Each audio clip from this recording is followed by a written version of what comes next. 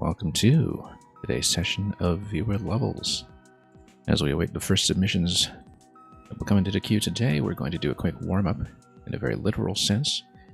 This is a new upload by Frank88, who has been very active in the Maker community since the Maker 1 days, was also a participant in at least one of the editions of Years of Mario Maker in Maker 2 as well, on top of Maker 1.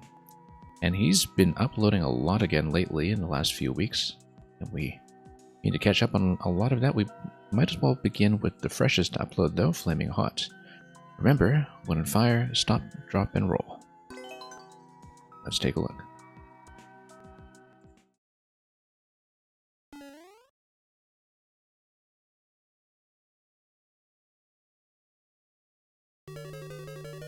Okay, Firebar is going to apply a little bit of pressure to get going right away. And then, oh, we needed to duck through that. I just didn't really take the burner timing there seriously. It was rather well camouflaged, so. The thing about the burners and the Firebars that make this concept work is that they are on a global synchronization. The positions are not dependent on how you load them in with the scroll. Whoops. So, all of the timings are going to be rather rigorously worked out here as we push on. A couple of spare entities being used for some of the piranha plants up front, as you can see. On the top left as we enter.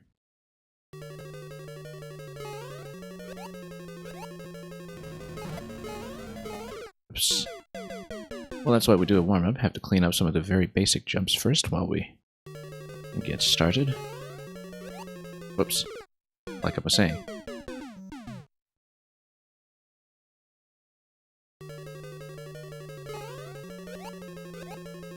Anyway, let's keep going.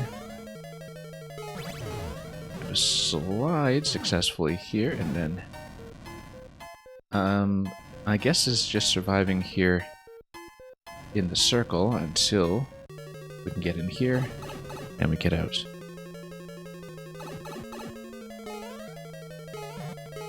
We're gonna be a little slow here, but try to make it. Nope. Yes. Almost. We needed to get on top of the hard block first, and we would have made it had we made that one adjustment. And that would have been checkpoint 1. So, pretty close to it.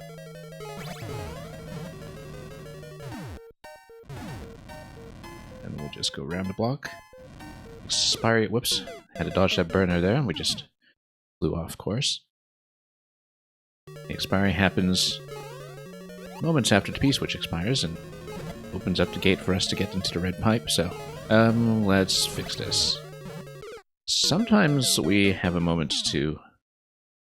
No, we don't. Given the length of the Firebar, there isn't a moment to stop. We do have to play according to the timings that have been laid out by the level. There isn't really room for an additional cycle or rest stop anywhere. It's a pretty gentle level, but everything is going to be strictly by design here. And we'll continue.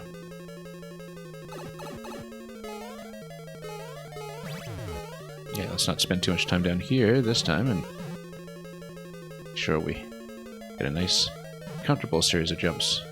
Will get us over to checkpoint 1 and complete this room. Yes, back to the left. We hadn't toggled the switch yet. Of course, I can go back. Just totally misread that for a moment.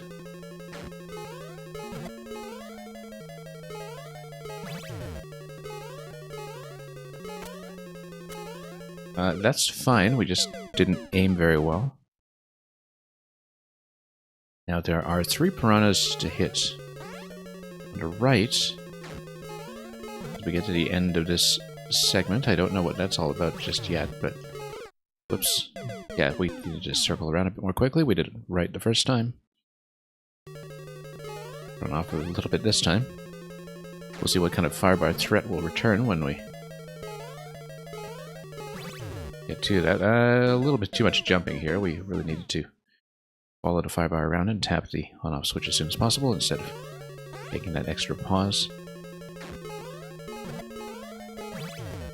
And then, yeah, if we do that, we need to push forward right away. So I think we do need to go left. We just need to find the right cycle. We found it the first time. We've just been very sloppy ever since. And then, yeah, no firebar here to speak of, so that's fairly simple to get into this cycle. Whoops. And then it'll be a lot of left-right movement here. That's okay. We just need to watch it carefully.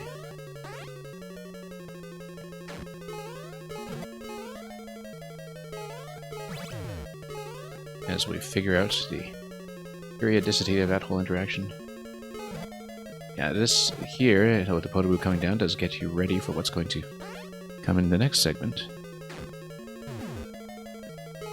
Oh, nope. I was trying to veer left while that was coming down. We shouldn't do that. We should jump up to the next platform and do the back and forth from there. Whoops. And Alyssa, welcome. You will be first today as soon as we're finished with the warm-up level. Looking forward to seeing what you have. Whoops. So yeah, we're just going to finish this one quickly, and then we'll get to yours right away if we can. Thanks for coming.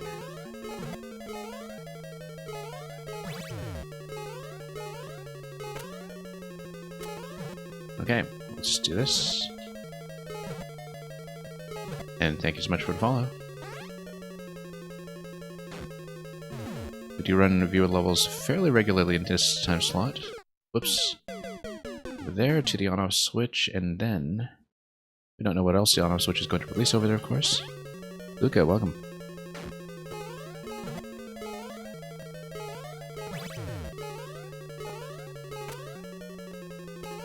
Way. Let's go over here.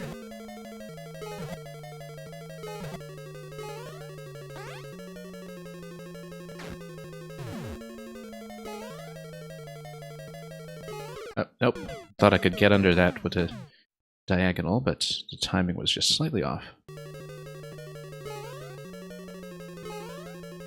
And we'll fix that. Whoops, nope. Hang on a moment, still adjusting.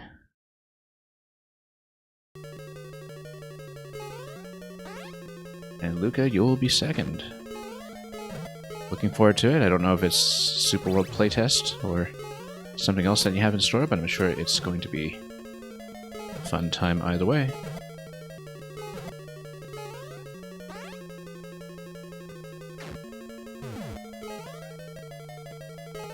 Okay, that's much better. Now let's see what else the on-off releases for us. Not much. So let's continue. And this is just timed survival. Reminds me of a certain segment in Super Mario Wonder. Oop. Got it. Felt like a very close thing there.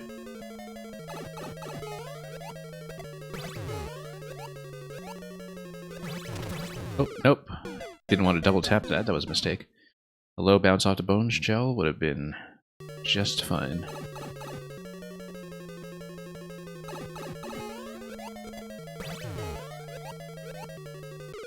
And that came in a little too quickly. Higher jumps are fine. The firebar is not going to be anywhere close to that, so we should give the Drybones under the off switch a little bit more time to descend. We're not in such a hurry.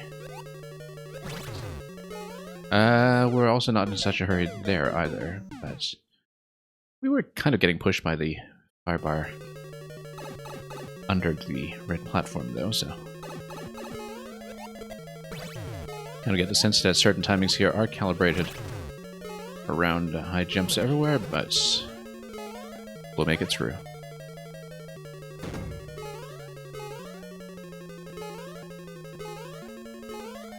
And that worked out nicely. Let's see about this. Mushroom, because damage boost is going to be necessary for this segment here. And then slide. Yeah, we needed to read that quickly. And I think I've gone a bit slow. Yep. We had a little bit of a gap to get through that. Fire bars are going to be long enough to enforce that pretty strictly.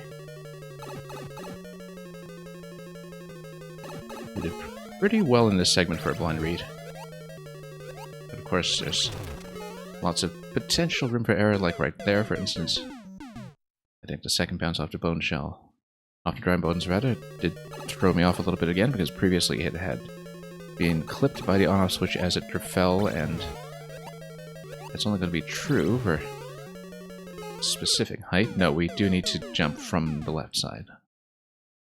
Quite obviously.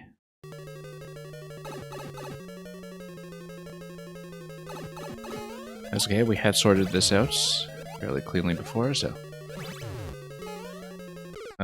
yeah, maybe waiting just a little bit longer than that. There's a fairly narrow window. Obviously, bouncing off the bones would have helped, but we can't rely on that from that position.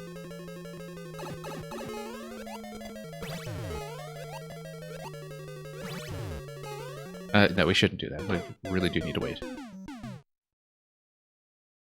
Feels like the implication is that we should let the bones live and then use them to gain a little bit of extra height, but it does seem a little bit awkward, especially if you just outright miss.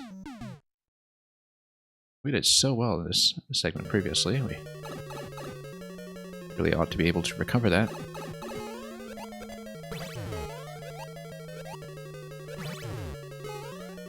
Same mistake.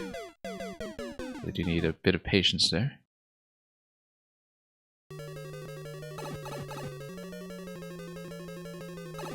We did everything after that so cleanly last time. I'm hoping we'll be able to repeat that success.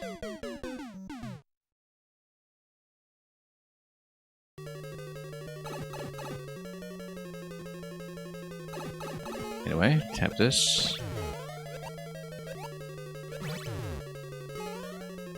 Okay, that's much better, but we were a bit slow coming here. Luckily, it's fairly flexible once you get to that block. Now, have to be careful here. That was not a good timing. We rushed it successfully last time, but that time we were just a little bit behind and shouldn't have gone quite so impulsively when we did have time to read it.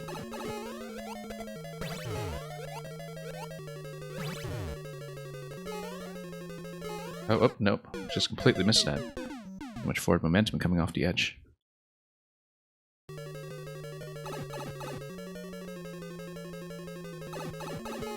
Yeah, I felt a little pressured by the dry bones that we had dropped here to clip its wings, but now that's comfortable. Okay. Let's read it properly this time. There we go. Nice and quick. We'll do it. Likewise, here. Nope. An on-off switch, damage boost, and a lot of back and forth until we get to the cloud. We'll be under a bit of time pressure to get there.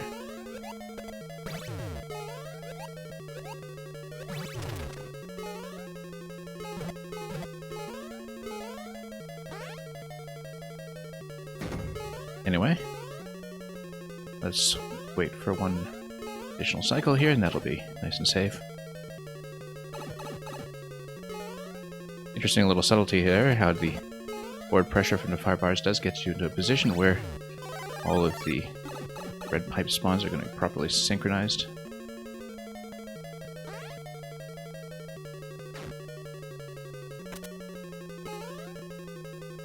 Okay, need to be fairly accurate here. And, whoa. We actually did have a safe location there. It was potentially rushable, but we might as well have docked there where there was a safe spot to wait out one additional cycle. Of course, it was the first time seeing that, so didn't really have known. There was time to react, but reacting quickly while flying the cloud is maybe not the best idea. I also don't know if the cloud would last long enough for me to take that additional time in the corner. Seems like the timing might not work out in my favor if we don't manage to beat it on the first cycle, but we will try it. Everything else up to that point was fairly clean, so...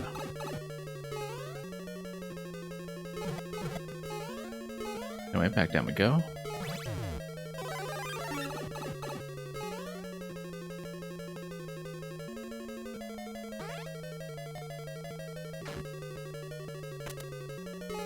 Yeah, if we do the ice slide right away, we buy ourselves a lot more time. We need to pilot this a little more accurately, though.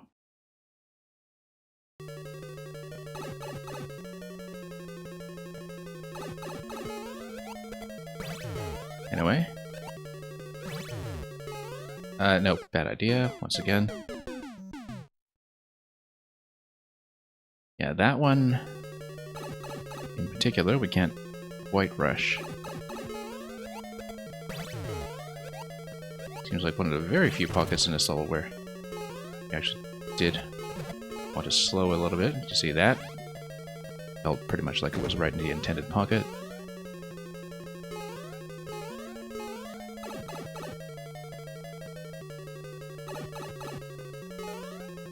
Now, let's fix up the rest of this room.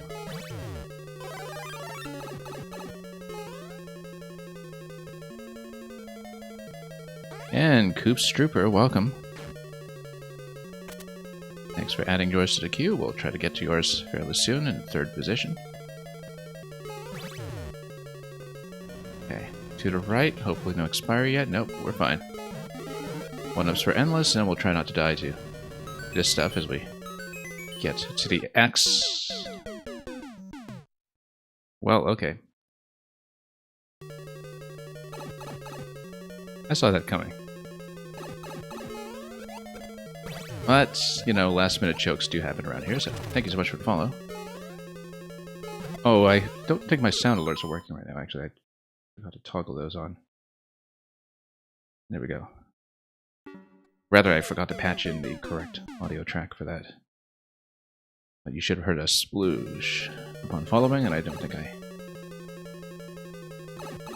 had that on at a time. Should be fixed now, though.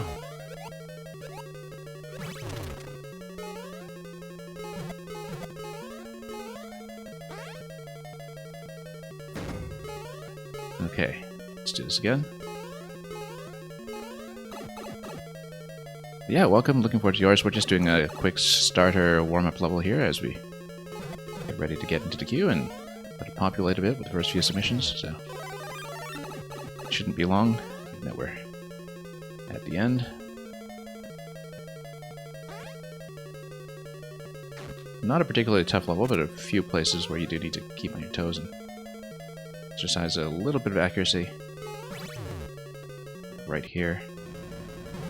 Nope, I was hesitating for a moment in terms of whether I could go up. I could have beaten that firebar, actually. I could have gone up right away. But had a few wires crossed there as I was deciding, and we just ran into the burners instead, so... Bad move.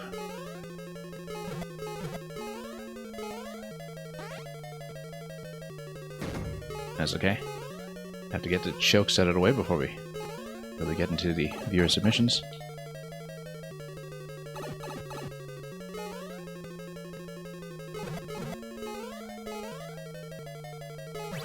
Okay. There's booster here, that's simple. Oh. Hadn't died to that one before.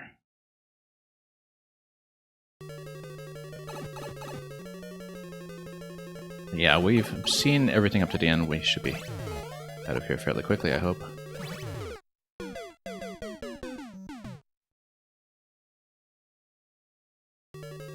Emphasis on hope.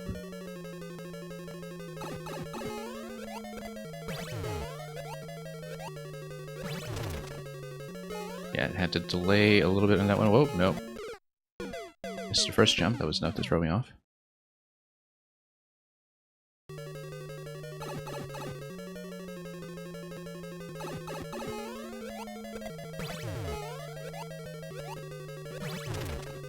Not a hard level, just lots of choke potential everywhere. On to simplest things.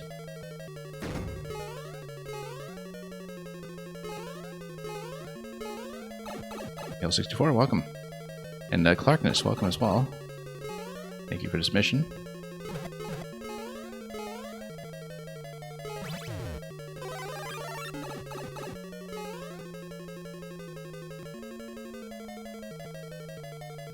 And we're out of here. And thank you for the submission as well, Mail64. I suppose it's the same level as last week with a different route, or some revisions perhaps, if I had to guess. Okay, let's not die to this time. Oh, okay. Yeah, I scrolled this in a bit differently, so now the stagger pattern is a bit off what it was before. Just because of some variance in my movement. Let's get into the queue.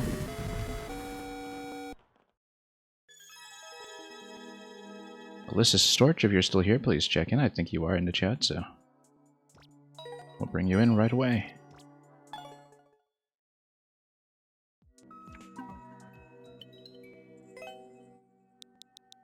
Yeah, always appreciated if people confirm that they're here. But I do know that sometimes people are maybe facing down some of those excessive Twitch ads or busy with something else. Anyway, this is 3.84%. A little under 30 seconds with the current clear. 1 clear out of 2, and it looks like there is some clear condition attached to it, probably something with keeping the cannon car. I mean, we kind of know what to expect. Ride the car, tap the button, let's see how it goes. And yeah, Alyssa Storch, thank you for confirming. Let's reach the goal in the car. So let's not smash it up too much.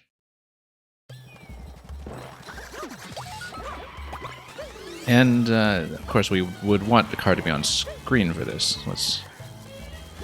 There we go.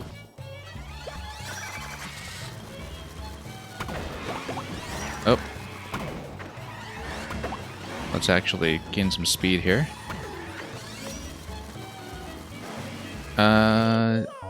Feels like we probably needed to bounce on the bogey, in fact.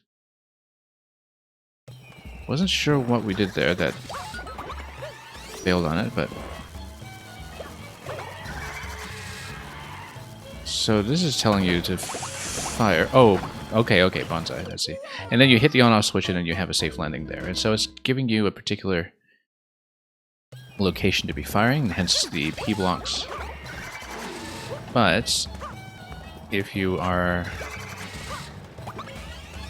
just going forward and maintaining speed the whole time, that seems to be the expectation with this level. So, oh, and then this is expecting me to fire, but then bounce and then fire again. No, we're... Well, hang on, let's gain some speed and go around. Nope, that's smashed up. Let me just map out the route first of all. Yeah, we're supposed to survive it in some way. I think we were supposed to ride this over, fire, and then as the on-off switch is toggling, you have enough room to jump to bounce back. Then you continue this way, and then car bounces up. We're just going to scout it out before we actually do the level, just so I know what's coming. And then you ride it all the way out. It seems like bonsais will be coming at some point. And then you smash everything here, go through... And then, yeah, you fire in that location because then that way you're able to get out of here before the thwomps become a problem. Then you get on a hop chop. Okay, let's try to do it. Let's try to do the turnaround accurately this time.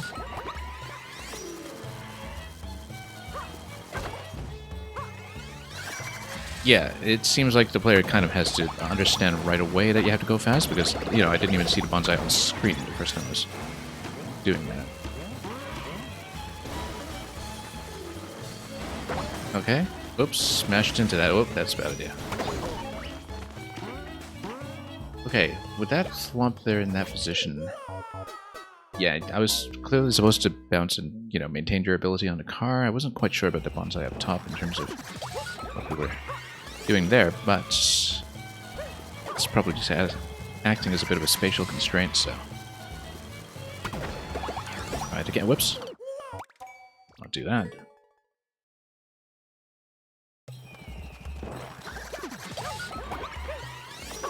Yeah, because if you're not just kind of reading this as a level where you go forward right away as fast as you can, then very easy to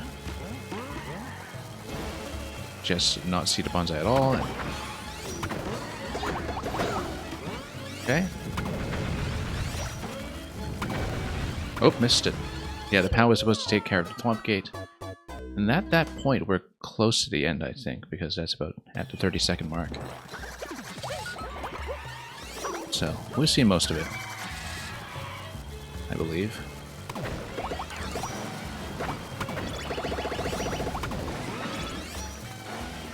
Bounce, bounce, bounce, and then gives you a safe turnaround.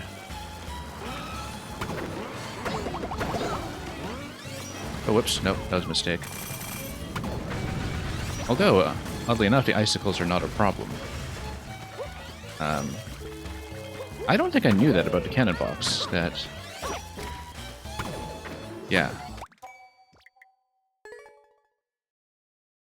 I didn't know that the cannon box was apparently invulnerable. That didn't seem right. I think I'm misreading what happened there.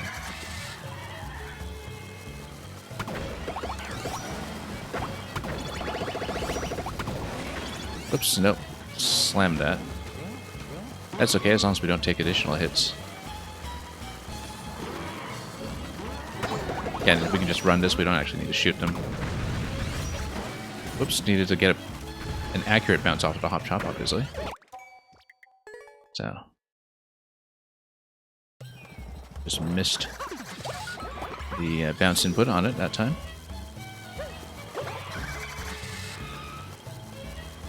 Yeah, you're saying the end was probably pretty much after the Thwomp. That's what we suspected. Oh, came in a little bit low on that jump. That's right, let's not smash up the vehicle too much.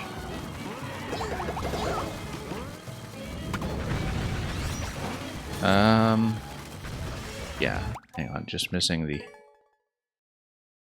high bounce on the Hop Chop there.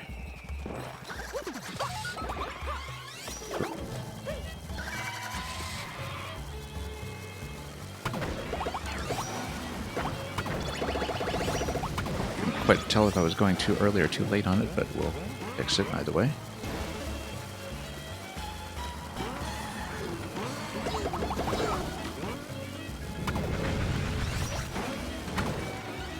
Yeah, that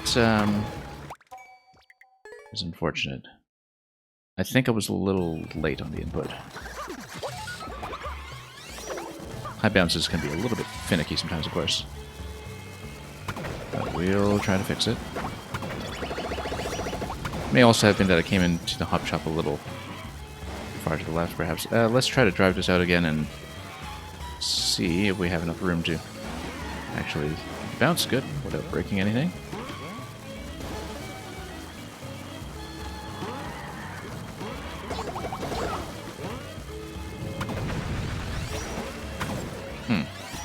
Completely missed it. It's okay.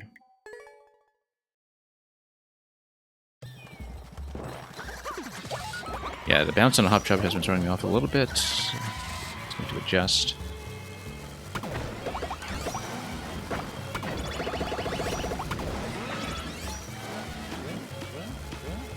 Surprisingly difficult to nail that properly.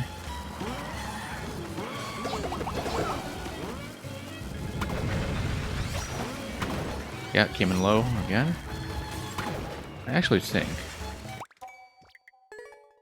no, we wouldn't get enough acceleration to ride the Thwomp up or anything like that.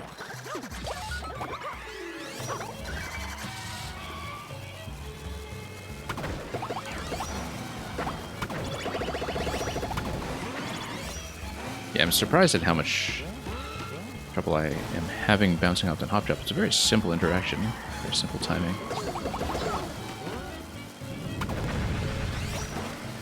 But somehow it's coming in a bit short every time.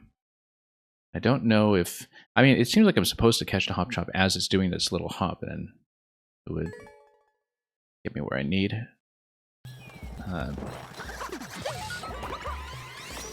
Possibly we're just not making contact with it far enough to the right.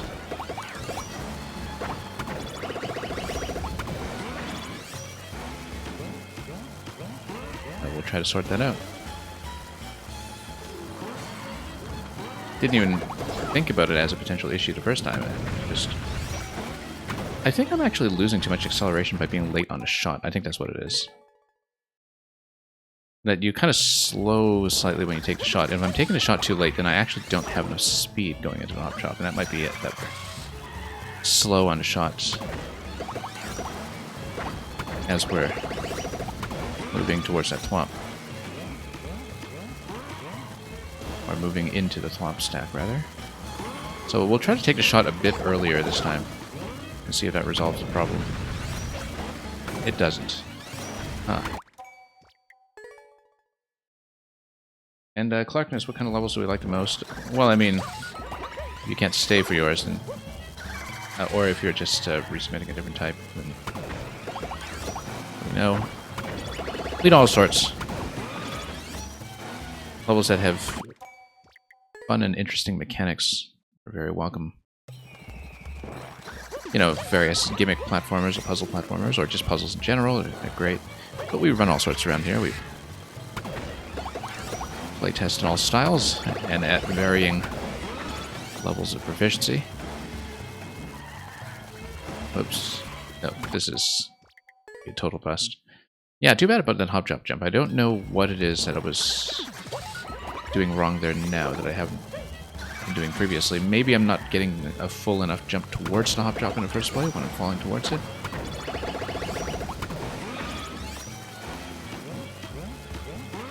Not exactly sure, because I am just kind of falling into it, right? So,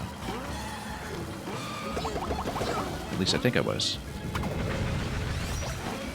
Yeah, I don't know why. That seems like a bounce is just not registering for me at all.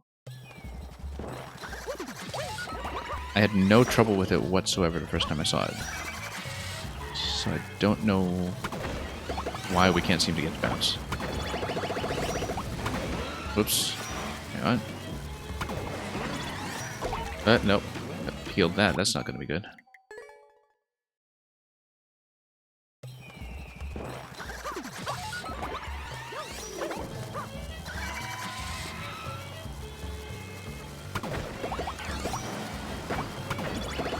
Anyway.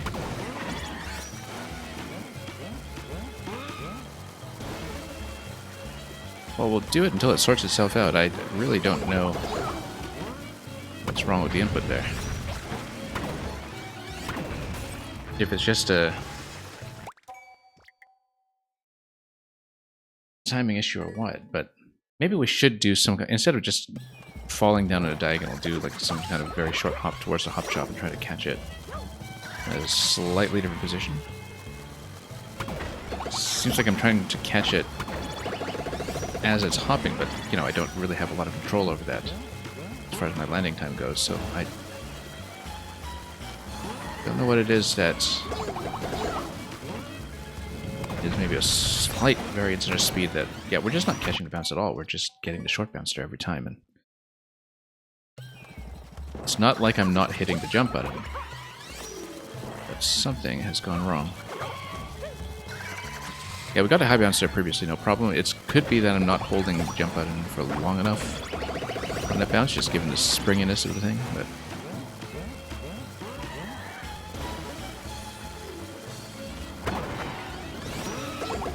we'll try to fix it. No. Every time. So yeah, I don't know what the issue is. Maybe that I just need to, you know, kind of defy what the level is telling me. Slow down a bit to get that jump a little bit more cleanly.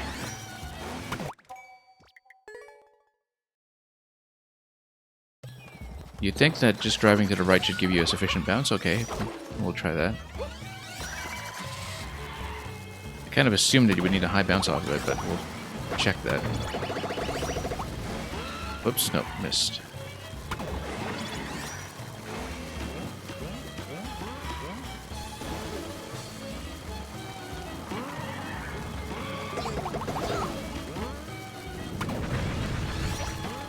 Oh, okay. Yeah, no, I see. Because if you're not trying to manipulate it, then it does actually catch it accurately at the very top of its hop, which is what you're going for, so. Yeah, it's too bad it's not flexible enough to accommodate both ways, but...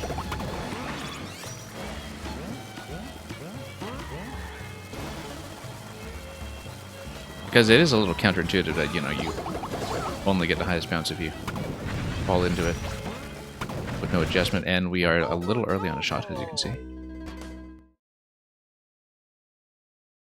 And yeah, that absolutely helps.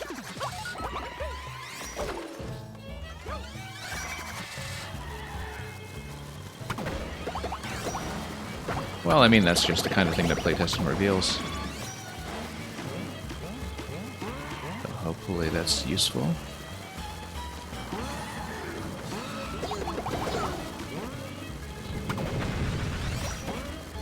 Land first. Oh, missed a shot. We knew it was coming, but hadn't seen it in a while, so let's go back and fix it.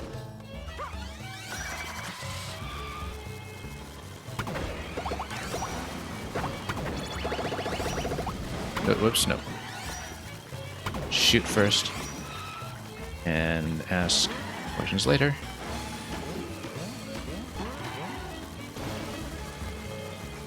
Ask questions to the sideways trampoline later, rather. There we go. Oh, yeah, that was a bad idea. Let's drive the car back.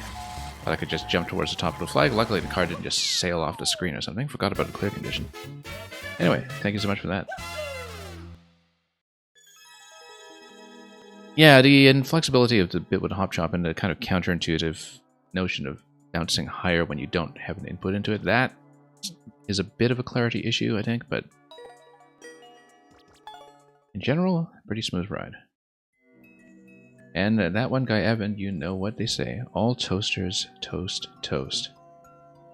They really do, don't they? Makes me think of the talkie toaster from Red Dwarf for some reason. Anyway, let's mark this as a win. Oh, we did already. Let's move on to Luca. Luca, do you have your upload ready?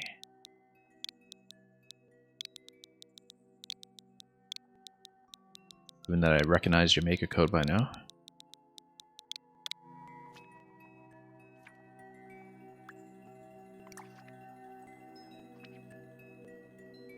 I guess I will refresh until you have it.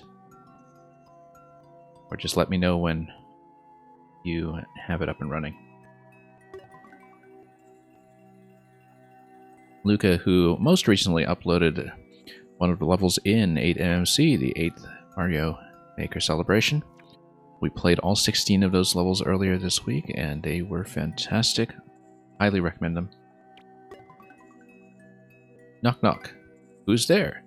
It's a me, Mario. Hilarious.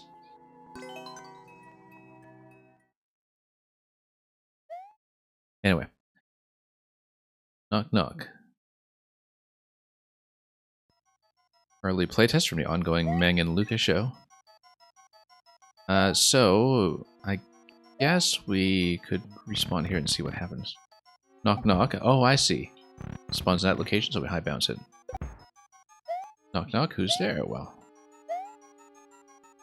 a home invasion against a mole, apparently.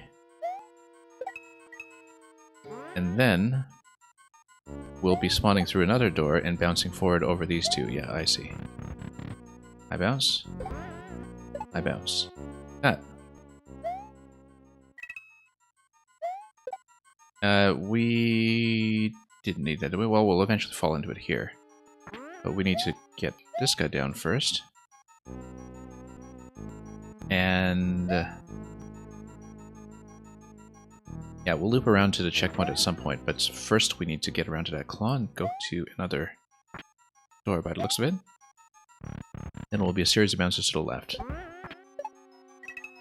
Oh, whoops. I kind of saw the first two bounces coming. I understood how that worked. The third one, I didn't really even think about until we got there.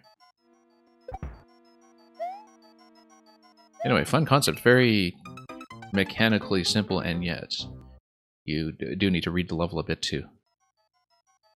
kind of understand what's going to happen on the second pass once you go through the door. You kind of get a chance to read it, and then you have to predict what's coming. A lot of element reuse here too, for obvious reasons. That, whoops, that worked surprisingly well. I was in a slide state. That's why. Yeah, so you gradually learn how to put the different pieces together, and it shows you well in advance how many holes you have to work with. So, left. And then, yes, and then a second bounce on this guy, which will give me the additional tile I need to get up to the checkpoint.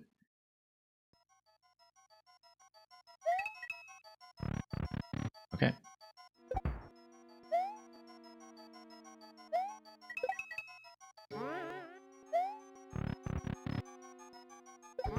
No, let's do this again.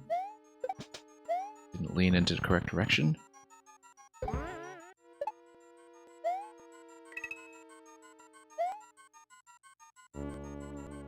Alright, let's get over here.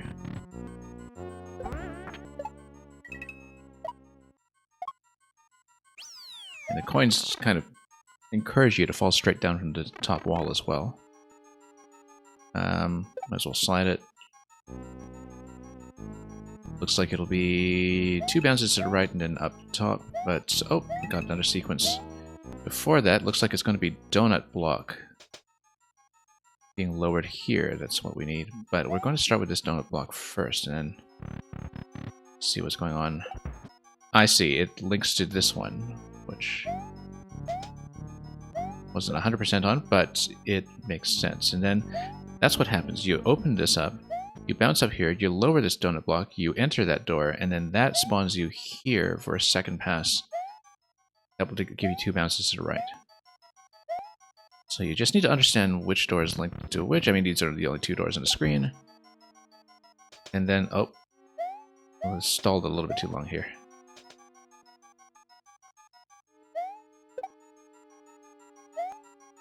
And it's pretty clear what will happen from that point. It's just that you need to read this accurately. A little bit of time constraint on that mole here. Then bounce to the right. Like that. Very nice. That's a quick checkpoint too. Probably because there's a lengthier sequence coming. Anyway. We will have to think about this POW here. I don't think it's... Oh, yeah, if we run towards it, we can hit it, it opens a door, then it drops you through here. We need to lean in one direction or another. Like, this door will link to this door. There will be moles that probably drop directly into these positions. We would need to drop into the right and grab the POW. Looks like there's going to eventually be a scroll break or something. Anyway, let's let this fire and then... Oh no, you spin on it, of course. Spin on it. Then let's drop down and grab the POW, maybe. Like that huge mole stack that tells you you've got tons of entities to work with. Can we just nudge this guy? Yes, we can. And then we drop in again to the left side and we hit the muncher from there. Whoops, no, missed it. But we know what to do. Like the puzzle element of this. Okay, what comes down here? Is that an exit pipe? Looks like an exit pipe. Then what's that scroll break on the right for? Looks like a scroll break, maybe it isn't. Level isn't complete yet, I see. And here's the little bonus boom boom. Yeah, it looks like eventually there'll be some kind of drop over there, but... Whoop. Not like that, we don't. Let's go over here first. Boom Boom will give you a key. I feel like we have to smash them up multiple times. But then you can also go through here. This looks like a... No, it's not a lock because you can go up the top over that semi-solid. We are obviously going to check it. Yeah. But you go through here, you drop in, you hit boom boom. Yeah, so eventually you want something that's going to get you through that block. It could be a P-switch. It could also be something like a shell or other object that you can pick up. So let's drop in and let's see what it is. It is the spike ball. So it's actually going to be dropping in on Boom Boom, going to the left and swallowing the spike ball. And then we need to get Yoshi up top. Which means probably tossing him to the right, but then how do we get through the door? Like, you know, kind of dropping him off as we move towards the bumper, like this, for instance. No, that doesn't really work. Actually, no, you spit first. You spit first with Yoshi. You jump off Boom Boom to get a spit. And then that will allow you to just jump off Yoshi afterwards. Do this. And... oh, question block over there. But again, some things are still... oh yeah, the question block, you just grab it by jumping through the semi-solid in the middle and going right. That's all there is to it, I think. Okay, fun concept. I see that it still has tons of room for expansion. Tons of entities you're currently also spending on the mole stacks. That one room with moles on the left and right. But of course for visibility, that's fantastic too, even though it's pretty clear where moles would be. Great concept. Looking forward to seeing it develop.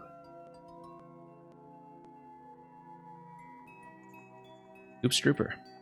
You are here, so let's bring this one in.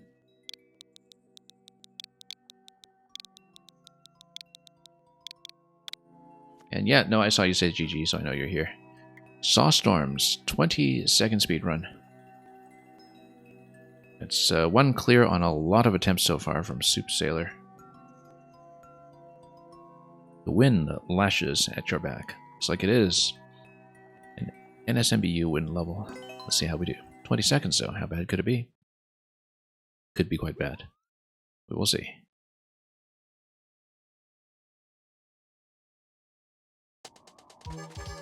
Anyway. Yeah, you need to be pretty accurate here. I don't know if we should twirl through that or...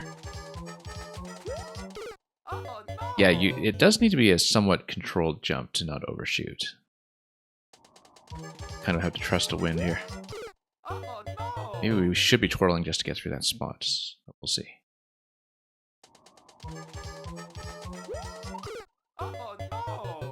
Yeah, you're kind of expecting the wind to carry you through that slot, but then that means you have to have a fairly exact timing for it. I think a twirl might not hurt, it's just that you do need the wind to really push you. And it is going to be constant wind because how this is going. I think an edge jump might be better, actually.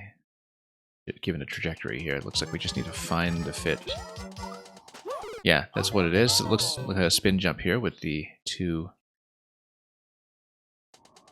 blocks. Of course, you know, the usual calculations can be a little bit off just because we have to adjust for the extra momentum from the wind as well.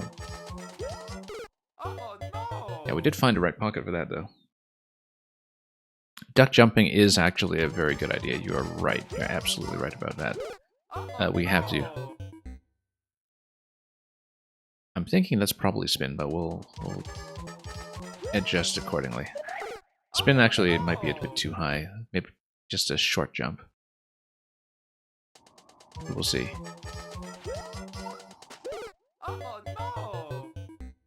We just need to find a lot of the right timings. The two blocks might actually be telling me that we go between like this. We landed a little bit far, but... yeah, you think it's duck jumping on the first three? Yeah, that... and then it really does accelerate because of these conveyor belts, so you really have to have a quick tap, tap, tap.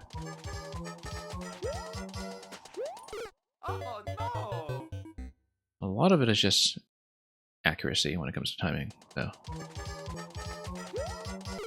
Yeah, because a duck jump with a full jump, as long as you leave in the correct location, And it solves itself, so. Just need to be a little gentler on that one. It's telling you to jump in a general area. Yeah, because you scroll into that so quickly. It's nice to have a bit of visibility on the wiggle room that you're going to have. Too much of a jump there. Almost feel like I need to pull back or something, but well.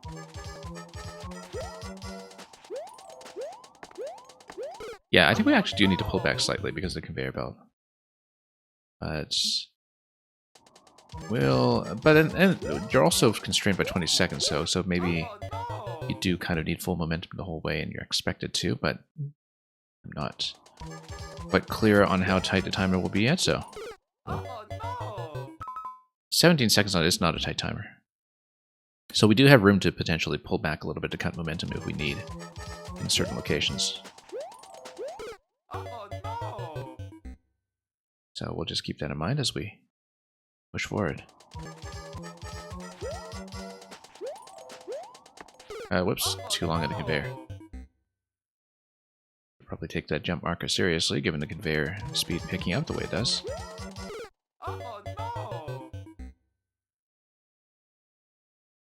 Possible to go full momentum by doing quick small jumps, yeah.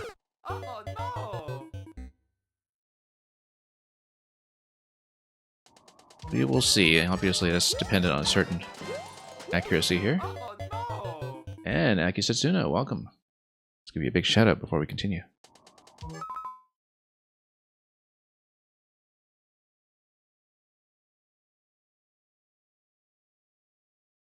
Thanks for bringing in your crew. Hope Jackbox night has been fun over there.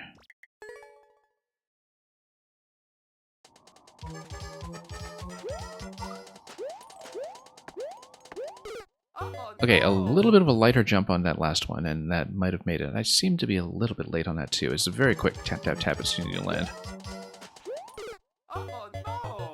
Stream's been pretty good so far. We're fairly early on.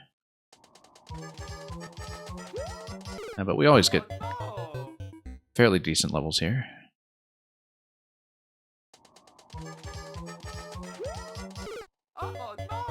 I always say that I seem to have a better viewer submission experience than a lot of other streamers from what I've been able to witness on Twitch. When it comes to the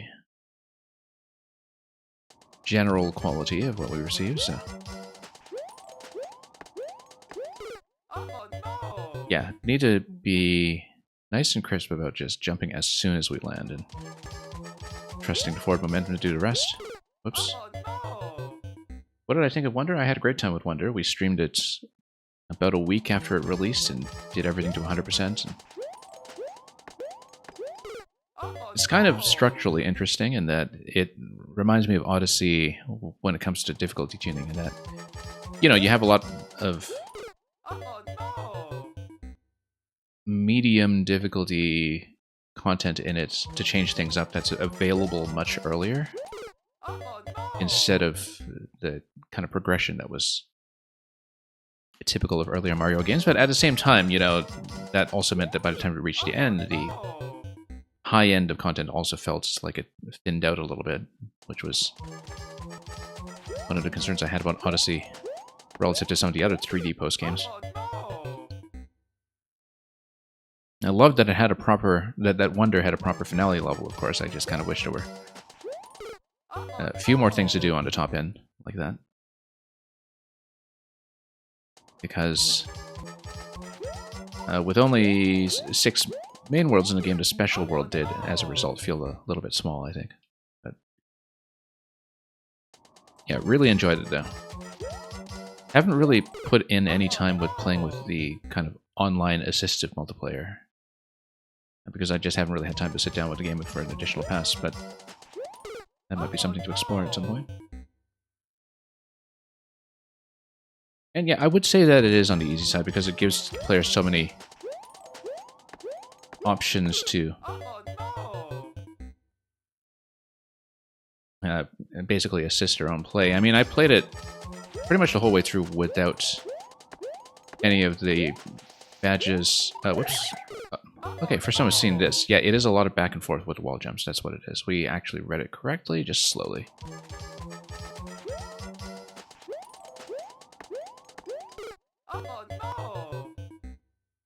But yeah, I played Wonder without using any of the badges except where they were actually required. And it's definitely still, I think, somewhat on the easier end. There are a lot of things about it that feel like a Kirby game, actually, especially with Wonder Flower mechanics, where, you know, you're not necessarily pushing the player very hard mechanically, but you are pushing the player in a game like that to react to new material, and that's a lot more of what Wonder is about, in some ways. But, you know, it's been so long since the last mainline 2D Mario game that I think there's a great expectation that's going to serve as a lot of people's first Mario game. And I think it's tuned accordingly for that. It's too bad that there's not, you know, as much to do on the top end as something like Super Mario 3D World, which had tons to do on the top end, but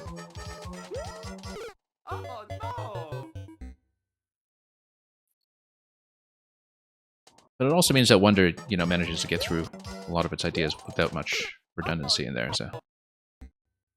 Koops Trooper, you like to do small spin jumps in the conveyor belt section? Yeah, I was kind of wondering about the height on those, because I was thinking a spin might be safer, but, you know, you can very easily just fall into a pattern here. But yeah, the lowest possible spin jump might not be a bad idea, as long as we do it a little bit more crisply. Obviously, you know, when you're adjusting for conveyor momentum, actually a little bit of a pullback solves that slightly. It's the first time we're seeing that. We have 8 seconds to go. I don't know how much flexibility there will be. Yeah, pulling back slightly against the conveyors actually does work as an adjustment without really losing time, I think.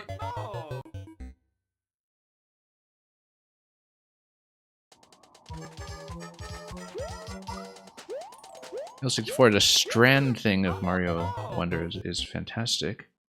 You're saying Kirby games can be extra hard at times. I'm not exactly sure what you mean by strand thing. It didn't occur to me that Mario Wonder is a strand type game, but Captain Napalm, welcome.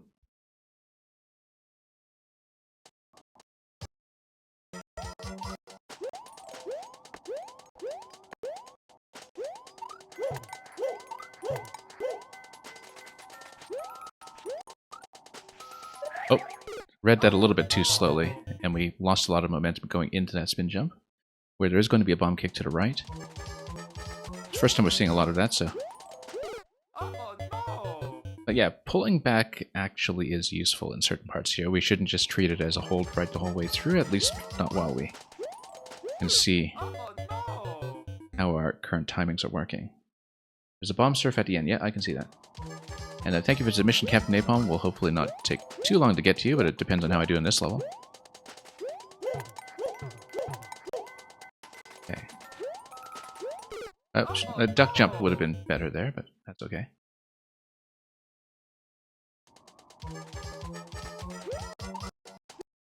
And Captain Napalm, you're telling me this one's tricky?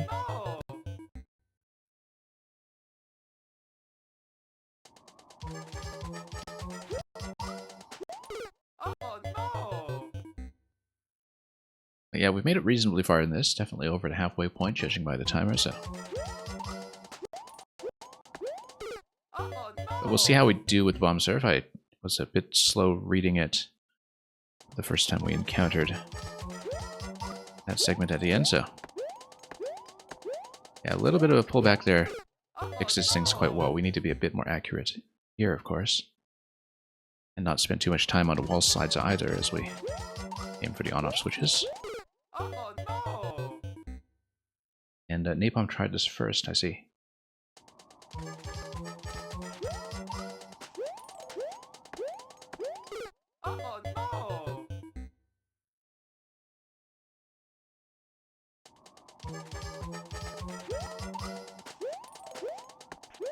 And then, okay. Whoops, I ran right into something trivial there. But yeah, like I said, judging by the current record time on it, on only one clear, which doesn't seem like it's really been pressed in a competitive fashion so far. I should have room, like I was saying, too. Not just go at full speed the whole way through, but cut momentum for safety in a few select locations. Might not be optimal, but if it gets you through at a level, it gets you through, so. Spin jump feels like it should carry me a bit too far. Yeah, you're saying I definitely have room. Certainly seems like it, as long as we do short jumps.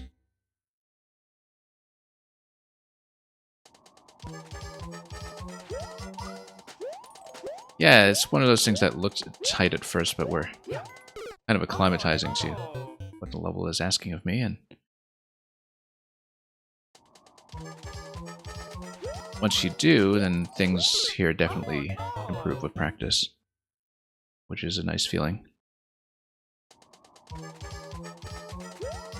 Oops, let's remember to duck jump through that. That would be much wiser.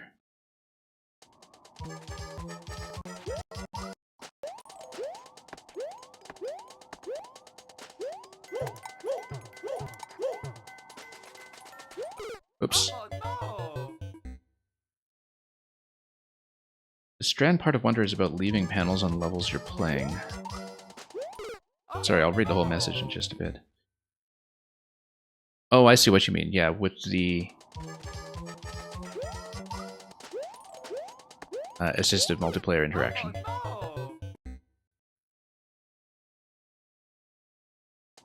Yeah, I know what you mean. No, I've seen it in action. I have collected all the standees, of course, and really used them since I was playing single player offline the whole time. Yes, there's going to be a high bounce off of there, so we can go all the way over, and then the bomb... Well, we'll see how far that goes and what I have to land on, whether it's the bomb or something else on the other side there. But of course, that took a little bit of adjustment since it was the first time reacting to it. And... Whoops, just a jump. It looks like my sound is dead. Just give me a moment to fix it. This does happen on the stream sometimes, and I try to catch it quickly and repair it. We haven't had too many issues with it recently, but not as much as we used to, but we do try to maintain some production quality here.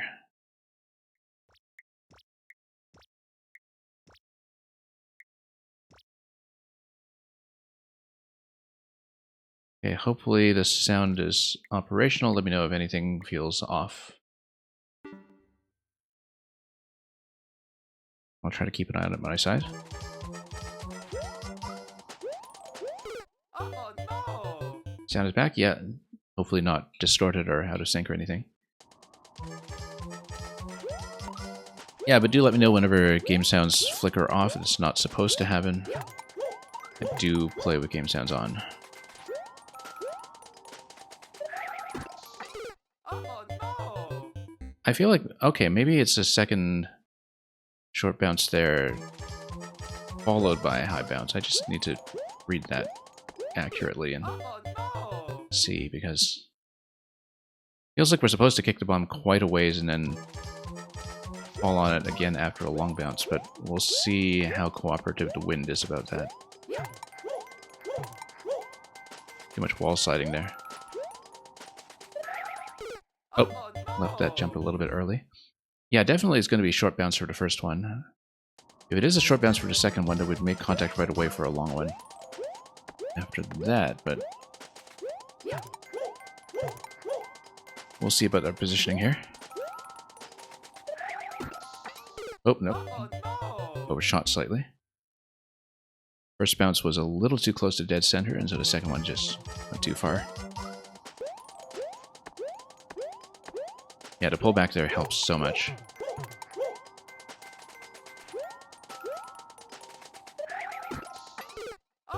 Yeah, no, definitely the third bounce for the high bounce. It's not going to work without it, as far as I can tell. Whoops. It's a big bounce for the second one. I see, okay. Yeah, I guess the bomb hasn't been kicked far enough at that point for the second bounce to be a reality. Oh, Because it did feel like I wasn't far enough to the right, but at the same time, you know, there's some things that I'm kind of underestimating no. because I'm not compensating for the wind physics. We'll just need to adjust for that.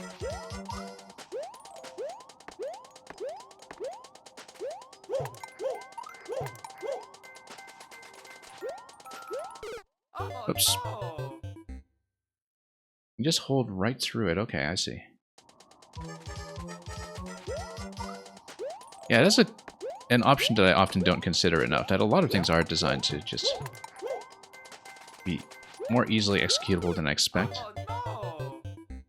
No. But I know that I have a habit from playing traditional or official Nintendo platformers that No. I kind of adjust my jumps in midair all the time, and it actually kills me a lot on harder creations in Mario Maker that have tighter margins, where there is an expectation that you hold right a little more courageously, or do full jumps everywhere, or anything like that.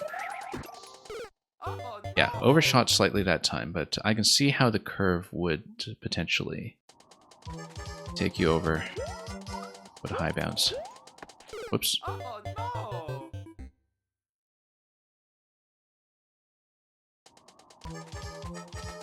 We'll see what remains after that.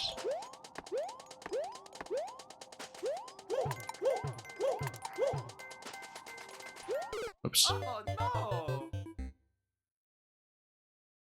Yeah, timing-wise, that's about the halfway point right there.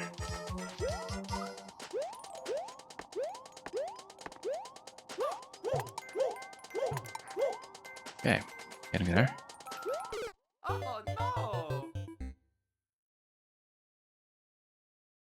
Need to do that a little more accurately. I might twirl through that one as well, but we'll see when we get there. No.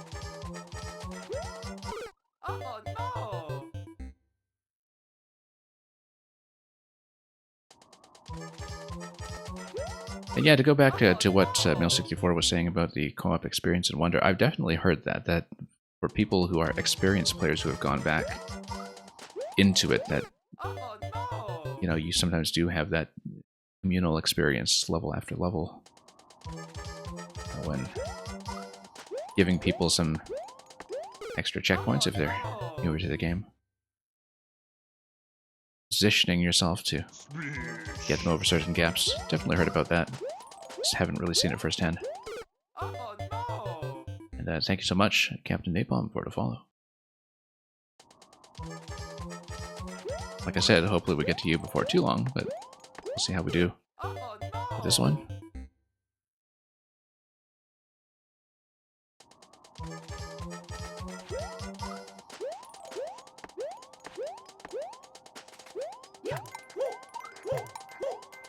Okay. For anybody new to the stream, we don't impose a strict time limit on viewer levels. We kind of make judgments based on whether we feel like we're progressing smoothly and whether I think something is within my ability to do. So I do expect to be on this one a little bit longer because we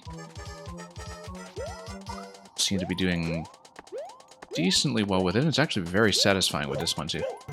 Start nailing things that looked forbidding at first. Oops. And yeah, we need to get back to the bomb surf consistently enough to really nail the spacing on it, but we'll get there.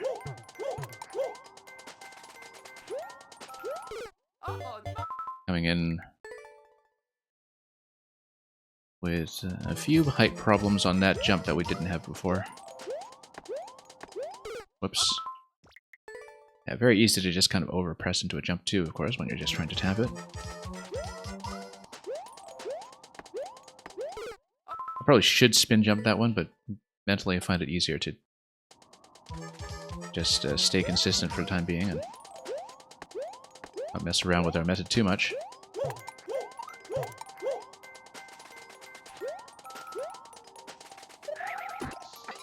No. It feels like I should be able to do short, short, long for that window and still hit the bomb in the location that works. I mean, I know it's not the developer recommended method, but I feel like it should still work. But we just need to get back there often enough to practice it properly and find out how to adjust the current issues that I have with taking the bomb far enough to give me the jump that I need. Because the scroll is dependent on the player too, it may also be... Oh, that time was actually in the right place, we just kind of pulled back too much. Yeah, Mail 64, we already saw a pretty great mole concept earlier, of course, with the Knock Knock playtest from Luca, but that was just a partial level at this point, so wasn't going to be the big hold-up today. Maybe in its final form, then yeah. And yeah, Koops Trooper, I think I can beat it, so we'll stay on it for the time being.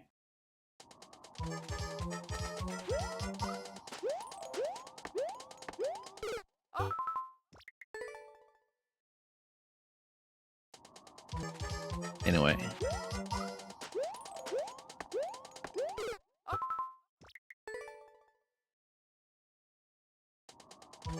Yeah.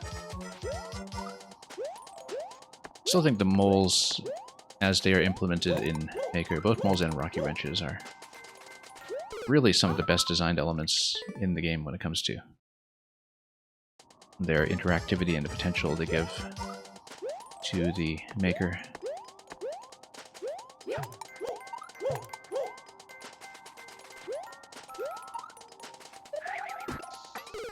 And yeah, still a little too far to the left. I was holding right that time, but I wonder if I'm going a little too short on the first bounce, almost. It looks like it should be a short bounce, but you have a bit of headroom to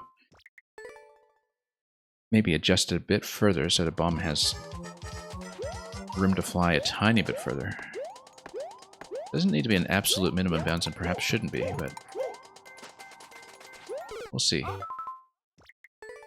Because I do have a bit of headroom there to make that bounce slightly higher. Kaboom! And thank you so much, Hyperion Smokestack, for the sub. It's been a long time.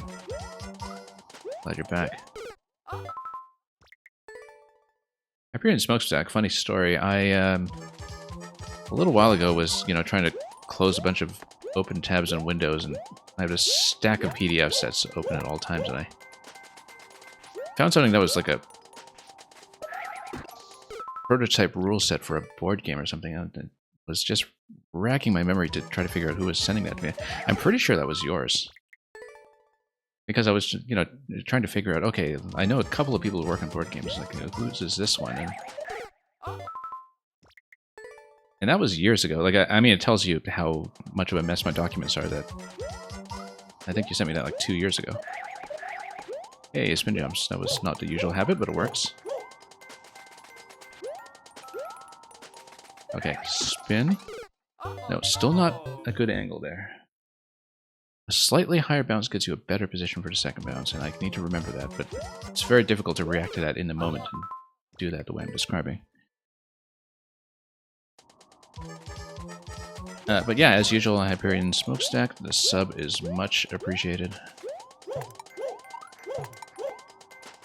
Reminds me to actually stream from time to time. Nope. Suggested a bomb part just holding right and doing 2 jumps, yeah. Yeah, trying to find a pocket there that'll work.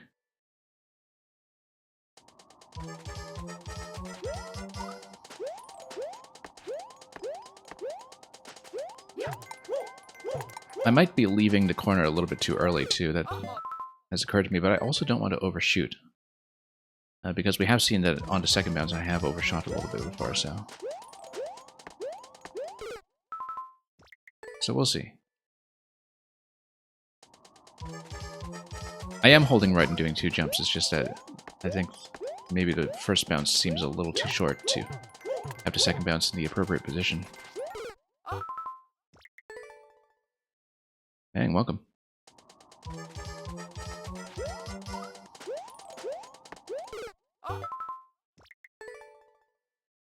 And giant hairball as well. Welcome.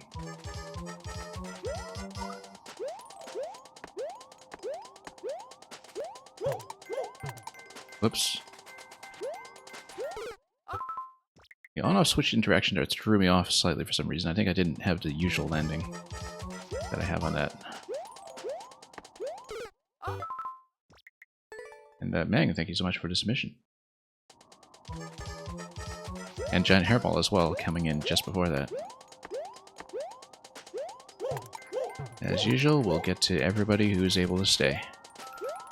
But of course, that depends on beating some other levels first. So this one has occupied me for a bit because we've been making some adjustments. Still need to figure out the bomb sequence here at the end. Hey, it actually worked, except we're supposed to get on the... No, into the claw. And then spin out towards that bomb a second time, perhaps. Yeah, I lost too much height to get into the claw, but I think a full bounce there should have gotten me in there. It's just that I was reading that blindly for the first time, and anyway, it's a new record.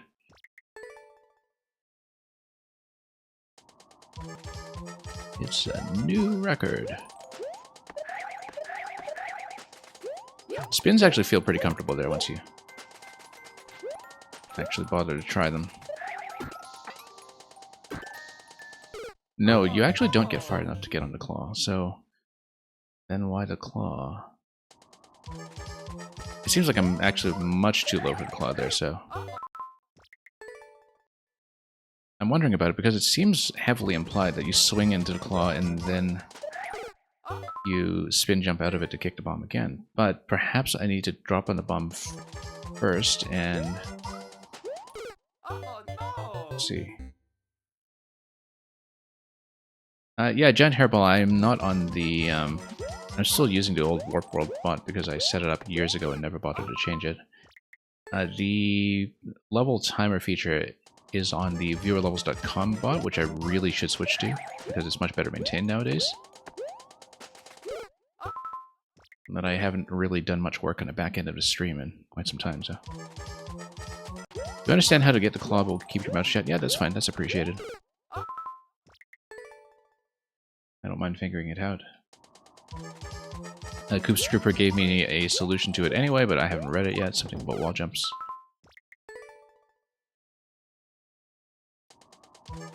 Yeah, I mean, I was reading that screen pretty quickly, and so we haven't quite processed what's going on with it yet. On the way there. So...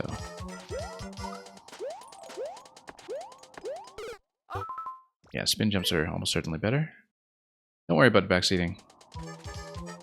Some things... I mean, I usually tell people no backseating for things like puzzles and such, but... yeah, there were certain things that were mechanically unclear to me here, then... that didn't necessarily hurt.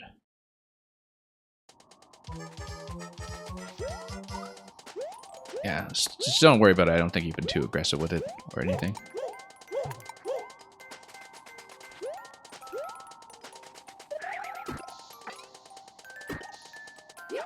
Oh, yeah. Except... oh. We missed our opportunity there. You kind of need to kick the bomb to the right and go right away. And we kicked the bomb to the left to begin with, and so... I see where the wall jump is, but then the wind really kind of pushes you in such a way that adds its own complication. So we will see what happens here. Oops, way too early. Hyperion Smokestack, you put your maker ID on your business card.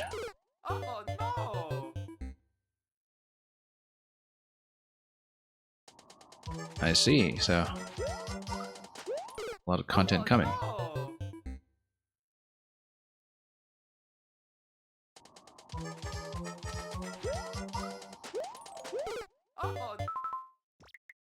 So, giant hairball, the clear rate when we came into this one was 0.35, but it was only on a single clear, so it's not statistically significant. So, there aren't really accurate clear statistics on this right now, because it's just a very new level that has hardly been played.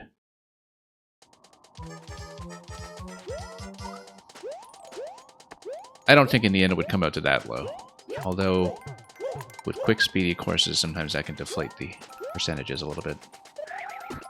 Even if it is just conventional platforming. Oh no! Yeah, you'd have to... Oh, I see, the bomb goes back to a conveyor, so you just let it continue on a conveyor. I didn't see the conveyor at first, actually. That makes sense now, that you would jump immediately back to the claw, and then spin right out of that before it goes too low. Okay, and then the bomb will be in position. I was wondering about that, but then... Oh, slow down a little bit.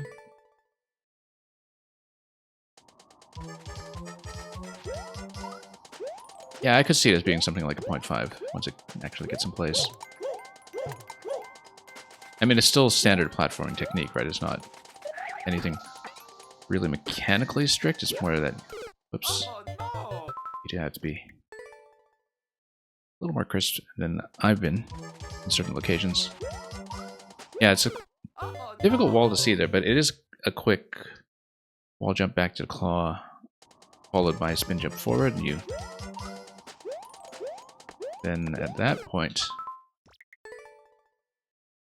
we'll be able to land on a bomb in the marked location with the two P-blocks side by side once the conveyor brings it over there. So I had a little bit too much of a wall slide the time of the wall jump that delayed me too much to get out of there safely, but we're still reading that obstacle, so...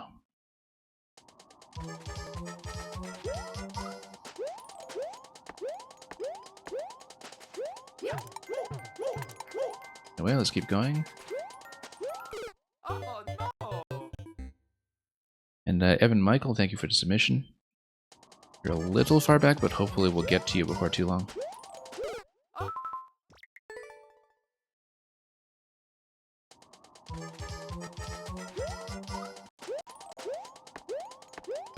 And yeah, that's the thing, is that the resets on a level like this come quickly.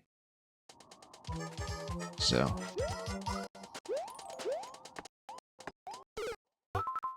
see here. Yeah, the hitboxes aren't nearly as bad as they look. Evan Michael, if you're asking me about troll levels, you are welcome to submit them. If it's something that's very long, if there are people behind you in the queue, I might have to do it in multiple segments. Since troll levels, you know, because of the way a lot of their checkpointing works, it's easy to get back into them after an interruption, so I might have to do it in multiple segments if it's, you know, something that's designed to be an hour plus, but I will play troll levels, and that's not an issue. Oh. The last one had to be a high bounce. Positionally, it looked like I was too early to do a high bounce, but again, we're not adjusting for the wind, and the flag is right there, so the bomb was about to blow up anyway. So we just needed to see it up for the first time, and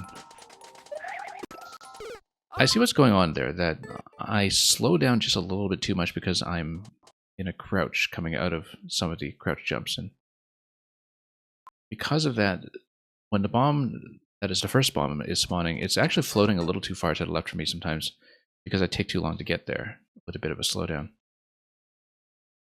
And so if I'm getting to it in full speed, then it should be right in position. The issue was that I was maybe delaying by a few frames since I was crouching into a slide or something, and it was throwing off my timing relative to what the bomb's positioning would be coming out of this bit here, because yeah, I lose a little bit of speed on those slides when the bomb is already in spawning range. I think that's accounting for why the bomb isn't quite in position for me sometimes. Just because I do have a bit of slowdown as I go from saw to saw. And I think that does affect it. The audio has cut out again. Yeah, let me fix it. Thanks for letting me know. I really wish it wouldn't happen so often. But we will try to repair that quickly.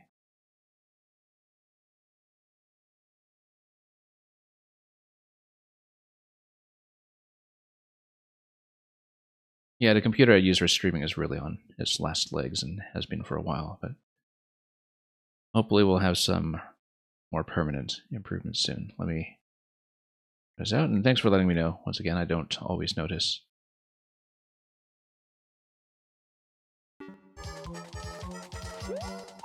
And sorry if I'm behind on some messages in chat while I'm reading some of this. Yeah, Giant Hairball, Maker Code is fine. No. And Quality Humor, thank you for dropping the app without even saying hello. We know who you are.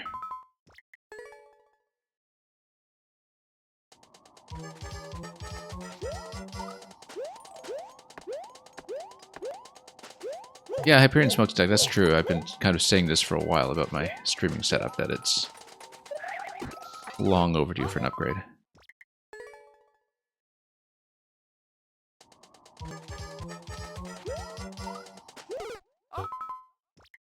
But we keep chugging along.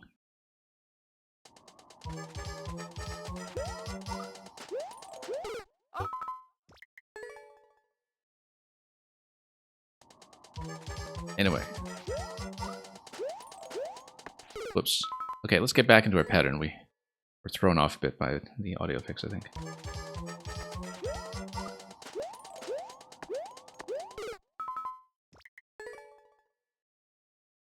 Yeah, Hyperion Smokestack. Oh, that reminds me, I need to fix my follow age command. Somebody pointed out to me yesterday that it's broken because of a change in the Twitch API. But you can still see your following history by clicking on your own name. Whoops, came in a bit low. Oh, no. But yeah, there are people who started undergrad and university when they knew me on Twitch who are, I think, graduating or finishing up their thesis or whatever now. And which tells me I've been doing this for a while, even though I have, you know, in the past had several months off here and there, so it doesn't feel like I've been streaming that much. Like, I don't feel like I've been streaming for nearly 4 years, because I did have some pretty lengthy absences in that. But yeah, that actually makes this one of the longer projects I've ever really done online, and one of the longer-lived communities of which I've been a part.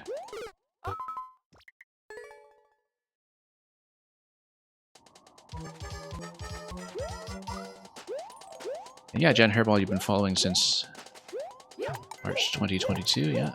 That makes you a veteran by now. You think the audio still sounds distorted? Okay, let me try to fix that again. It's going to be one of those nights. We haven't had this be a huge problem in a while, but we'll try to improve it.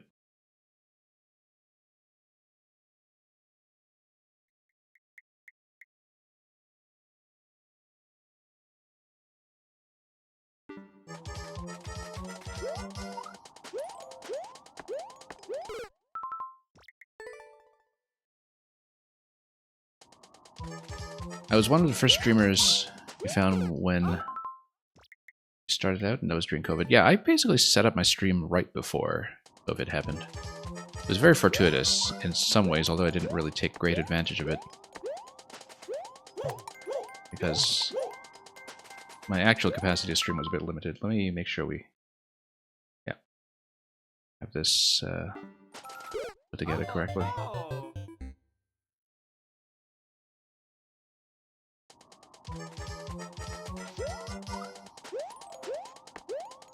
Yeah, because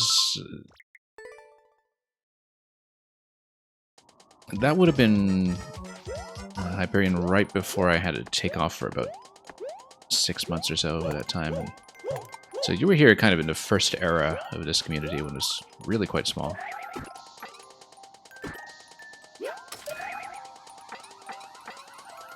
There we go.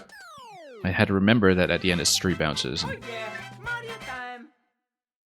that I can trust the wind to get me under the blades much faster than I was doing. We are off the record by a little bit, but I expected that given that I manually slowed down in some places.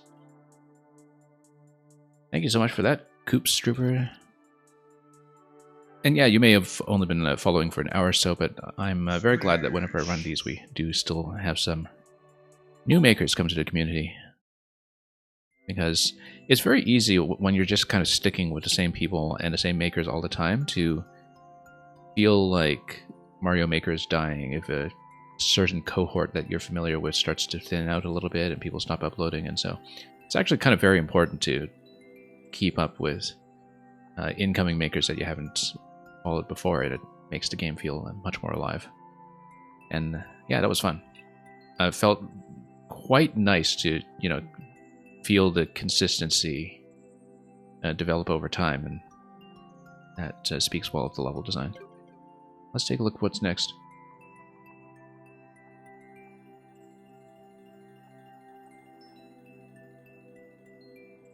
Okay, we've got 8 in the queue right now.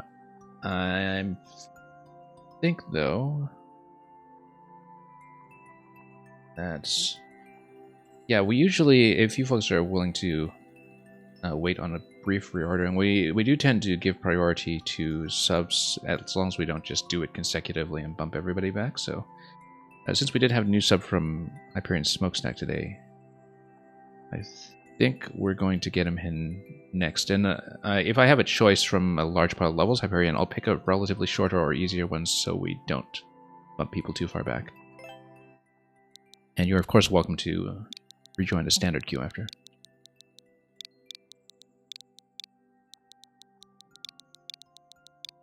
So hopefully you folks, I just got bumped back by a spot, don't mind too much. Barnstorm with the current record on this one. Link is back for another dungeon. Can you find the exit? Let's do it. Hyperion, you appreciate that? Well, I appreciate the subscription as well. So as long as, you know, we don't let bumping people back get totally out of control, I kind of like keeping a sub reward the way it has typically worked. A little map in the corner for this one. And there's a clock over here that might be important. It seems familiar for some reason, but... Oh, clocks give you Master Swords. I think that's what this is telling me. Anyway, Goomba to the left, the Blooper to the right. Let's not touch the clock. We'll do this loop on the skeleton here. And then... This doesn't seem relevant to me yet, but we'll... Oh, I see, because then you need to... Yeah. You need to bump everything up to create the bridge. That's obvious, and then we'll just go to the clock to get another Master Sword. Here we go.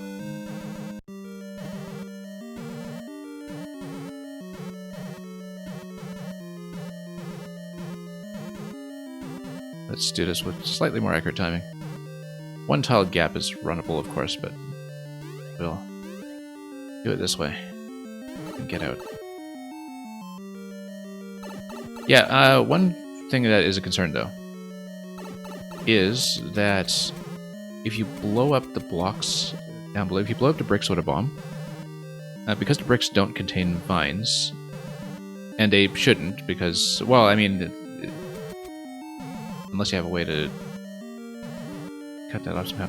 Yeah, no, the problem is that it is possible to bomb these. And if you bomb these, then you break this, and if you haven't progressed past this point in the level, that actually locks you out. I can see that being a problem. And that's something you have to work out whenever you use Link for any reason, really. That you're going to potentially have issues with... I don't even know what interaction this was, but you're going to have issues with Link just being able to pull out a bomb whenever you have bricks or hard blocks to deal with. It's okay to be locked out of that room, okay. If you say so.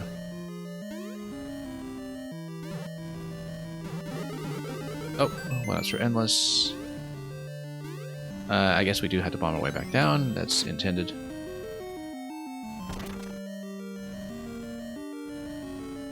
And yeah, Giant Hairball... Thinking about how that would work with one ways. Well, let's bomb this out and see what we're dealing with here. Actually, it's better if... Oh, okay, no, we'll just do it this way. See what this gives me. Booze. Oh, boo ring. Okay.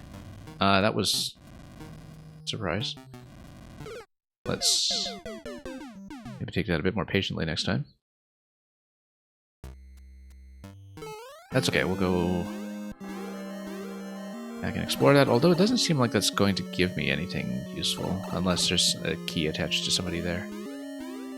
Like one of the bombs. So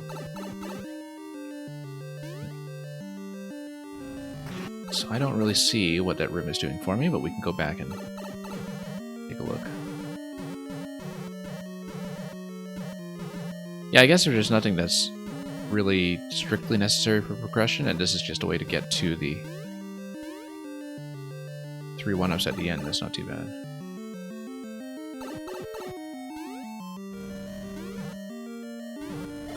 Okay, there we go. Renasus, welcome. Okay, you can bomb this other one though, potentially, and if you do, then I wonder if it drops fire into bombs or something, which might be the case. But this is going to lock me out slightly, so... And I don't see the point of dropping these when it's just going to gate off the one-up location over here, so... Balloons. Oh, I see what you mean by link check. Yeah, no, because it's a progressive power-up check, yeah. That's right. Yeah, it's a progressive power-up check, that's all it is. Yeah.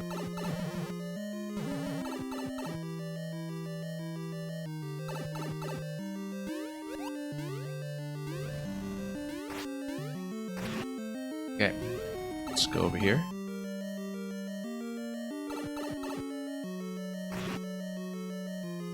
Then... It's possible to bomb this all the way up, but do we want to? Also, it's possible to probably get within bomb range of the on-off switch as well. Not like that, obviously, but...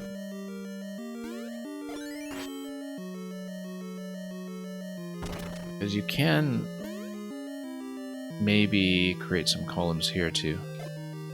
We're gonna try this, of course. That's the kind of thing we do around here. Yeah, because if you just bomb one side,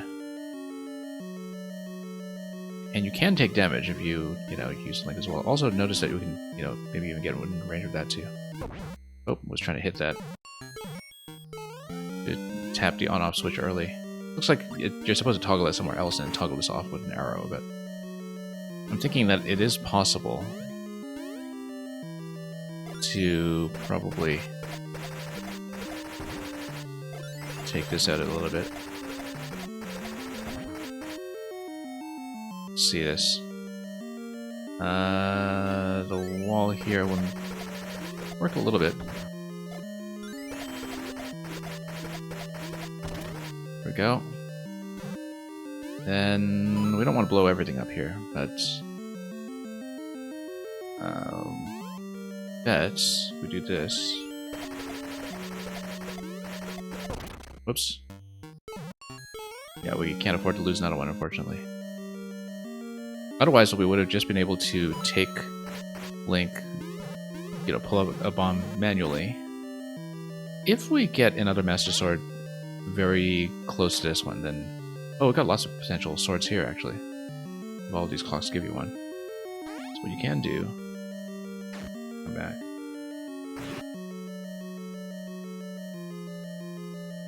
Yeah, Kusuru, you can turn the Master Sword into a progressive power-up, I'm pretty sure, like all the other ones.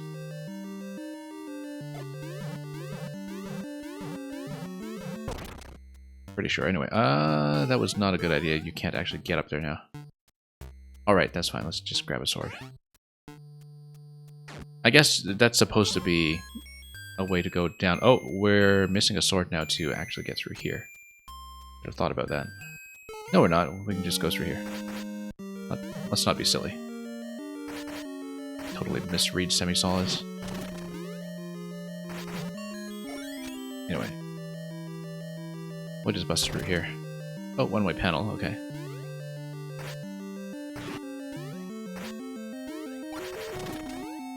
In that case... Either way we'll do this way, if you look at the map, it goes down to the right side of the skull. And then we have a fight here. Let's read this properly. It's going to be hitting 3 pounds to unstack all of that stuff. And unstacking the munchers here and there as well. Now, how do we activate those? it could be that the snake block is going to push them. If that makes any sense. Let me think about this. And we do want this room to be in the on state.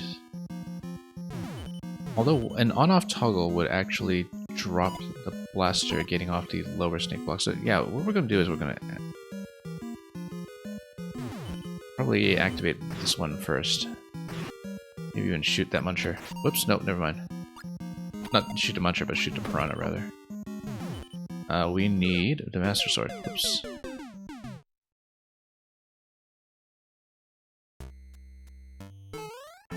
Yeah, basically there was a detector mechanism that, if you saw it in that earlier room with the fire flower in the top corner, that was the detector mechanism where if it spawns as a mushroom, then it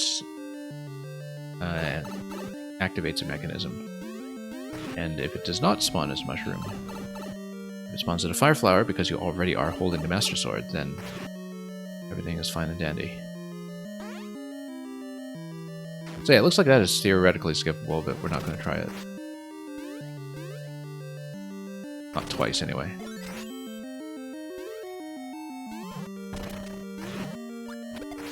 Okay.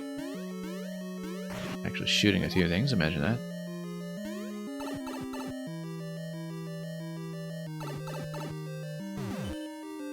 Yeah, Crazy Wreck, you were saying something about purple. You indeed look purple. So... I don't know if that upper piranha is reachable here, actually, but this snake block obviously does give you the push on the lower blaster that we're looking for here, so... And then that gives you a passage to come back up if you are down below. Now the question is, at this point, does it weave its way up to pushing the POWs? Yes, it does. And then if it does, then we're going to start tapping the POWs. Tapping one POW allows me to move this one,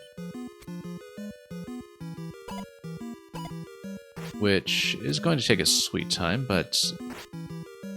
Oh, that's going to close that over there, but we need another POW activation. And I bet the Piranha Plant gives you the key, and that's why there's, whoops, one last snake block activation of the POW after that. Oh, whoops. This is a problem now. Because we might not have a good way to... we could hit the POW on its way down. That's still possible. Whoops. Bad timing there. If we hit the POW while it was still on its way down, we actually could have gotten out of that without the Master Sword, but... Try it again. Also, Squink, hello, welcome. Thank you for this mission.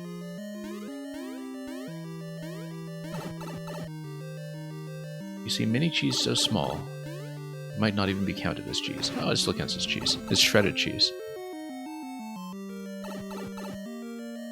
The bullet completely blocked the save attempt. Yeah, that's what they do.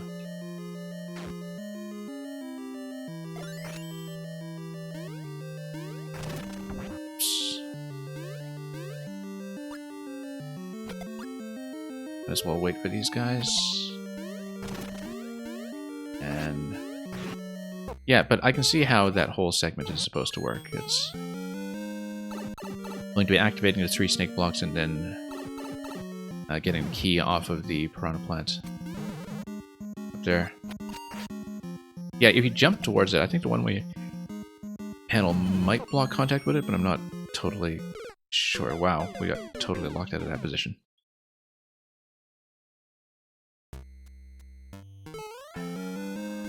Like, if you jump towards the Piranha Plant and do a diagonal shot, I wonder if you can grab the key quickly. Thank you for the follow.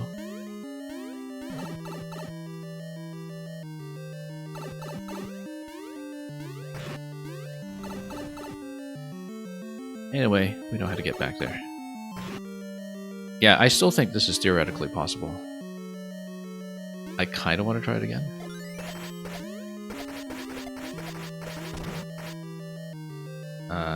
Yeah, let's blow up a bunch of this. And then...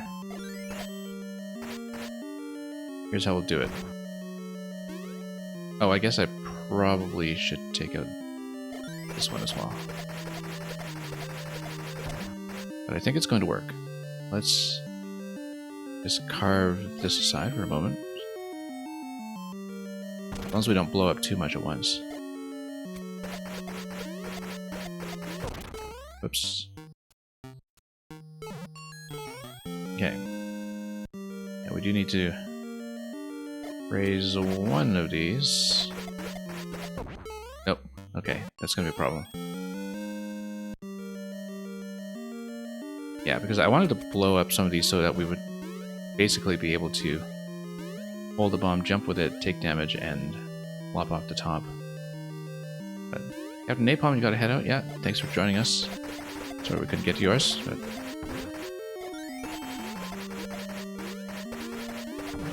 No. That's okay, let's not.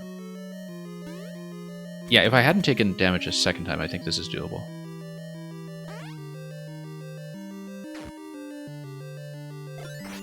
Yeah, hopefully we'll be able to catch your level the next time, and thanks for dropping by.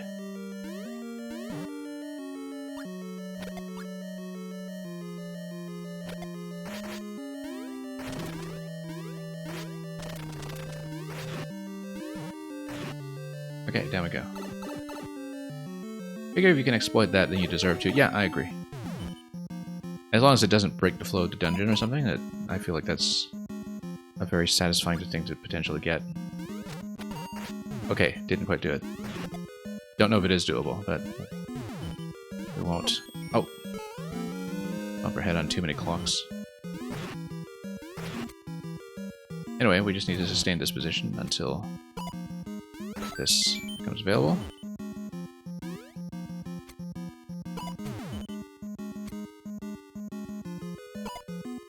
And yeah, that's going to push, and then we'll... Interestingly enough, if we activated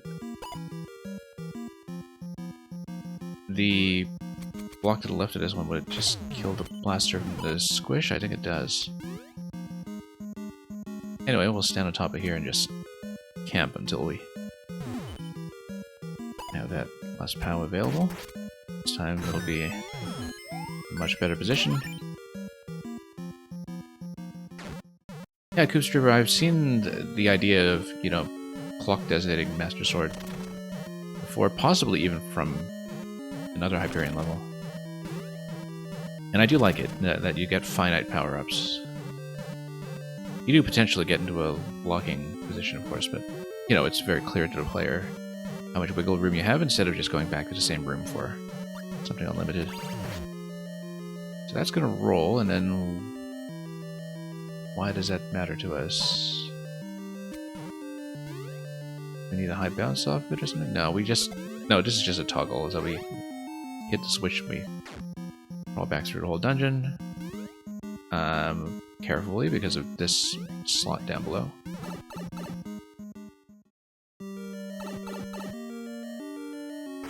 And we never checked... Whoops, that was a mistake. Oh, that was also a mistake. Now we can't get those later. Oh well.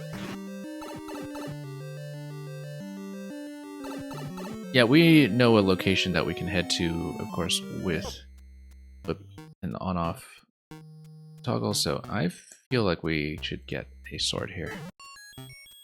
But we need to make it over to do that.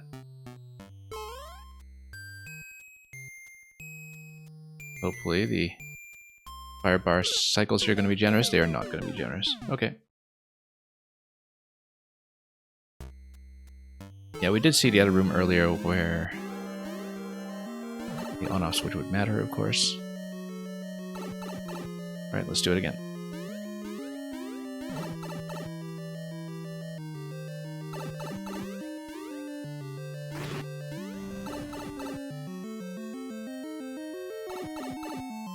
And yeah, like Quality Humor was saying earlier, if you have to work for cheese, it's often best to leave it in. Depending on the kind of level, of course, but I feel like it's satisfying to find alternate solutions. And, you know, to a certain extent, they just become alternate solutions, right? Even if it's not what the developer intended.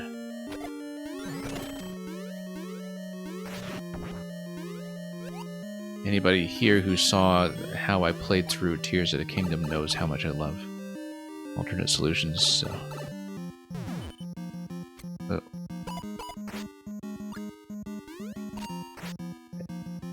thought I'd try it again anyway.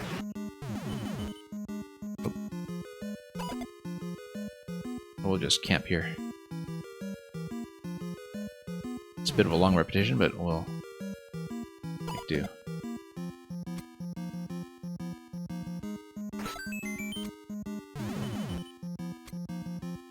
And yeah, the thing about Tears of the Kingdom was I played as much of the game as I could without the paraglider. And I did a lot of things along the way. We ended up doing all but 2 of the shrines.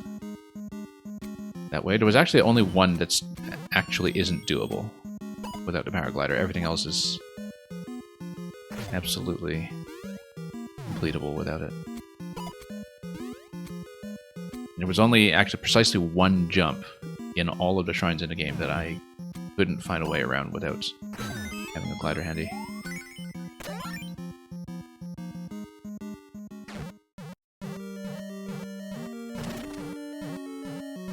So we missed that shrine, and we missed one that I simply wasn't able to find. Simply because it was a bit difficult to see unless you had done a certain quest that is locked behind the glider. What was my favorite temple? Probably Lightning, but I'd have to think about that. Oddly enough, I think that was the first one I did. A lot of similarity between that and the Wind Waker Earth Temple with all the Mirror Shield reflection going on too, of course. Let's get another sword up here. We have one. And let's... oh, no, missed it. Okay, now we've got a bit of a problem because I need to survive all that, and I'd rather just get another sword. Whoops, let's not activate 2.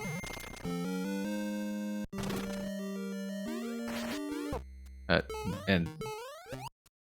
okay, now we're just being sloppy.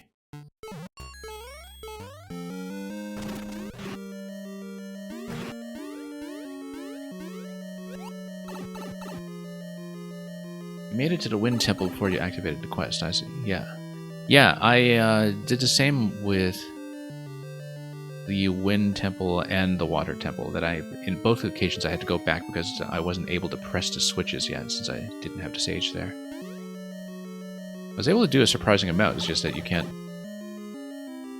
activate any of the switches, and that holds you off just a little bit. We can't do anything here right now. Unless... no, you can't do anything because you can't actually cross over onto the left due to the semi-solids.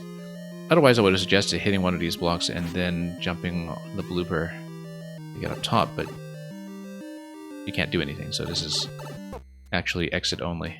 It was not obvious to me, but let's try to sneak out here without running into that spike. A bit tricky. Yeah, the positioning here is a bit uncomfortable. Oh. I'd have had to fall into a platform and fall back to the right, but I don't know if it was going to really give me that timing. So yeah, we should not go there. And it's too bad that if you go there after the off switch, or even if you just go there early, that the difficulty in coming back down is pretty suboptimal. But yeah, we should obviously come back to this room. I feel like the on-off switch blocks something up top, like a big spike ball that comes down and knocks out the whole column. That is what I strongly suspect, given the placement of the red blocks, the on-off switch up top. Probably is just a spike ball that tumbles down. With my first guess. And yeah, this is exit only over here, so we'll touch that.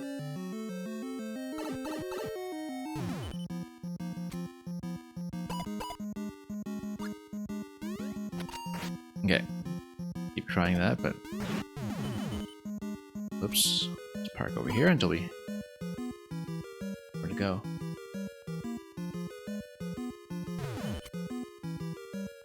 And that one guy, Evan, you got bored playing this one ISO level. But although itches bring irritation, they also bring a satisfying scratch. Yeah, that's a pretty sound principle. Sounds like the kind of thing you'd put on a fortune cookie. Make somebody scratch.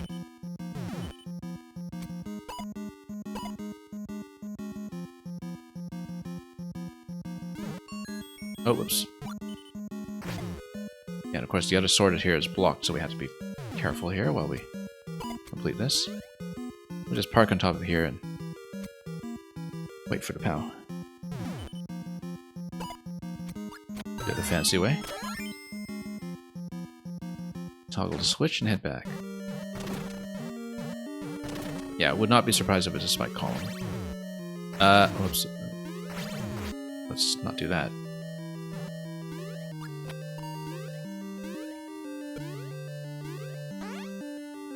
Anyway, back out we go. Whoop. That's okay, we'll get them to sort quickly.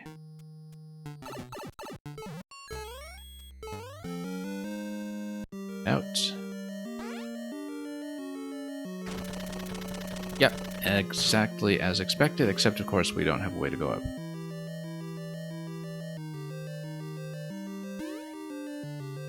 Seems like we would require something like a boot or... What do you think about that, actually?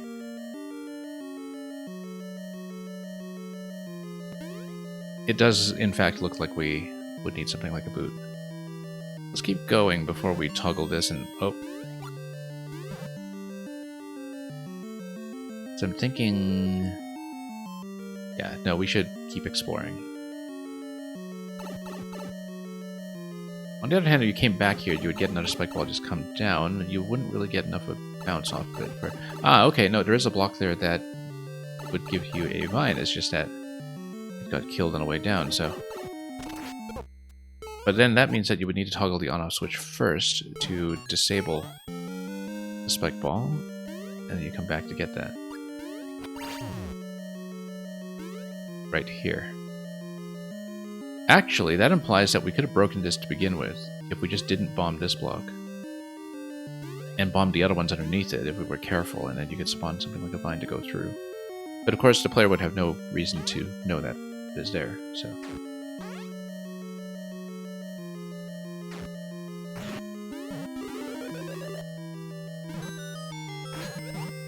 Anyway. That's it. Now, why would we want to go here? We'll find out. I feel like the Dooms here are pretending to be the Moldorm or something. Oh, there's a scroll break in that room. Hang on, we have to check it. Because of course we do. Let's kill these guys first, because we know we'll get a Master Sword refresh if we accidentally knock ourselves out.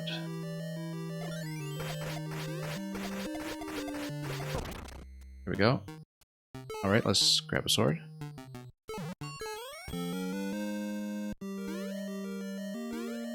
And just bomb our way over.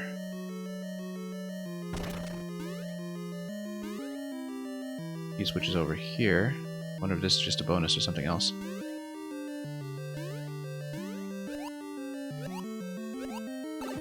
We'll find out. And it gives you the key. So, yeah, I don't know what the standard passage for the door was going to give you, but we don't care. Unless, of course, it gets you to the door where you eventually use it. Oh, now we have a problem, because the fire bars clipped me right away. That's okay. Do this, and hopefully get a sword soon. Like right here.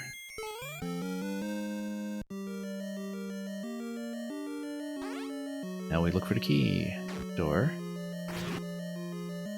It might actually have been through that door. We should check it at least once just to see what's going well. Come on. Slapping the wrong way the whole time. Yes, let's grab this sword. Quickly. Before we get into too much trouble. I don't remember key door in the other segment, but I might be wrong. I skipped a small bit of level. Yeah, let's see what it is. I'm just curious for playtesting purposes.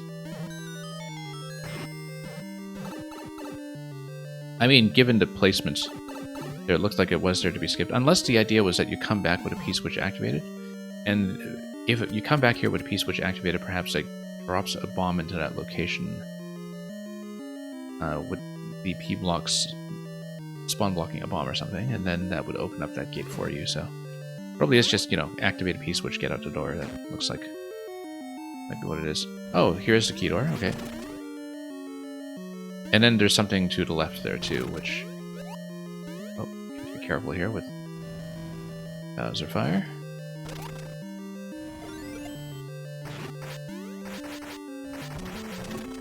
Yeah, I wonder if this is... P-switch? It is absolutely P-switch. And so, yeah, you basically have to defend while you... let the P-switch drop down, and then you activate it, and then... Now, here's something that we can do. Oh, it's going to drop here, though, so because it's on a block, it's not going to be something that you can just head bump. Unfortunately.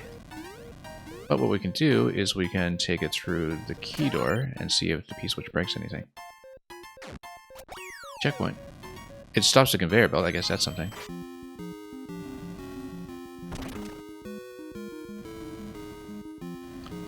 Okay, so... bunch of stacks there. On-off switch is going to move... Oh, I see. And then we... Oh, we should get rid of this guy. Well, maybe more of them would spawn from blasters or something. So yeah, I see how to do it. Oh, almost. Just trying to position it so we can hit him quickly. But it's probably easier if we just do a side shot like this. Sword is easier, actually. Sword does a lot more damage. And then, yeah, there's a bomb mechanism on that side that just resets back to the on state. Whoops, let's not stand too close.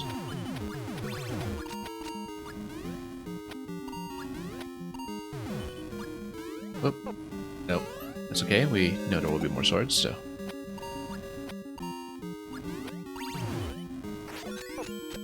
Oh, nope. Let's not die to this.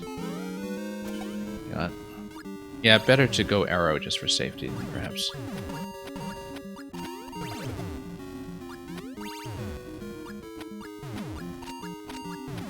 Takes a while, but, you know, it works, so we'll stick with it.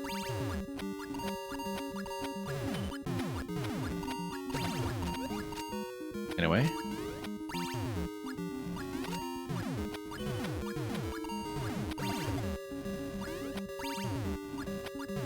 I'll catch up in chat in just a little bit after this fight. A bit behind. Oh, timeout. I didn't even look at the timer. That's okay. There's a checkpoint here.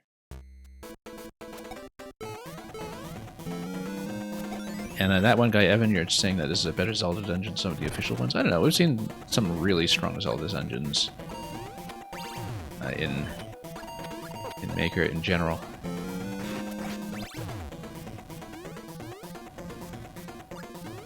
Oh yeah, I mean, a Zelda dungeon format takes a while to really coalesce in some ways.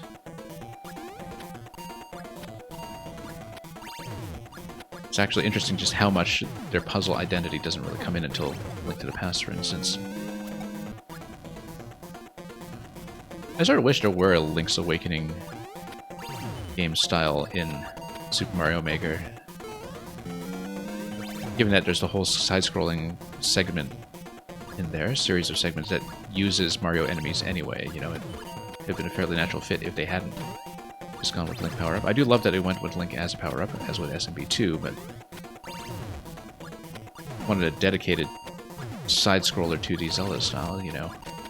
Link's Awakening already has the palette waiting for you.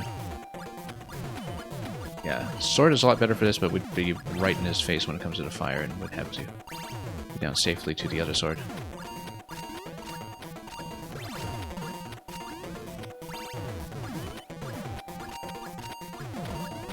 Oh, whoops, that's a problem.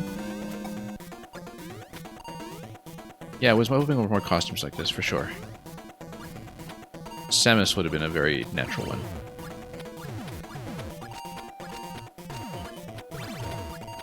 But...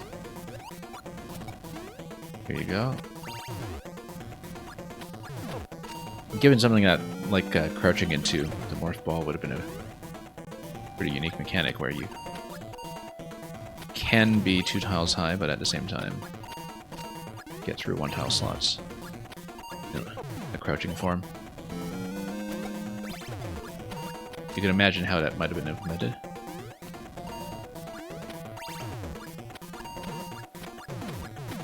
Yeah, but I felt like both the Link power-up and SMB2 were implemented with a lot of care and attention when it comes to the amount of interactivity they had with the rest of the game. Which is why, you know, I know some people speculate whether they would prefer just SMB2 to be its own style, but I feel like mechanically the SMB2 power-up as is just added so much to the game by interacting with everything that was already present in SMB1. Sometimes in surprising ways. I spent a lot of time on this fight. We're about 150 seconds in. Hang on. Yeah, it is faster to just slap him, but riskier. You can do it with a bomb, too. Actually, a lot better with a bomb. Anyway, Triforce awaits. There we go. Yeah, thank you to the for the patience of everybody who waited behind this level. I know we kind of gave it the sub-priority here, so... yeah, actually, Hyperion, I don't mind the infinite power-ups on that one because, you know, if you're getting into a risky position where you're taking damage, at least you have to earn the power-up rather than to continue camping on that spot. I find the thing that makes infinite power-ups work in the context of something like a boss fight is if there's still an element of risk in getting back to it, right? So I don't mind it too much. I think it works as is. Anyway, thank you for all the double Gs. Let's see. And Coop Strooper, you love Arbiter's Grounds. Yeah, it's too bad that the spinner wasn't really used very much in the rest of the game. But you can tell that a lot of the Twilight Princess dungeon items were kind of designed in isolation from all the other dungeons. That's one of the caveats that I have when it comes to Twilight Princess, is that you have so many really interesting ideas that you only use once.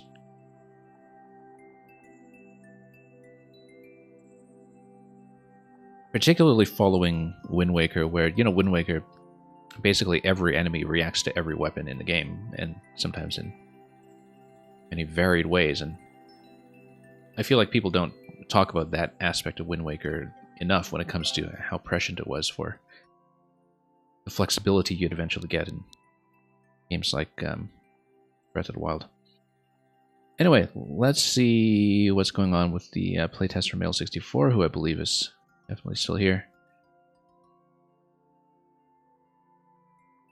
And we'll get through the list. So for people who are new here, just so you know, my policy is that I do get through everybody who successfully gets into the queue before I close the new submission. So if you're in the queue already, if you're able to stay, you will be played.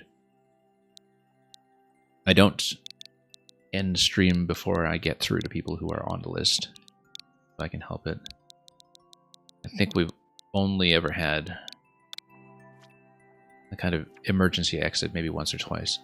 Anyway, it says I've cleared this level before, but that's because there are multiple routes, and we'll do a different one this time if I can remember which one I did the first time. So, let's take a look.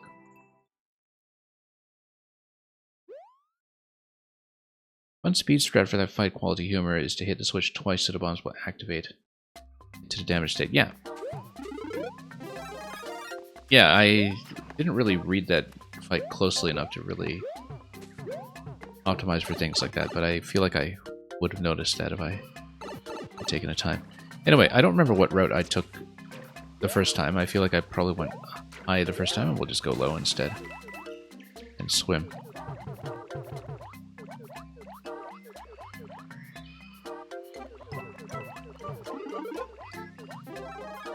Hyperion, you're saying next dungeon you build is going to have the conveyor belt claw game in it? I see.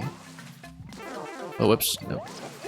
Taking a few hits already. Let's be careful here. Oh, look at this pipe. I don't think I'd previously moved towards it, but we don't really have a good way to make it there right now.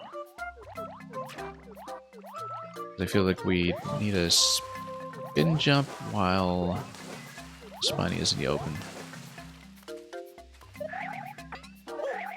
And actually, yeah, oh no, it's on the other side of that wall. It's a wall jump up, where a swim plus wall jump. Yeah, I didn't even read this correctly. Okay. Let's focus.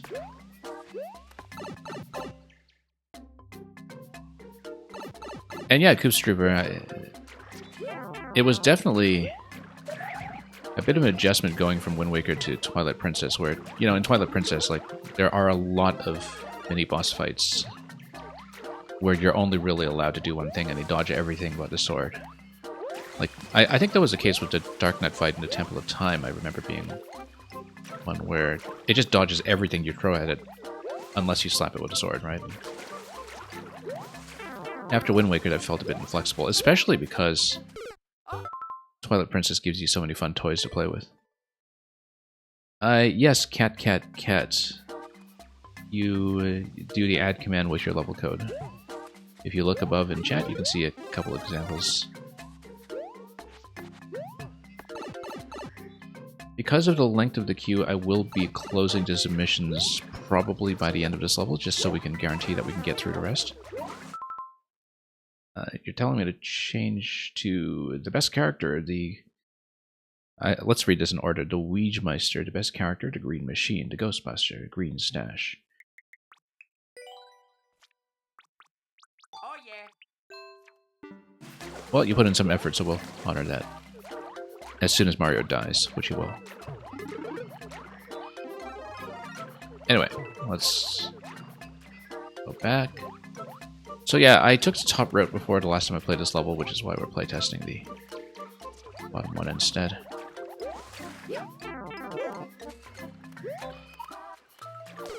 Whoops. Okay, that felt a little bit blind falling on top of that one, but we shall see.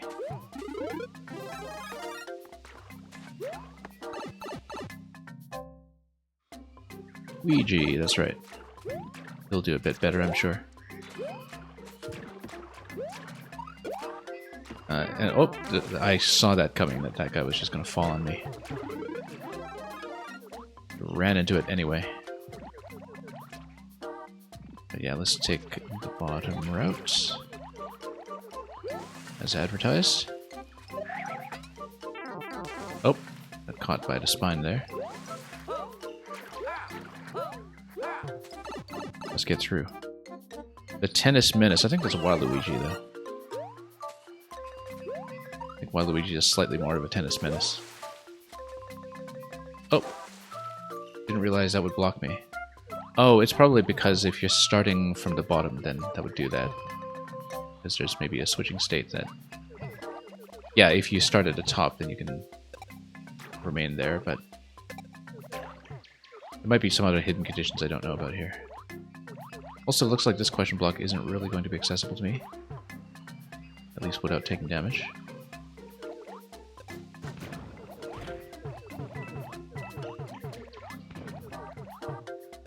But we'll swim through. Yeah, a couple of state switching tendencies here that we just don't know about. We'll continue to go low. I remember taking the cloud up top previously as well.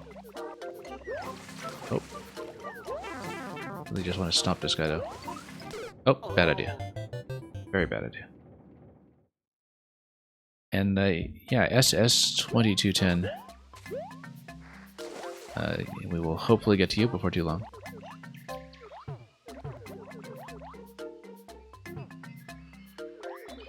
But the queue has definitely filled out a little bit, so we'll try to get through everyone.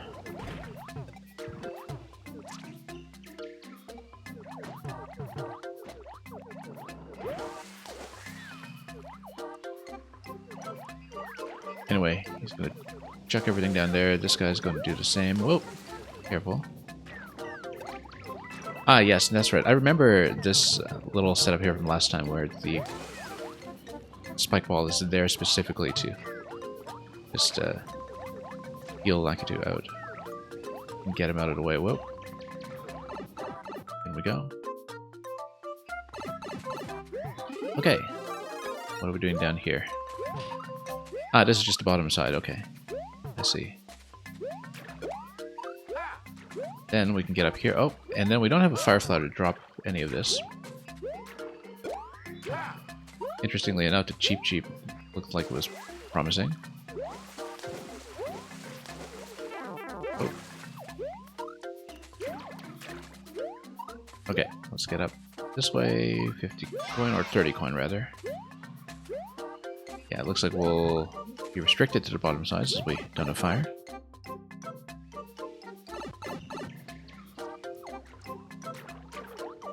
And we'll let them detach into the swimming state. Water solves a couple of issues here, actually, since it just gets up there and stays up. Do I know Carl? I am in some discords where Carl is also present, but he's in so many discords that he doesn't pay too much attention to that one unless he has to ask a question. Like, I'm in a Puzzle Maker discord where Carl's come in to ask for puzzles every now and then, but I haven't really had much direct interaction with him myself. He doesn't know me, I don't think. Anyway, the spiky mangrove.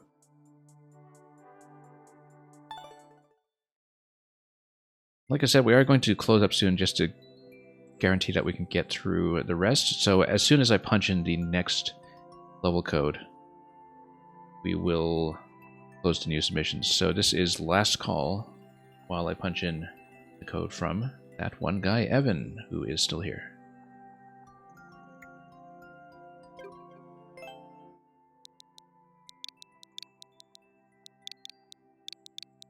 And yeah, we'll close right after that. So, last call, before we get into the Great Goomba Pyramid. And yeah, thank you so much for waiting. You've been here a long time, as is everybody who's still in the queue, so thanks for your patience.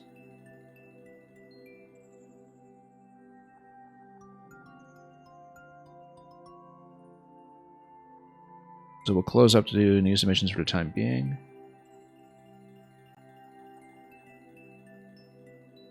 And Evan Michael, the level you put in queue has to do with Carl kinda has a story. That's okay. If we don't get anything about it, you can explain it when we get to it. But I'm sure I'll appreciate it anyhow.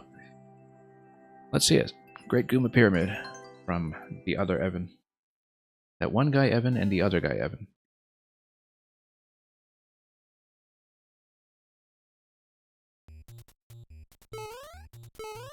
That's the Great Goomba Pyramid, alright. Let's maybe... I mean, you can definitely try to jump that, it's just that you'd wind up on the other side of the pyramid, and who knows what happens over there if you don't go through a door. I am, of course, going to try it, because we do silly things like that. We're going to try to make it over. But I need to aim just a bit better.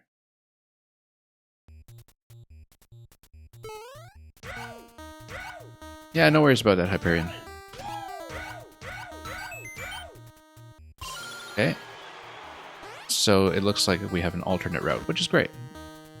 And the alternate route takes you back to the front. Anyway, we know that there's not going to be a lot going on in the main world here because so many entities have already been burnt onto Goombas. So... fireworks galore. We'll see if the pink coins are required, but it does look like there will be a key door at the end of this, so it looks like the answer is yes. Then we have to just be careful with this guy.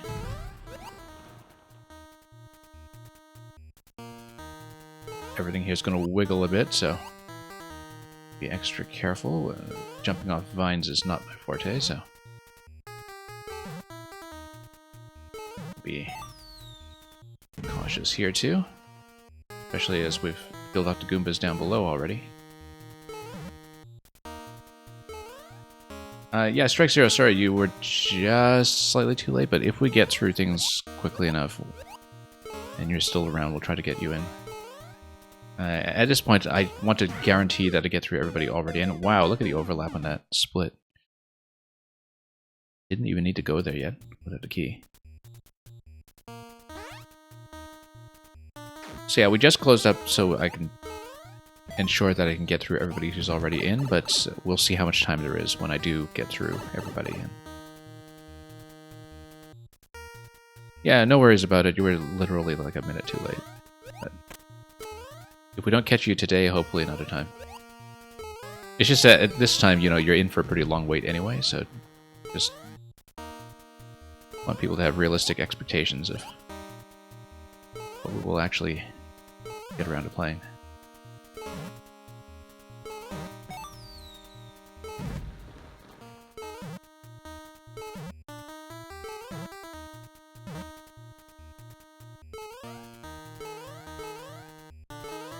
And, yeah, that one guy, Evan, looks pretty reasonable to me so far, actually. I guess we probably have to kill this one for the key, just given what I'm seeing here. Yeah, that's correct.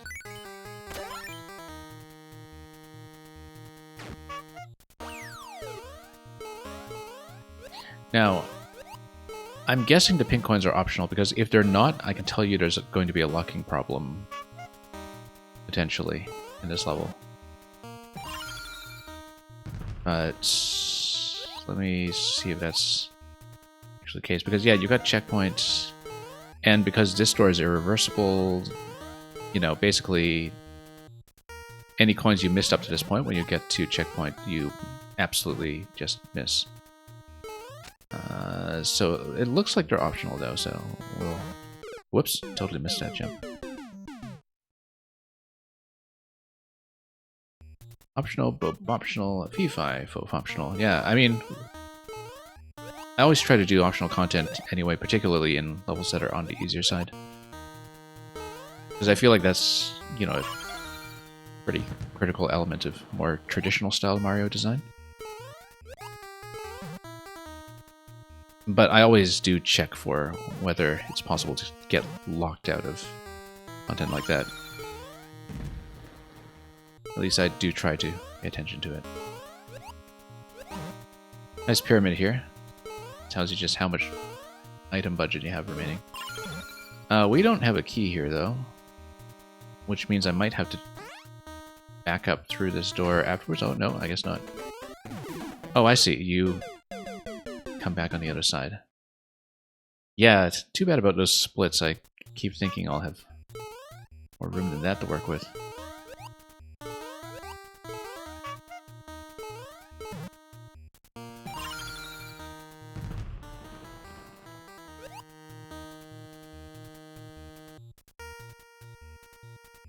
The Vine coin has strong optional vibes.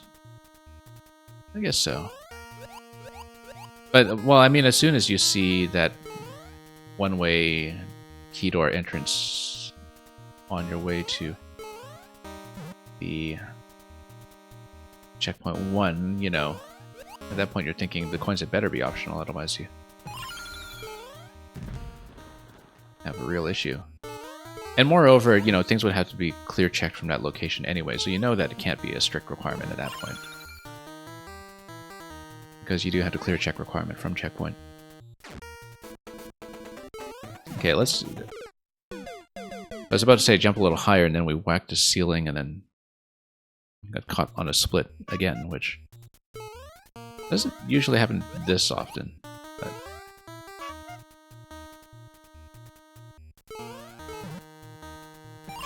yeah, Hyperion Spokesneck, not only do you not get to read the descriptions, despite the fact that the story mode totally implements it into the interface, that you can just see descriptions on the side. But I find that generally when people put level descriptions in, even if I read them, and read them carefully, once I start playing in a level, I completely forget them anyway. And if you're past checkpoint, you're not going to tap out of the level to read the description, right? If you are trying to preserve a checkpoint at that stage. And so... yeah, unfortunately, I think, you know, there were definitely issues with how Nintendo decided to implement it's like the level description. 2 keys here. Means minimum of 2 more doors. 3 more doors if you count the pink coins, and it looks like there's some way to get up there and down, which makes me wonder if I missed something previously, but because I kind of feel like I did.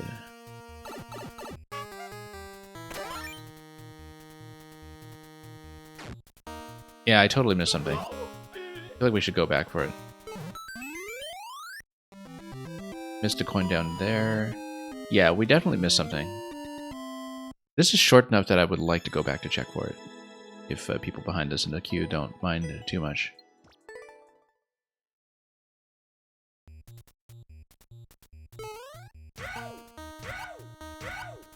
Now, we actually did check the right side here before, though, right? So... you know what? Let's check the top Goomba anyway, again, just to be absolutely sure.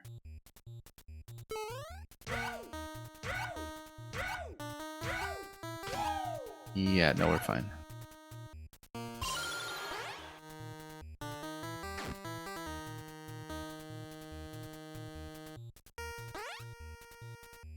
And, yeah, it worked out pretty well, I think. Despite some mishaps with the Goomba splitting. And yeah, because it looks like that we were supposed to collect enough coins for the key door before we approached the boss. And that at that stage, that would give you a fire flower that would then drop you into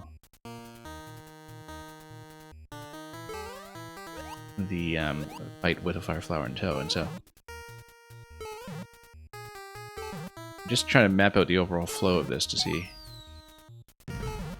how the coins would be structured in a way that would make sense. But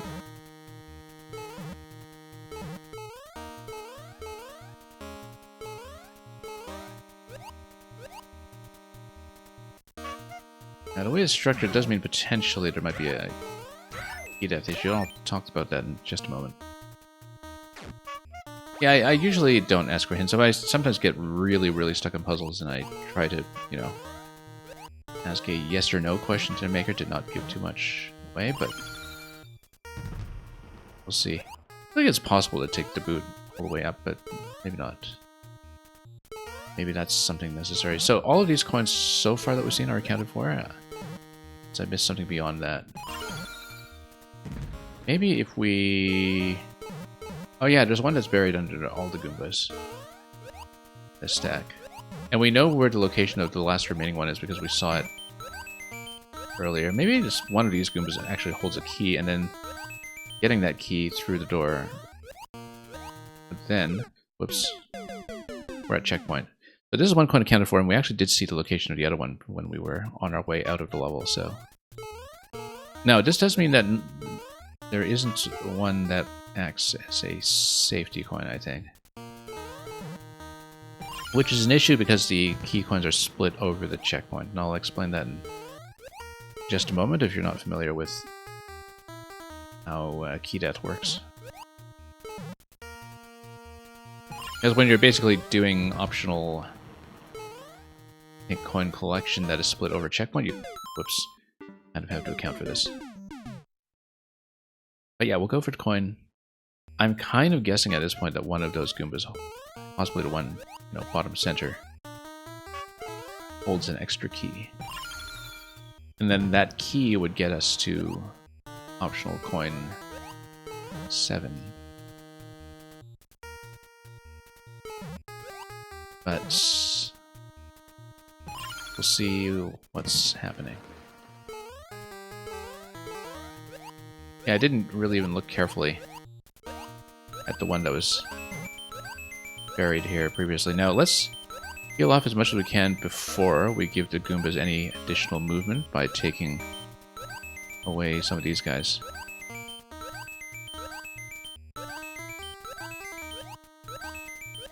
Well, that's a lot of 1-ups for Endless, but no extra keys. However, go up this way. Yeah, I wonder, this vine, no. See, I might have missed something. Because you don't really get another opportunity to go through that key door that's here. So I feel like you're supposed to get all coins by now, but some of these Goombas are just decorative, so it can't be that. Also, at this point, oh, okay, no, we have no boot. We're actually stuck here. This is a potential issue, that you're in a position here where you really can't continue. So. I did kill... Oh, did I not outright kill the Paragoomba at the beginning? No, but even if it has a key, that wouldn't account for the key coin, though, right? Let's reset and check it.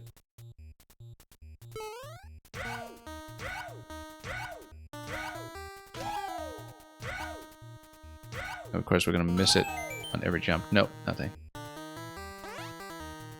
That's okay. I wanted to comb through this again anyway, in case we missed a coin already in the first area.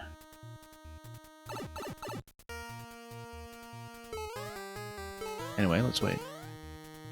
Previously, we'd taken 3 keys out of here to checkpoints. Whoops.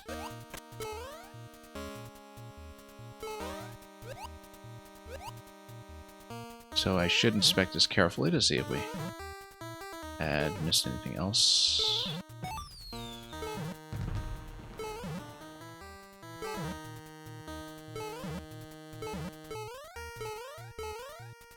Should kill everything that's out in the open just in case. Check. Are these locations? Yeah. Let's let the split happen instead of running into it.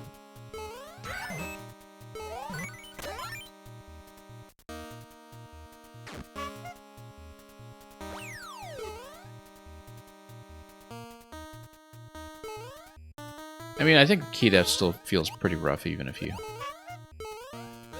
have it as just something for optional content. So what we're talking about is, so the logic behind the key coins is this, that if you collect all 7 coins and they turn into a key, and then you die, you reset at the checkpoint with no coins collected. So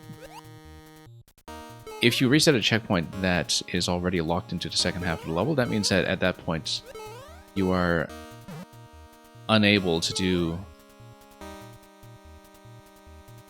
the interactions to get you a full set of coins a second time without resetting the whole level. If that makes sense. Basically, like, it would reset you at checkpoint in such a way that the coin path is not completable.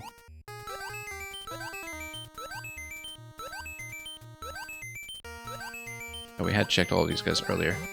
So yeah, I don't see... I mean, it could be that the last one is past this door, but then that wouldn't explain this key door here. So... I did get all the coins before checkpoint, okay. Yeah, because it really does seem like you're supposed to get into a bonus room up there.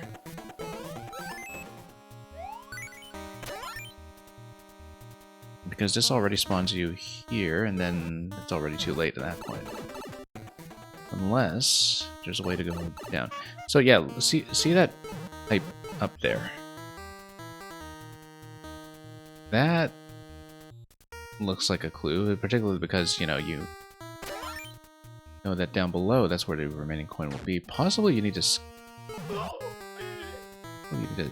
maybe skip over... No, you can't. So that's down there. You've got 2 yellow pipes that are unaccounted for.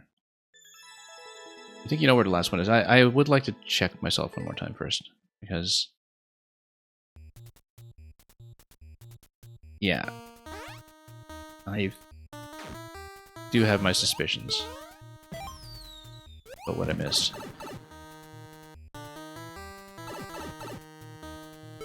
Anyway, it is helpful to tell me that I got all the ones before checkpoint, so I don't have to guess too much, but we'll try it again.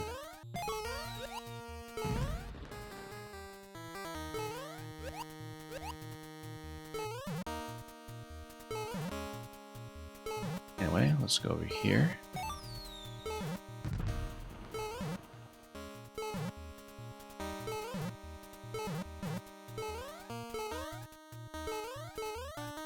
Yeah, I have to remember to check the ceiling in some places too.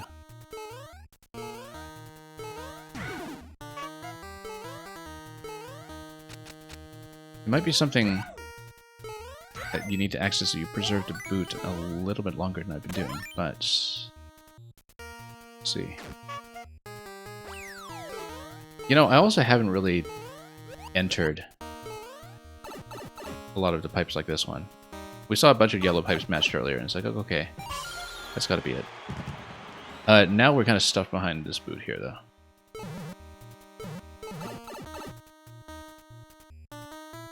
So yeah, no hints needed. We just needed to pay attention. And once I saw those yellow pipes going on, that became clear. Oh. I need to get another boot. Oh, now we have a problem. Yeah, that's gonna be SD lock right there. Required self-destruction. At least we don't have all the coins transformed to the key yet, but we will do this. We'll be quick, and we'll get further in the queue.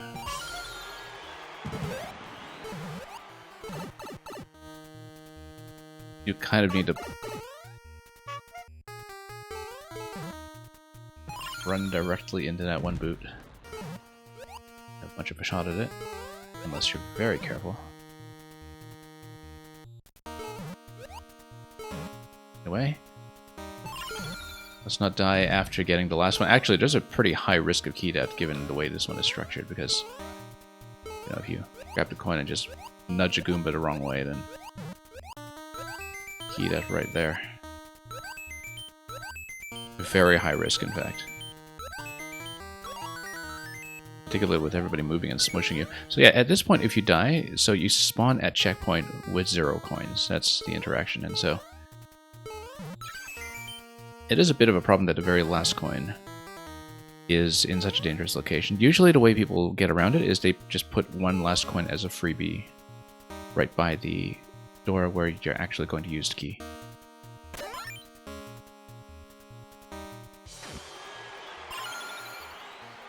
And, you know, it's kind of too bad that you have to do that to get around limitations in Nintendo's own design, but yeah, I kind of like how quickly you just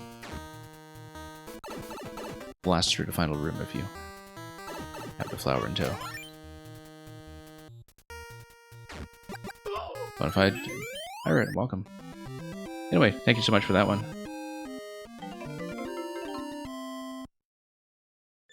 Played level like 3 times over. Yeah, I mean, it was relatively short and gentle. I don't mind taking my time a little bit. We do try to do optional content quite a bit, like I said, especially with easier levels. Because, you know, people put in the time to make that, and typically when people are playing other modes like Endless, there's this kind of relentless focus on just getting to clear and only to clear, right? So I feel like for viewer levels, that's gotta accommodate a different style. A giant hairball, if you're still here. Please check in. I don't know if giant hairball is still in, so I'll just give them a moment, or I may have to remove. Because I know I've kept people waiting for quite a bit, so it's understandable if a few people have dropped out.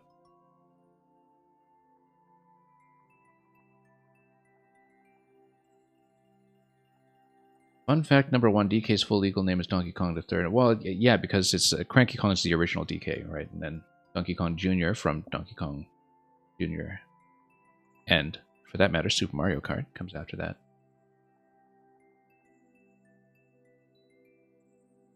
So, yeah, I don't currently... Thank you for the follow. I don't currently see Giant Hairball still listed in the chat, although Twitch can be inaccurate, which is why I do. It's good to check. But we will bypass right now, and Giant Hairball comes back. We'll try to make some kind of accommodation. And let's get to Mang, if Mang is still hanging about, as I suspect is the case. I'm going to upload a test. Yeah, do you need to clear check first? Or you must have had it done already, right? Just reload your profile until you've got it posted.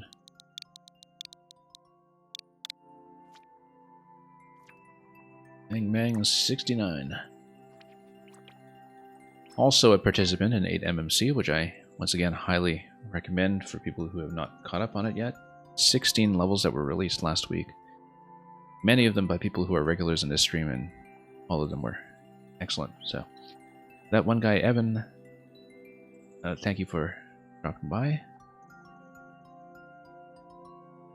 And yeah, our pleasure to play it.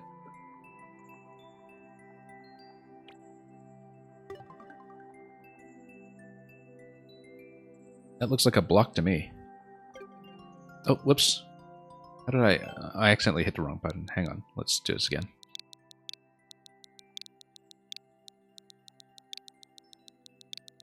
Just nudged the wrong button with my thumb. Whoops. Okay, let's do this again. It looks like a block, like I said. TST. See how it goes.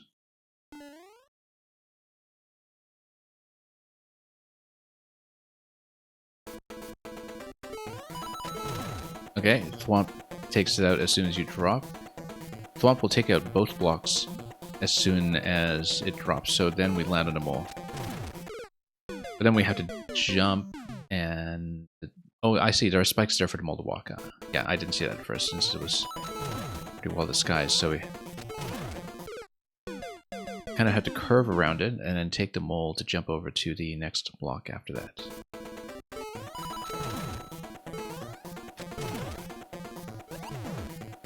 And then we jump off of that to land on top of the blaster, which probably sink at the time, and then we get around that. The one-way panels make the Thwomps approachable from the left as far as I can tell, but it seemed like it took damage from it earlier, though. It might have been because I hit it on the top corner or something. But yeah, because of the one-way panels, you can actually just hug the walls without worrying about running into the Thwomps. Straight to the snake block, and then back to the block, and then back to the other side of the snake block. I think. I misread that.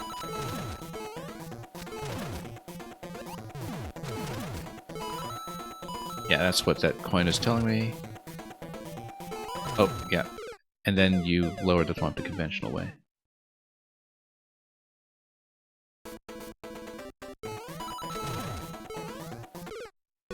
And Goops Trooper, you go down to Super Expert category sorted by popularity. Yeah, 8MMC is the 8th Mario Maker celebration.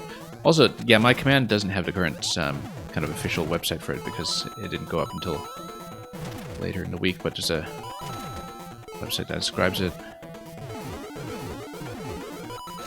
Yeah, it's the successor to the event that used to be called Years of Mario Maker, with a lot of overlap in the same makers. But which is kind of like the anniversary celebration anthology, which is kind of usually tuned towards mainly sort of more mid-expert, but often with some levels that are on the easier, harder end as well.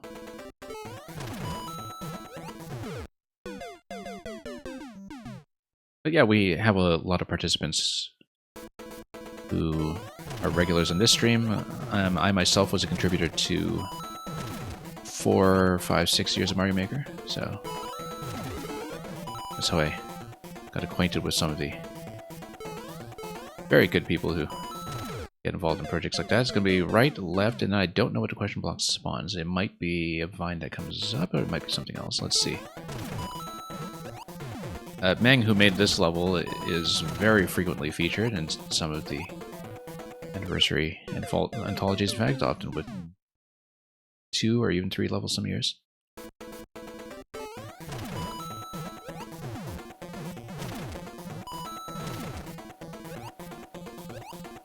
Yeah, that's fine. I thought it was a bit long on that jump, but we were actually okay.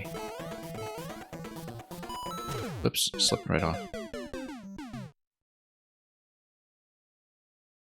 And yeah, the Thwomp offset is with the Muncher stack that's buried in the block.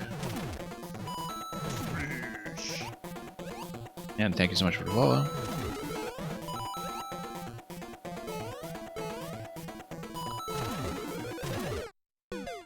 The offsetting doesn't work the way it used to in the Maker 1 editor, not nearly as flexible, but if you have the entities to spare, there are ways to do it.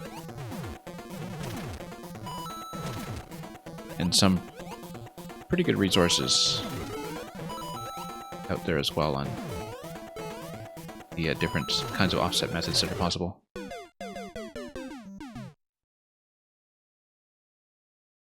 And Coops Trooper, you've been using Super Expert, whoops, to learn Kaizo tricks and get consistent with shell jumps. Yeah, I still have consistency problems with it. At least I can kind of do it now, which...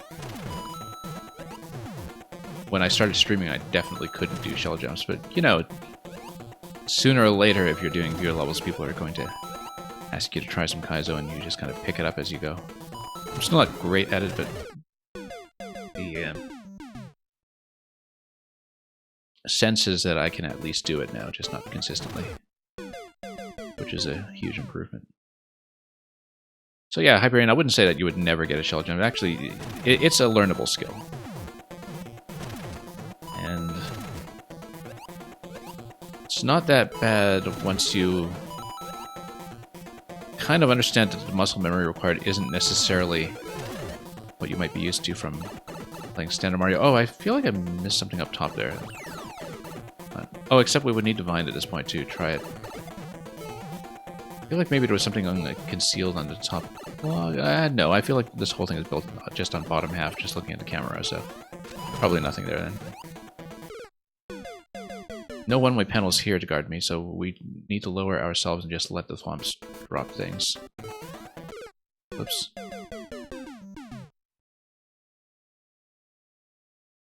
Yeah, the Muncher offsets the burner on the track that just does the little push.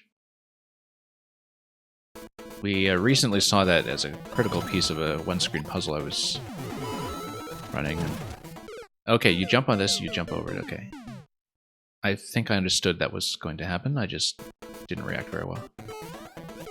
Whoops. Well, my panel didn't help me that time. The top corner of the thwomp does jut out of that, so you can't take that as being that safe.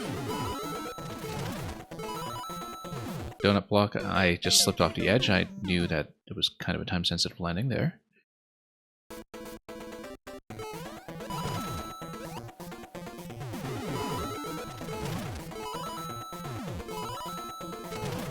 And then you get onto spring and then curve around to the mole and then jump around to the next mole. I think that's gonna be it. Took me a moment to read that one too.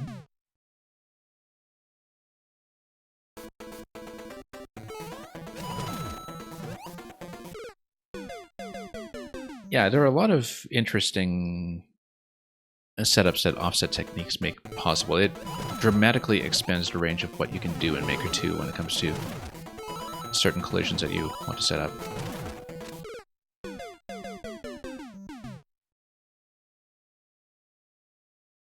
Well, do you hear me? I'm pretty sure at this point, I do better with shell jumps than I do with precision. But I think you've seen enough of me play to know that about me. Yeah, you actually don't jump on a spring because the cloud takes precedence to it in terms of the subpixel overlap. The cloud is the bigger collision. Oops. Not the momentum there.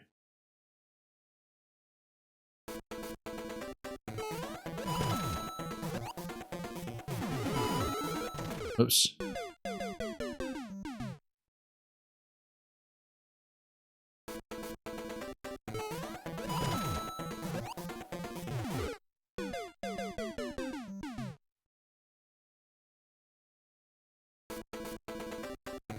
Okay.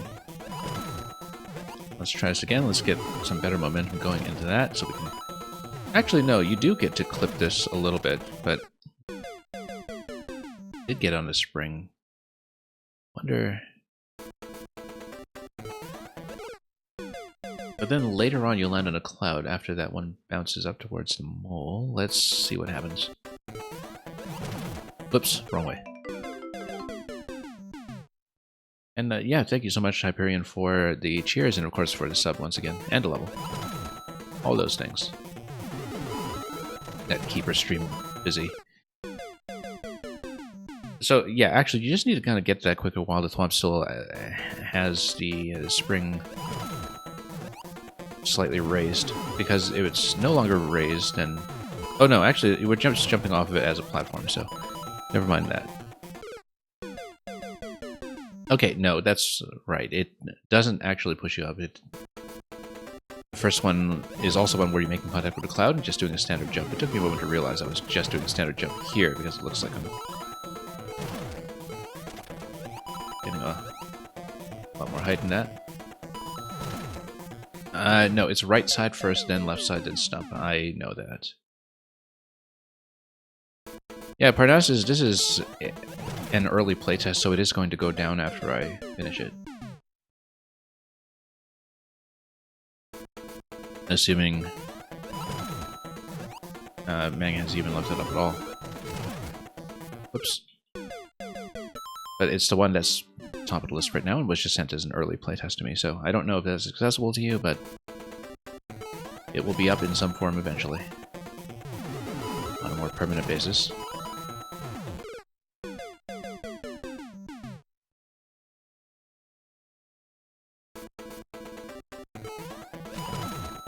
Quality humor, just kind of try to visualize the setup you're talking about. Big Koopa on top of small Muncher behind a one-way. Jump on head but never takes damage. Yeah. I have seen that.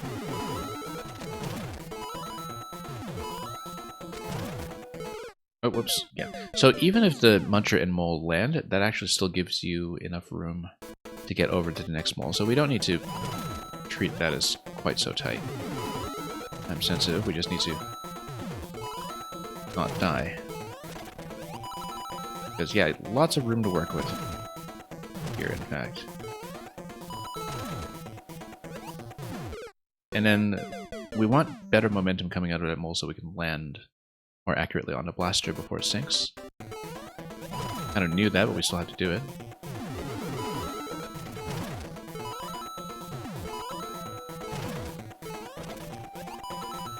Okay. Yeah. This level consistently has a scheme of the coins telling you, please touch this first. I suppose we have to run this here, so let's run it. Just boom boom. On this one. What's this one going to give me? Oh, we missed a key somewhere.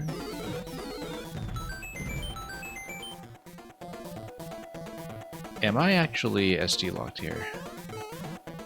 I am, but we are going to reload into it. No, of course not. This is a Mang level. You're not going to lock me here. But you come back here and you kill Boom Boom. Okay, that's what the secret is. I like that, actually. Because, you know, if you're actually a fast player, you go straight for the axe and you never know what's going on. But if you're me, you see the Thwomp Room. Very nice. You even get to smash everything like this, and you even get to pretend that you deflected the Munchers, which of course are no longer there. So. Always bet on Boom Boom.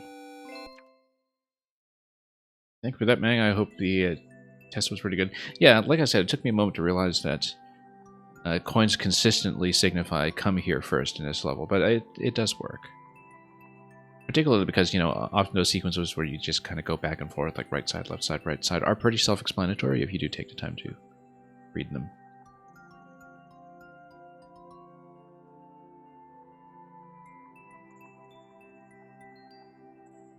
Evan Michael, you're still here. Yeah, I know you are. Thank you for staying. I know it's been a long wait. I appreciate your patience.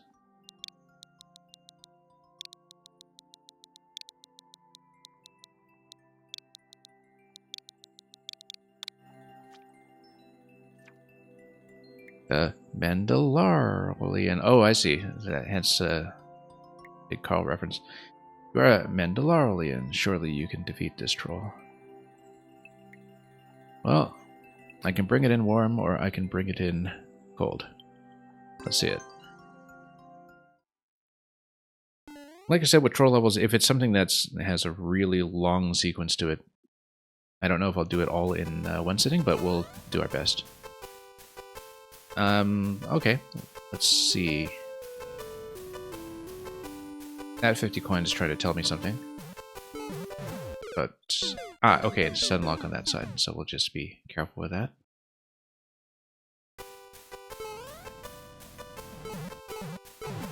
Yeah, so we don't want the stun lock to be an issue, but then that's going to move in and then push...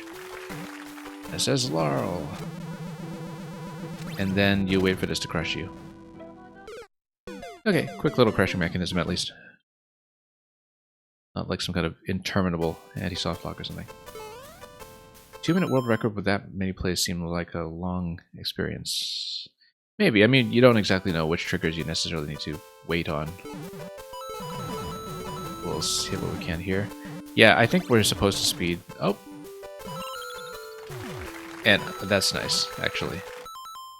You know, you think you're out of the woods there, and then... That's... Little block here directly to the right just tells you what it was. I don't actually know what triggered the on-off that time, though. I don't know if it was just a matter of getting far enough here, or... Yeah, it's not going to be that. You wait for the on-off first, and then... We see... what happens from that point once we raise everything here. So yeah, you hit this, and then you go back to the right side. And then, it's kind of daring you to hit this pound to get rid of the munchers. Also, if the muncher over there is making contact with ground, then the pound would take care of it. I feel like we're going to not take the bait, and then we're going to see what's up here. We should have taken the bait. Okay, that's fine.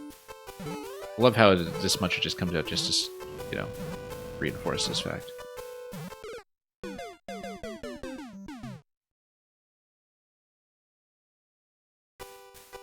So yeah, I wonder if I just had to pass a certain point without being trapped in a claw in order for this to bring me back sufficient R. Okay, let's try it with the power hit and see what happens.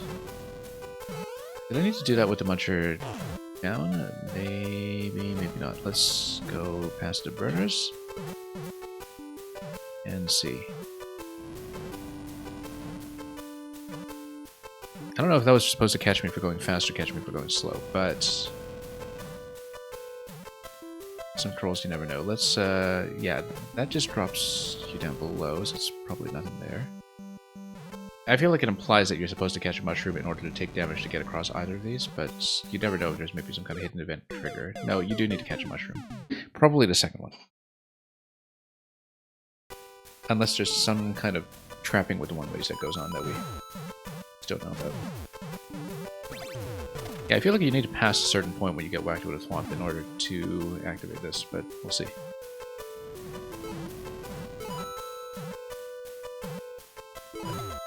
So what happens when we nuke that one? Did anything change? Also notice that there's some stuff on the left here.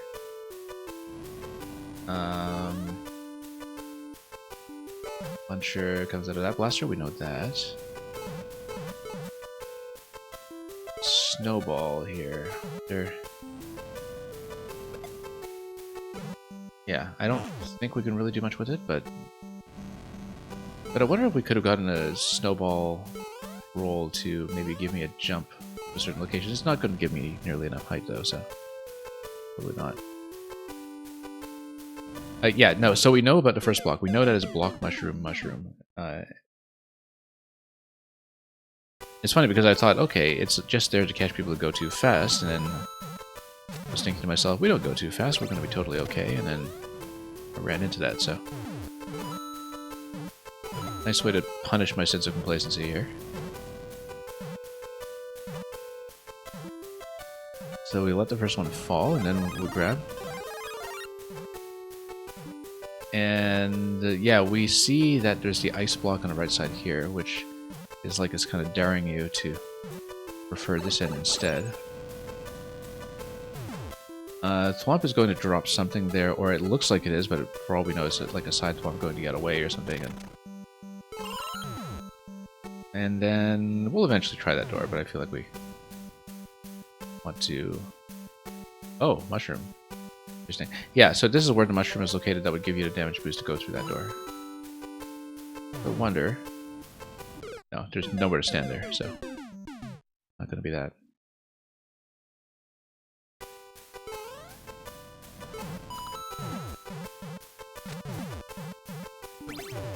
Okay, whoops, nope. Too far. Should have leaned left there. We know that.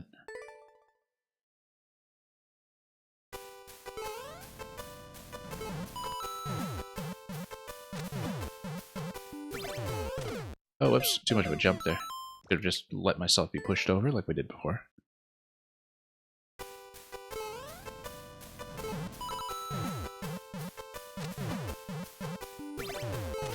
Okay, so now we don't go too impulsively.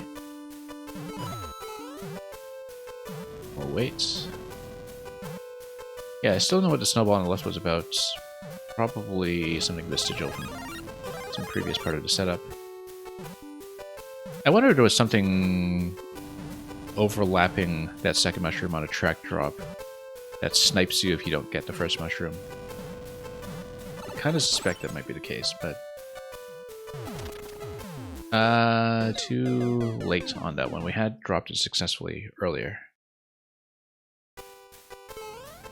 We've done it right the first time. Which is no guarantee that you'll do it right the second time.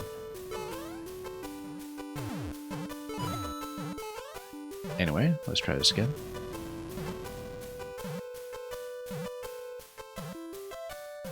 Oh, whoops, nope.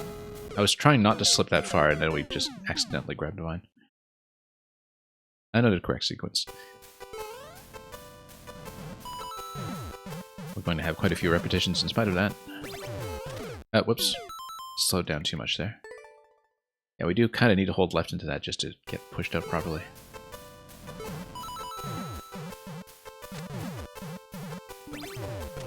Yeah, there we go.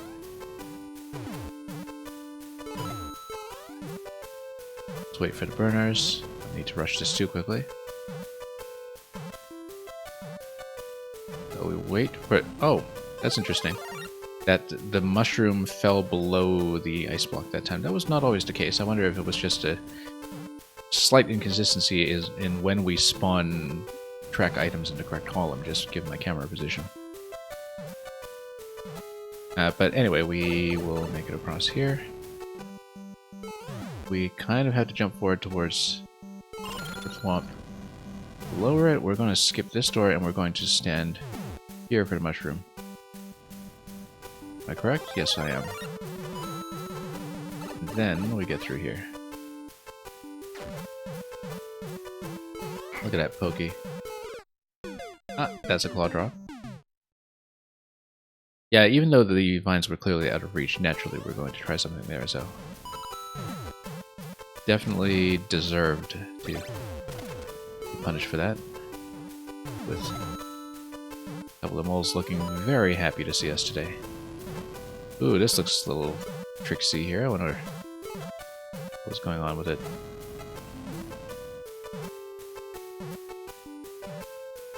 Okay, ice block first. Yeah, so sometimes the mushroom beats the ice block, but it depends on when we spawn everything, I think. We can check this door later. I feel like we want to prefer the mushroom path here until we know otherwise.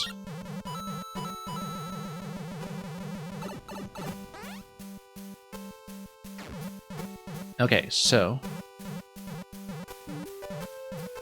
if we take the snake block, it's kind of encouraging you to go up, but then there's probably going to be a snake block push, and we don't know what the pattern's going to be until we see it, so... Like we stand between or something. And we get squished, okay. Yeah, I kind of figured that we would need to beat that one, I just didn't know where the snake block would go from there. And you just need to see it once sometimes, too. Really understand what the risk factor is going to be. So let's tap this and navigate it again. Oh, nope. Yeah, that's there to kind of catch you for being inattentive and just playing on autopilot in segments you've already seen. Definitely caught me that time.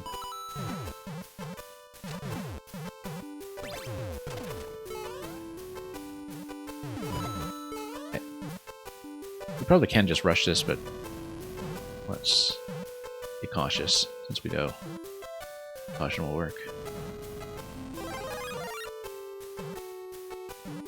Yeah, look at this. I feel like there's eventually going to be some doubling back with something like a spiny head or whatever, especially given some of the other breakable elements that we've seen throughout. So, let's go back over. Stand here. And proceed.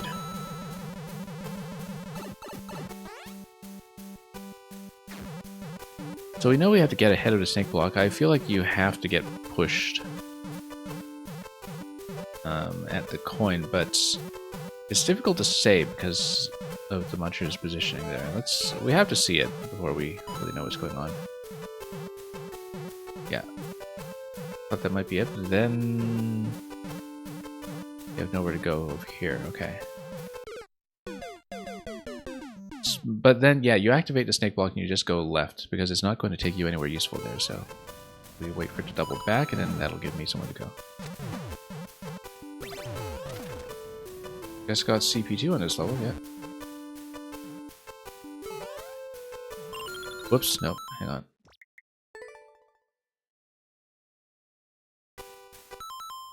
Yeah, Berg 93. This one. I'm not very up to speed on the troll community. Apart from people who do submit here from time to time, so.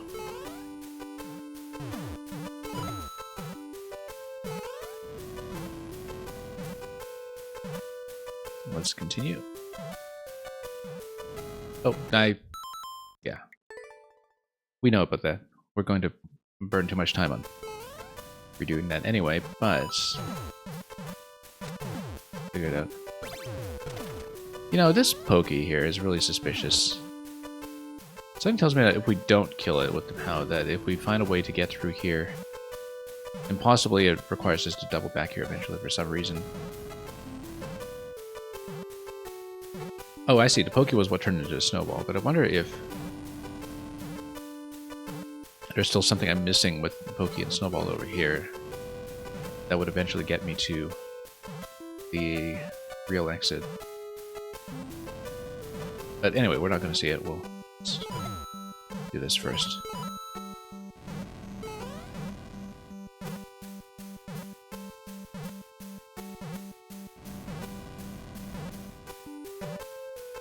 Yeah, we know this door here to the left seems inaccessible, but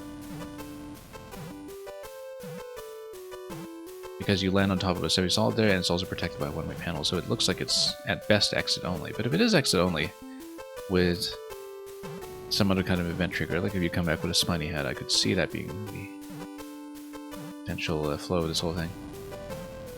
Hey, how come we don't have the track spawn here? Do we? Oh, we've been standing around here for too long. Everything spawned already.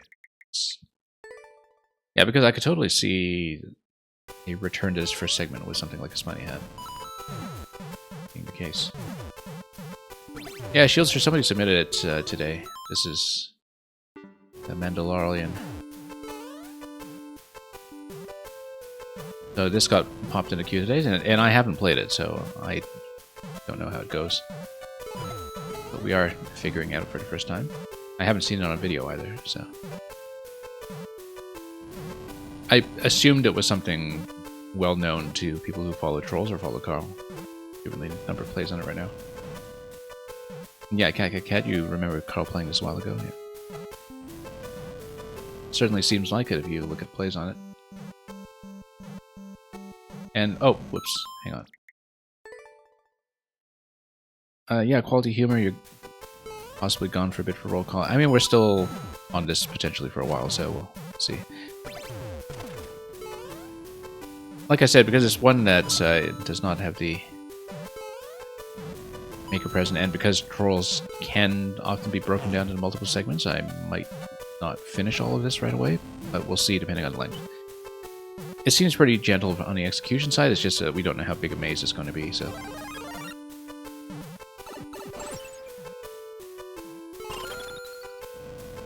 We never actually did go through this door, but we will look at that someday. Should you tell me about the quote story? Yeah, you might as well. I don't think I know it. I don't think that gives anything away. You thought Carl made it? Yeah, I'm not up to speed on that, so let's see here. So yeah, we're going to take this back around, and we'll let it loop. We know there's some moles up top here on the sides as well, so. And then, I see, so you kind of need to get ahead of it. And back. Okay, no, so you basically just wait for it to continue the pattern. Stay in the coin until it loops all the way back around. Okay. Can we reset through here? No, we can't because damage, so.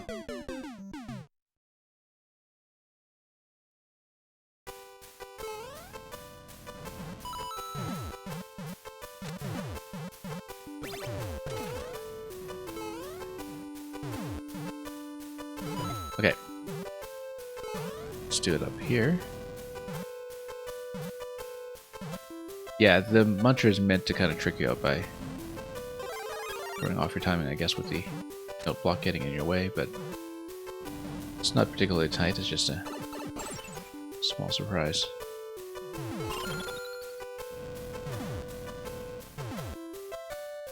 His vid on this was in 2020, so yeah, it's from a while back. Oh, whoops, missed a mushroom.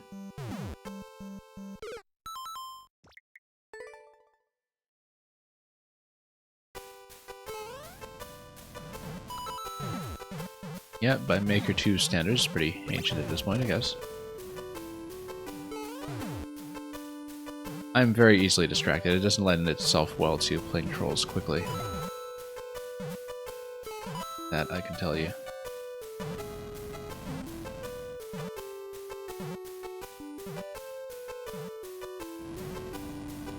Because trolls are mostly attention management. Yeah, we knew that was going to be a problem at some point. I just wasn't careful about it.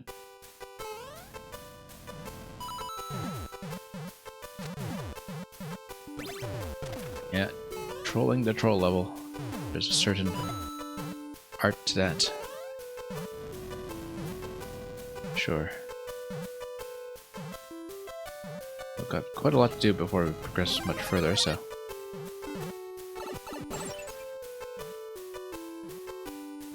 Anyway, we know that the cloud is kind of bound to screen position when it comes to the camera, so. Stand here.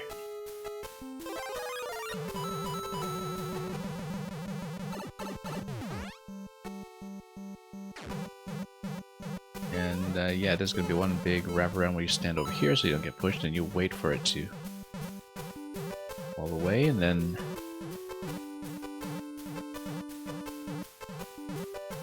oh, except I kind of need to maintain it on screen. Oh, no, I don't. Well, this way. Yeah, the stun lock is kind of a nice trick. It's just barely off screen.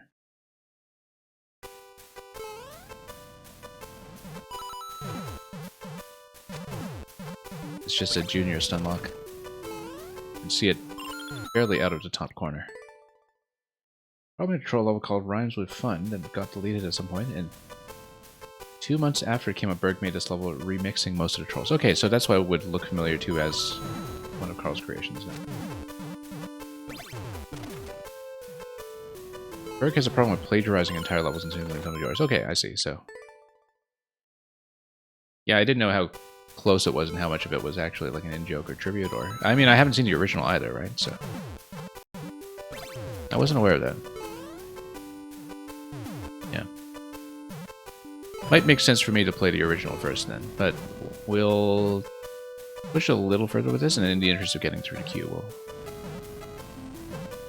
since it's not one with Maker present anyway, we'll not spend too long on it.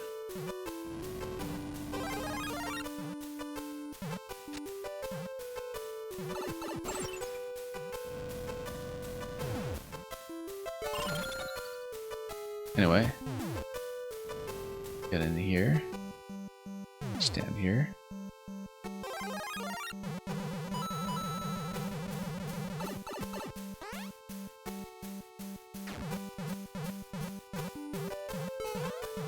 Okay.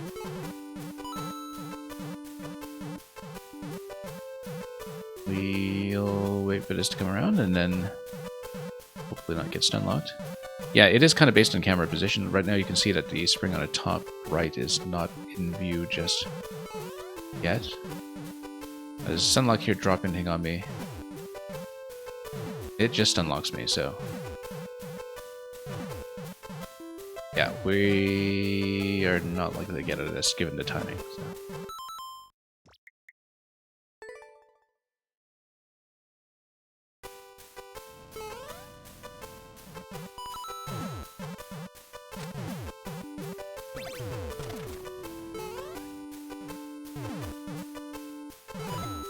Well, if what you're saying is correct, like there is no original one that is still available, right? If Rhymes would find that Carl's form was deleted anyway. So anyway, this is new to me, so out of the way.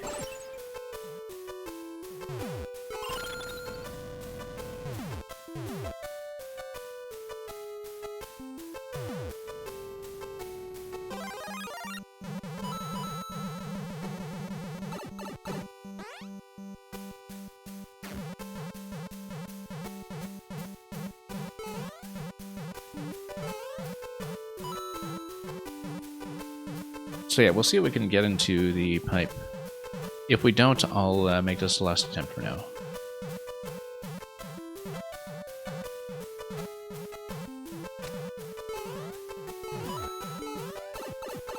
We can get into the pipe. Okay, let's continue.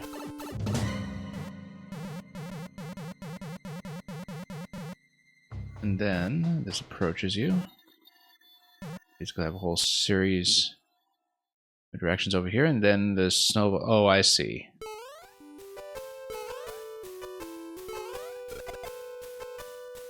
Well, checkpoint dysfunction right here. Anyway, whoop.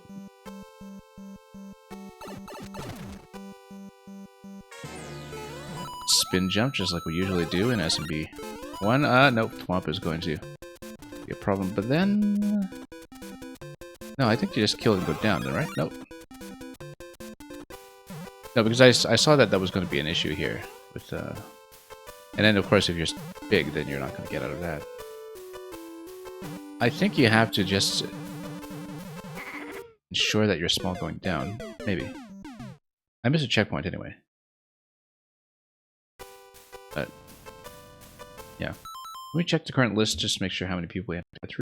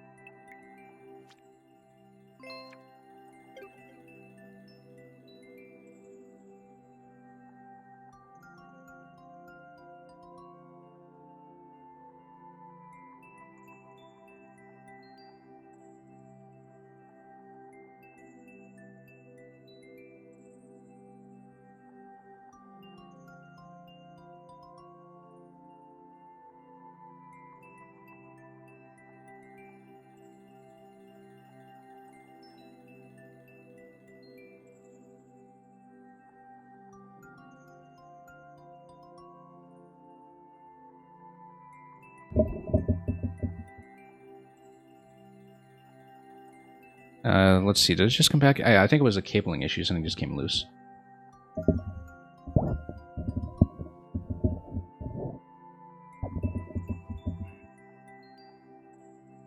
I don't know how long it had been down.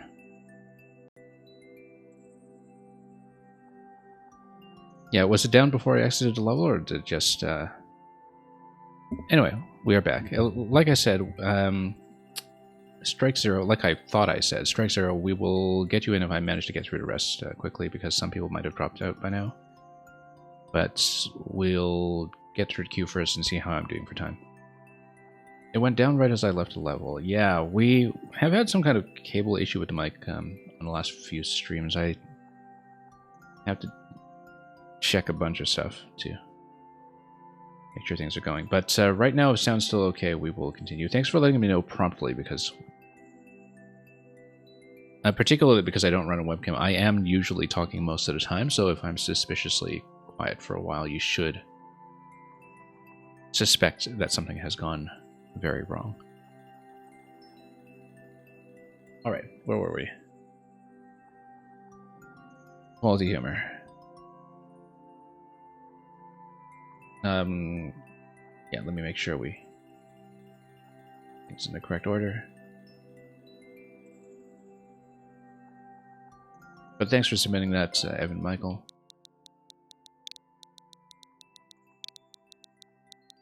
Yeah, like I said, when we're doing viewer levels, we don't necessarily get through tutorials in one setting anyway, so...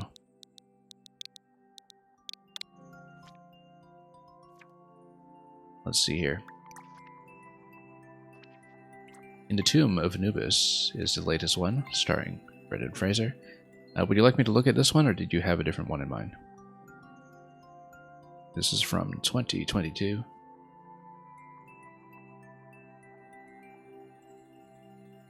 Yeah, we'll do it then, just to fill things in.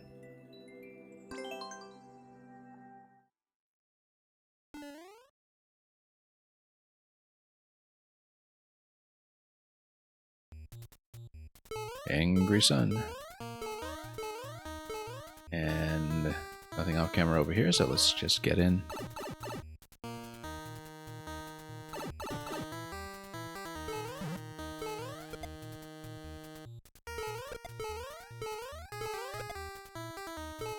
And let's be careful with spike balls coming in.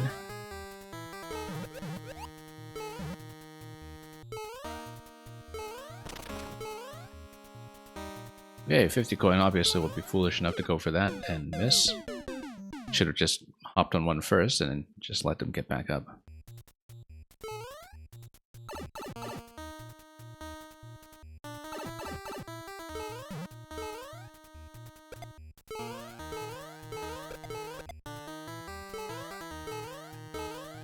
Okay, anyway. Let's go down here, nudge that. We will be foolish enough to try this twice. Then continue to the right. On all these moving targets. Yeah, so we'll let these drop first, and then things resynchronize because of the pattern of their destruction. We need to check all of these pipes, I guess. We'll do top first. Maybe it was to top all along. Look at that. Well-placed check one.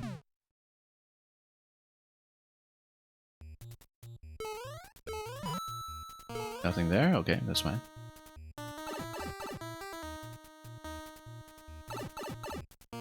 Notice the difference in color scheme between the pipes in that room, which is not true of this room. Oh, just because of the speed, I guess, just to actually use colored pipes for their intended purpose when it comes to color coding, which is, you know, for speed rather than anything else. Alright, down here. I should have let this go a little further here. It's okay, we'll sit here until we get this in a better position. I kind of like that, actually, that you stall those one at a time. Here we'll just be a little more careful. Okay, now, same idea, except we don't have quite so many second chances.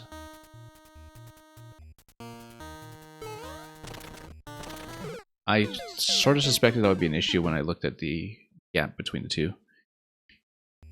When it comes to the spawn times. I didn't really see a good entry timing for that, though.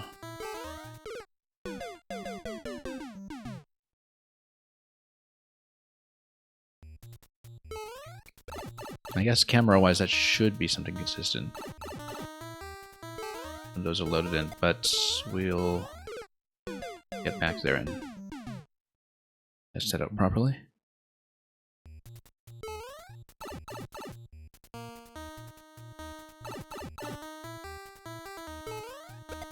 Whoops.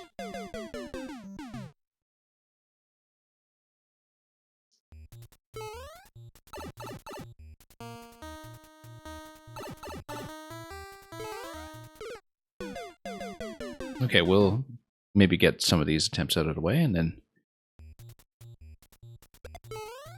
I do like putting some clenchers now and then to mix responses, yeah.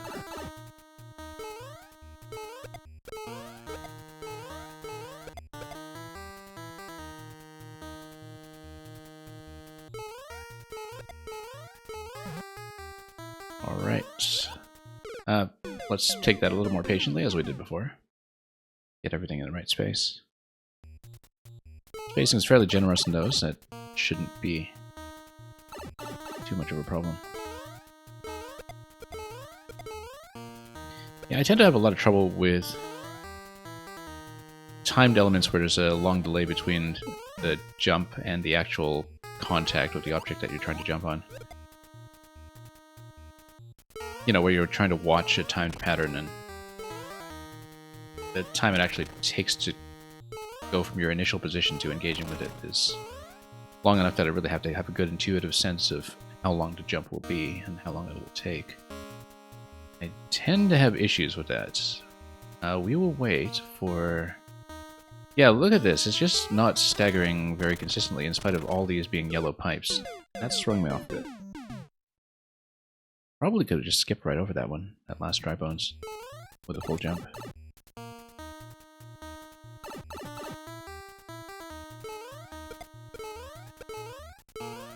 Anyway, let's proceed.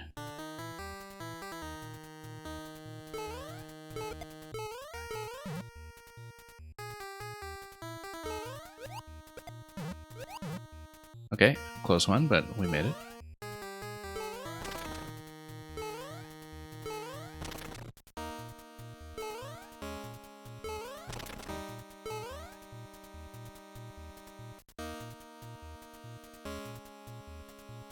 Yeah, the thing is, it's not really consistent, this delay. I don't know why it's that far off, because you would think that as the same colored pipe... Oh, I know what's going on. I know what's going on. The spike balls actually die at different times, depending on how they are falling and making contact with something off screen, perhaps. Like, the ground is not completely level past the pit that is visible on screen. So yeah, no, they don't stagger consistently because they're actually being destroyed after different intervals from when they spawn. That's what it is. And yeah, that's right, Supernova. Morton hears a boo. Absolutely. I was trying to think of a stream title today that had something to do with How to Grinch Stole Christmas, but that's the closest Seussian approximate that I could land on. So. Whoop. Yeah, no, it's because the destruction timing is thrown off. And because I can't see what it is, you basically just have to roll with it and find a pocket of timing that works.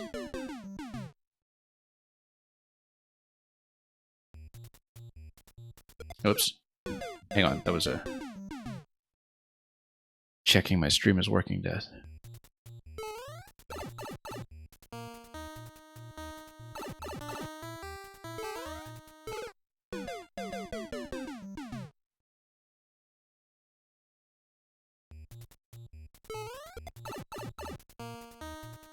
Anyway.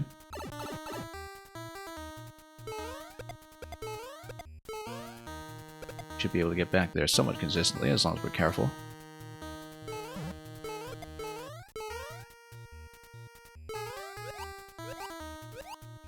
And that lined up nicely this time.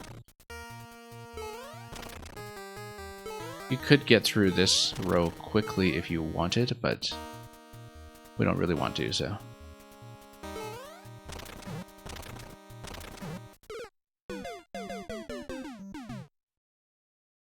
Yeah, I was hesitating a bit on the bounces just because I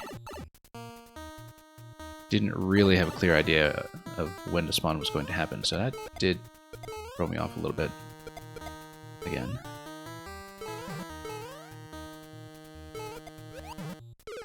Too early. Let's be a bit more patient there. Just given that this is in the vertical subworld and I have to kind of account for the spawning rules accordingly. Comes to when everything's going to load in and start their walking patterns.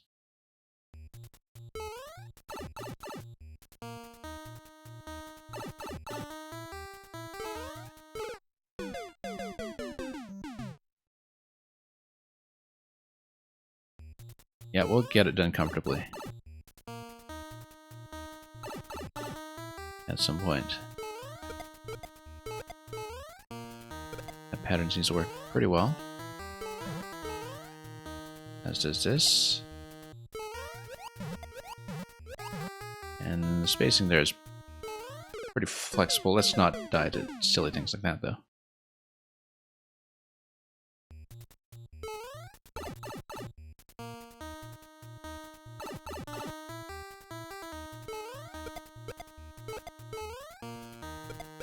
Okay, let's head over and out.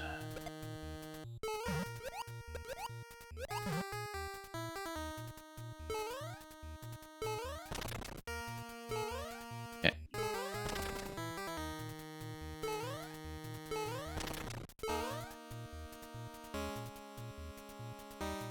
Well, I mean, we can never really guess what the next pattern is going to be, so at some point we just have to go for it. I've been taking up too much of my attention watching the pipes and watching for spike ball spawns when not paying enough attention to actually landing on the dry bones, which is why we're being thrown off there by very simple jumps, is that, you know, watching the timing for something that isn't going to feel consistent anyway is definitely a bit of added cognitive trickery. It's likely to divert me just a little too much.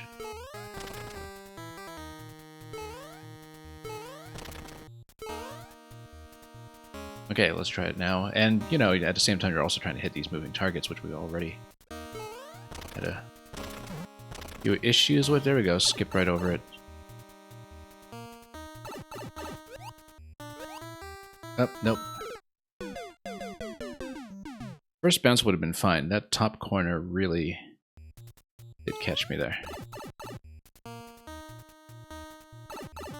I was thinking heading towards it too, that I was about to whack my head against it.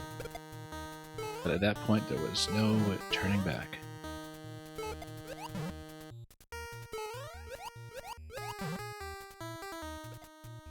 Anyway, we'll continue here.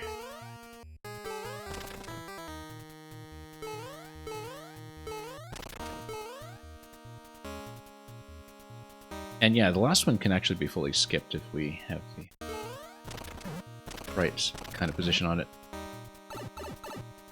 We'll hang right away on this one this time.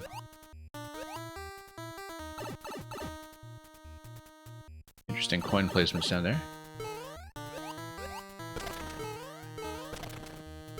And yeah, short bounces, and then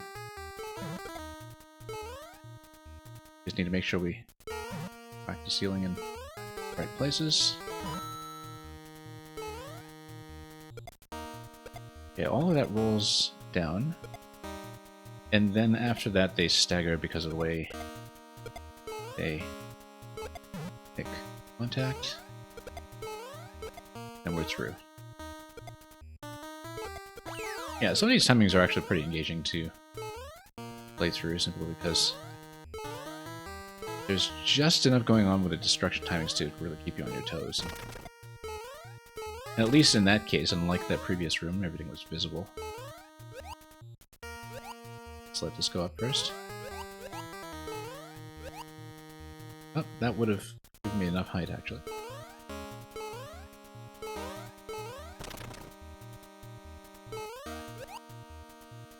And let's be careful here.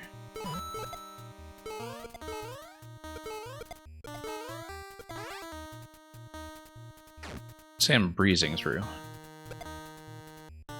But we're making something happen.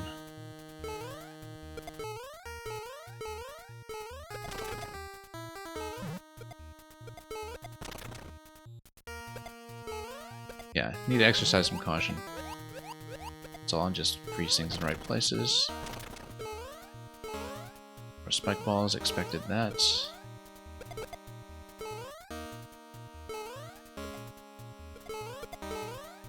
funny because even though, you know, this is bog standard platforming, that there's some vague similarity to the precision mentality in some ways. It's just that the jumps are much more comfortable and doable for me, much more flexible, where you can actually have a range of approaches and strategies. That's usually my issue with trying to play precision, is that it, you know, strategically it's too strict, where I don't feel like I have any choices.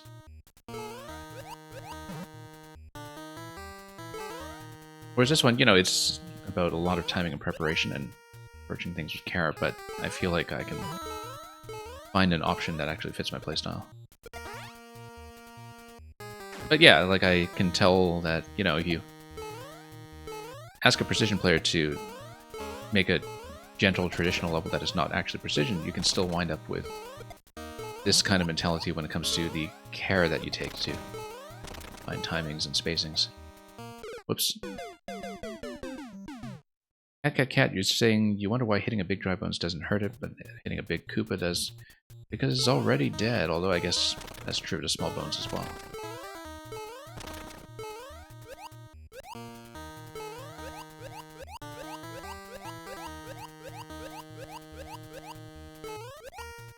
Okay, here we go.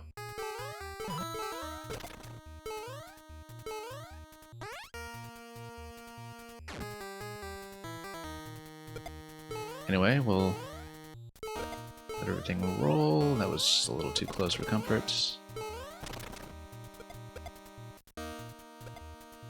Since I'm past the main clencher, you'll realize the same cycles every time.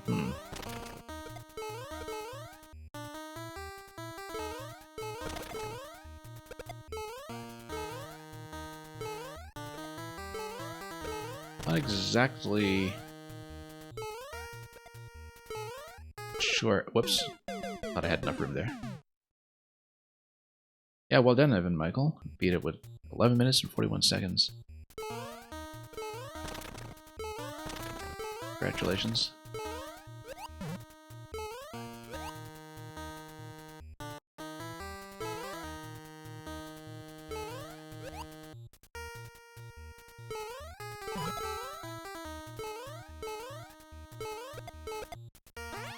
Okay, let's see here. Oh, you're saying spawn 1, 2, 3, 4 on 1 to 10 will be the same as... Yeah, I guess because things are, you know, rolling in different positions when you're changing where you are relative to the pipe, and as such, you're also colliding a bit differently. That it looks like there's a great deal of variance there as you are actually passing the pipe simply because out there rolling. You know, looks like there's a great deal of variance there. That's not actually the case. I was trying to pull back that time on that platform, but clearly didn't leave myself enough room.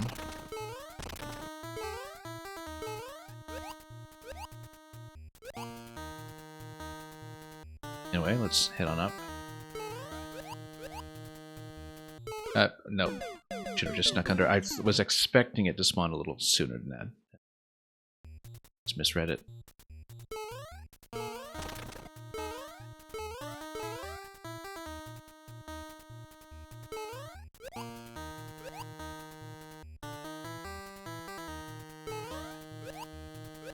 Okay, there we go. Let's wait this time and Let things collide.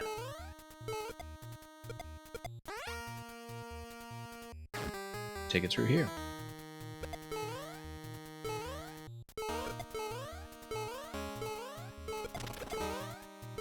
Yeah, that felt pretty consistent with what I'd seen there previously, so...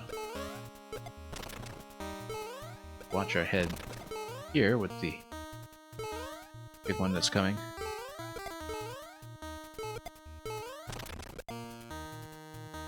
Yeah, let it actually turn away from me first. Well, something's gonna get stomped on eventually. Well, no, that was a terrible bounce.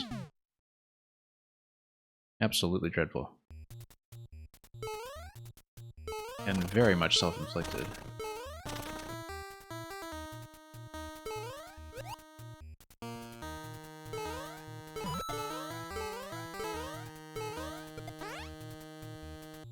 But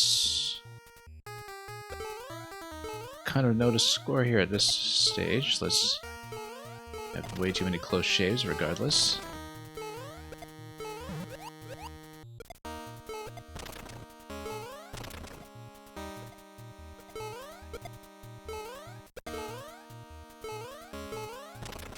Then head over here.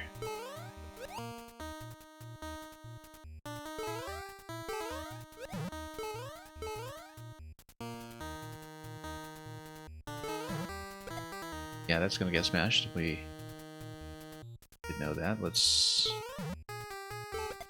over right away.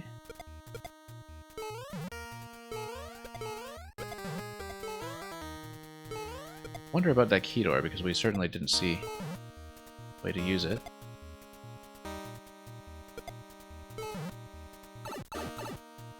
Normally we're a little more attentive than that.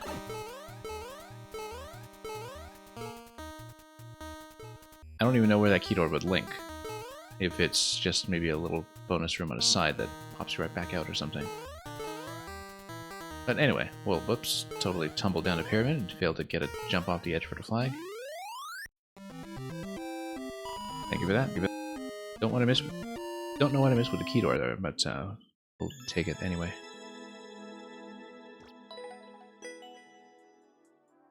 Here we are. Parnassus, if you were still here. Let's see. You're saying longest level of yours by far, not by average playtime, but by length. Oh, in terms of the number of interactions you've squashed in there. Yeah, I mean, it's partly because I think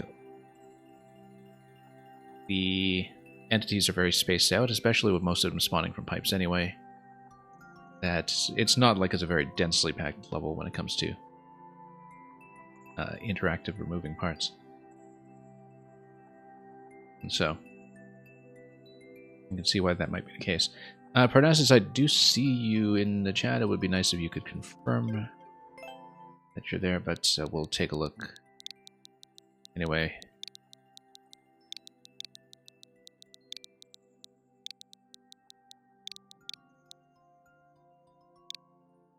See how we do. Yeah, this is fairly gentle. We'll do it anyway. Rerun 2, Christmas Run, Kaizo Light. Chill Winter Adventure, Goomba is a high jump, Galoomba is a low jump. I haven't really seen that scheme for distinguishing them in a speedrun setting before, so let's, yeah, we'll see how it goes. We'll just need to read things carefully.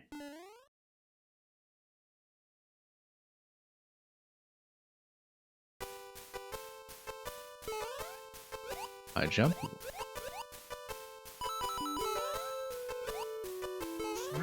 Pow over here. Too busy reading the Goombas. Thank you for the follow. Okay, I see how this is going to go. Yeah, because, you know, they drop in very suddenly, and in some ways you can still manage because the Goomba scheme, you slide through that, actually makes it possible to react to that pretty well without having to depend too much on markers or anything else. Like, this is surprisingly blind readable, this little drop here with all those enemies coming down. So overall seems reasonably gentle. Then we stop on this, and looks like we head over to this side. Oh, checkpoints is optionally obtainable from the red pipe. That's interesting. I wonder what we missed for that. I feel like... oh, okay, maybe... cycles you somewhere else. Checkpoint over here. Yeah, there's going to be some kind of state switching when you go back. Checkpoint to that side, perhaps. Anyway, it's telling me to go down instead of, you know, trying to pop through the pipe or something. Let's go down. And then now we do the whole thing again. Oh! Didn't see that coming. With a state switch. While Humor, you were saying you wanted to make him play a long level where you dive deep into a pyramid-filled barrel. Yeah, it seemed to work as intended, as far as I could tell. Oh, yeah.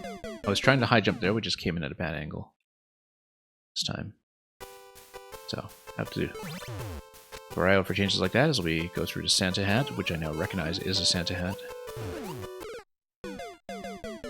Yeah, coming into the low jump, it's very easy to just be mentally thrown off by the vague memory of the previous sequence we had there with the low jump instead. And then, yeah, a couple of changes to the tracks. We ride that up rather than jumping impulsively. I think that's got to be the case. So. Anyway, out of the Santa Hat once more. And we'll continue. No, that's going to drop out, and then do you still go for the POW? I think you must. But it's while the platform is just in free fall. I don't think you go for the other platform quickly. At least I don't think you do. And yeah, Cat, it's a very efficiently packed level in some ways, where changes do keep you on your toes. And then, yeah, you have to watch out all the blue blocks here anyway. I remember noticing on the first pass that those were blue blocks for on-off switching. I kind of knew there was some sort of repetition with a state switch coming, unless it was all aesthetic or something, but we just need to be a little more careful about that. Then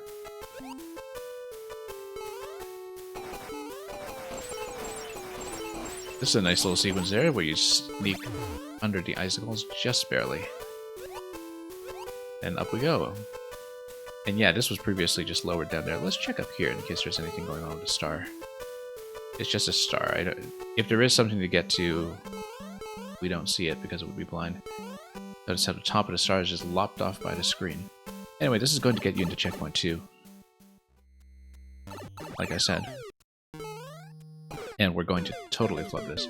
But if you hit checkpoint, then you respawn in the correct state, which is going to be on, since you had toggled back to on this juncture. And then, no, you have to kick it to the right this time. Last time it didn't matter, I don't think, but this time you actually do need to give yourself something to bounce on. So, go back and take another look.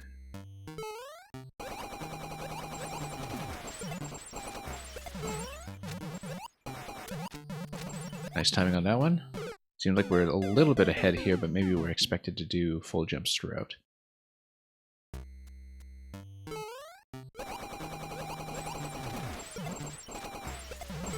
Yeah, because we need to delay some of these shells a bit to get them into the correct position. And then we have a little music segment with the auto scroll here.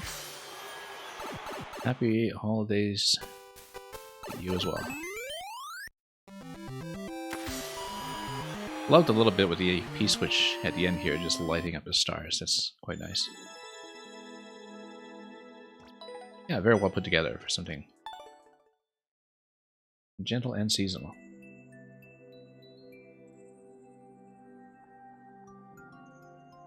Squink, if you're still present. Yeah, we get a lot of high-quality creations around here, and appreciate that. I do see Squink in the chat, and yes, you said hello, so let's take a look.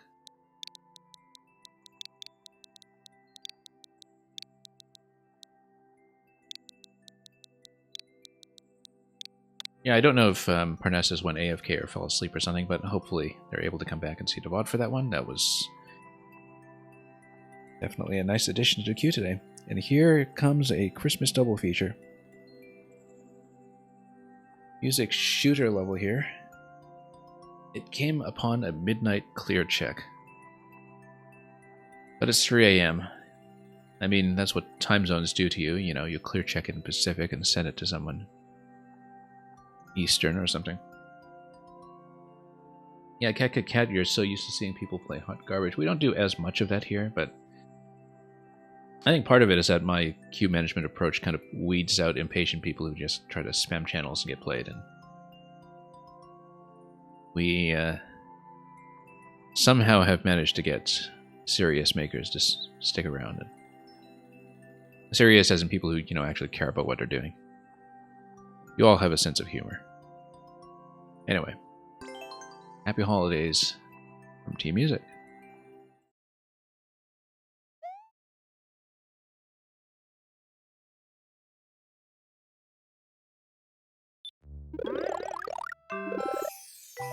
Coins. Let's remember to set things on fire for Christmas. It's a very important holiday tradition.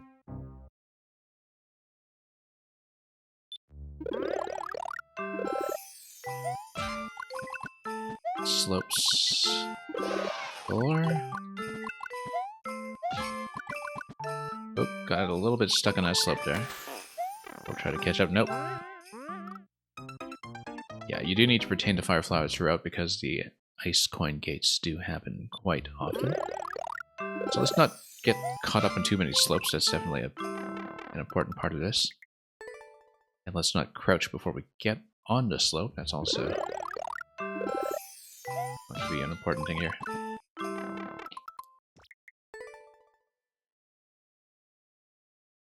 Yeah, problem with fast auto-scrolls like this I find it often is that, you know, I've got my whole monitor here, my eyes are just glued to the left side of it the whole time because of the way things are spaced, but... Whoop.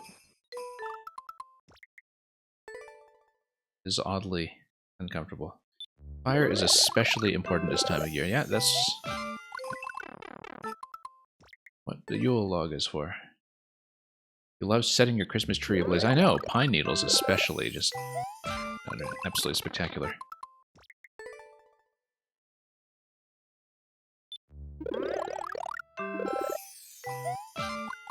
Gonna keep your local fire department on hand, of course, but other than that little technicality, everything's great and well in a holiday spirit. Oh, whoops. We could have afforded to stay crouched for that one, I think. Swedes have a Christmas goat they burn. Quality humor, knowing that you're from Norway, as far as I recall, I almost think that might just be propaganda from an intra-Scandinavian rivalry, but you never know. I'm sure Swedes have something to say about your holiday traditions as well.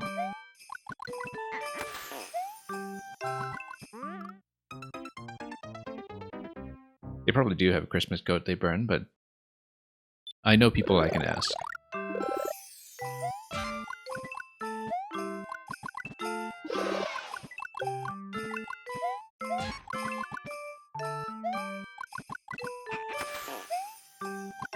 Oh, I keep getting stuck there. I mean, obviously you do need to light that on fire while you're also maintaining momentum from just slopes sliding forward. You can't really get caught at any of the ice skates because things will not go well.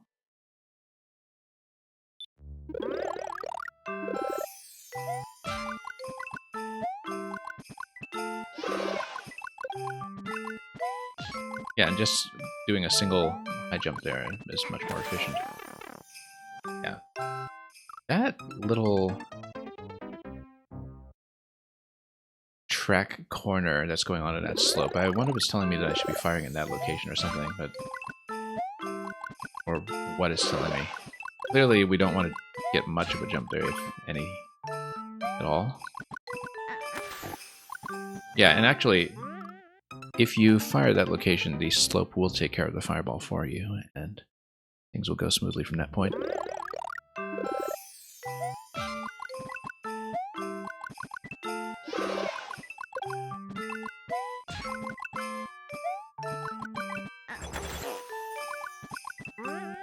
Nope. Missed that. We're gonna have some auto-scroll problems here.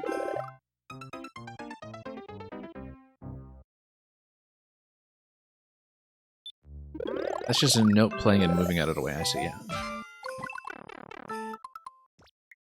That makes sense.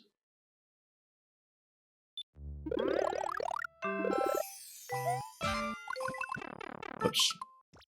Let's try it again.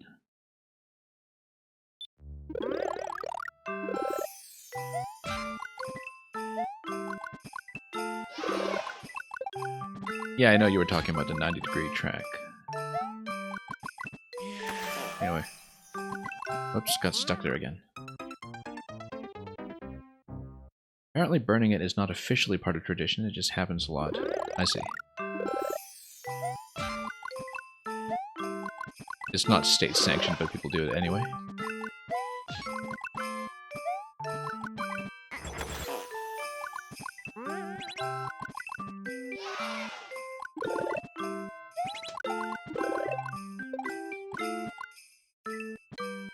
Okay. Oh, a little bit slow getting there, apparently. That's almost at the pipe, though. We do see the pipe at the end of that screen. We just lost a little bit of time somewhere, probably because I kind of lost a sprint a bit when I was spamming the fire flower. A little more than I needed to.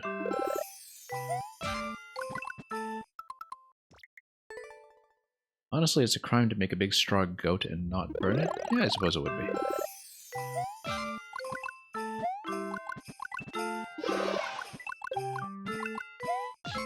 That's why that goat simulator game is so popular. Oh, got stuck there again, yeah.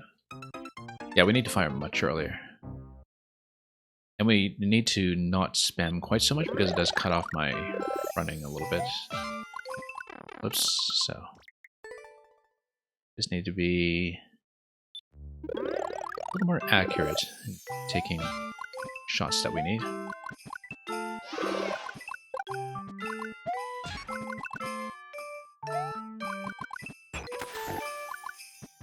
Oh, I was trying to slide on that. That wasn't going to go. We just needed more fire. It's the solution to so many problems.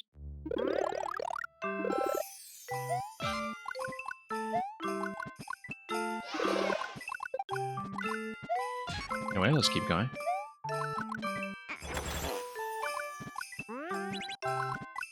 Okay, this is feeling a lot smoother than before.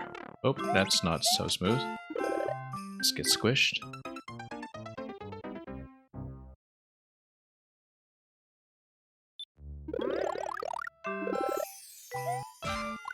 Tom Scott has a video on the goat burning, is that what you're trying to tell me?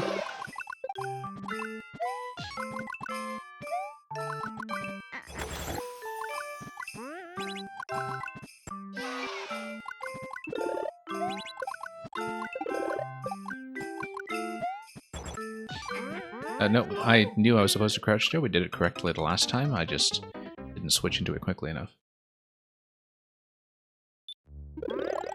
Arson as a Christmas tradition, yeah. Isn't it everywhere?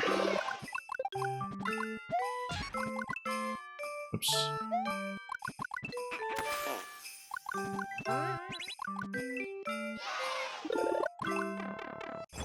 Nope, we were running into issues here. Quite like the instrumentation of this arrangement, by the way. I think is a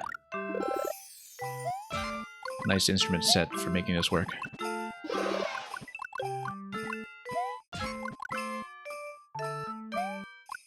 Having it chime along. We're losing way too much time to some of the slopes. Definitely many improvements to make here on the player side, so... Occasionally bumping into some walls, too, which is not great. And yeah. Approaching too early. All kinds of mechanical problems here. I'm running into. No. I ducked early enough to miss the coin, but came out of it early enough to miss the jump.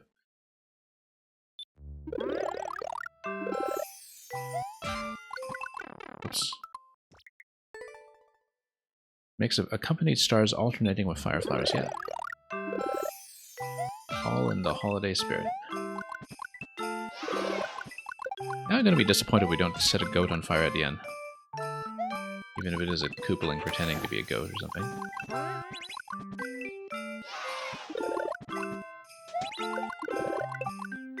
Yeah, let's not spam so much.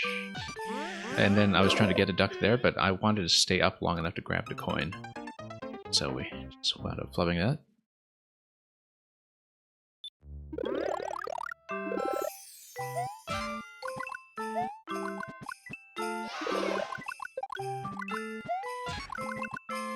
Okay.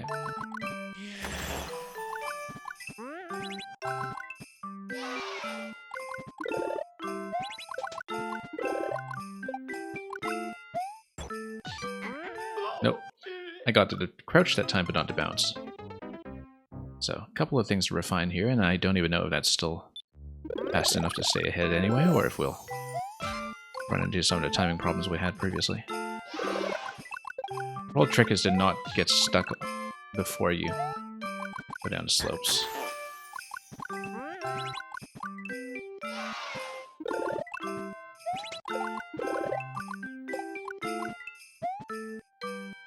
Nope, missed it anyhow. We will try to get all the coins, obviously.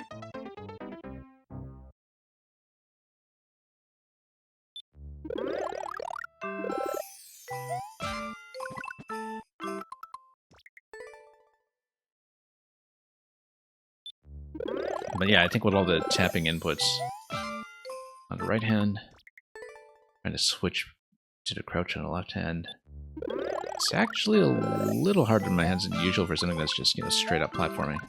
But we'll gonna make it work. I guess the controller's kind of moving around a bit more than it typically does.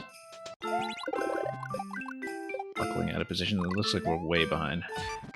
Oh, missed a bounce once again. Felt like we were a little bit behind the better attempt earlier anyway, so... But I felt relatively smooth.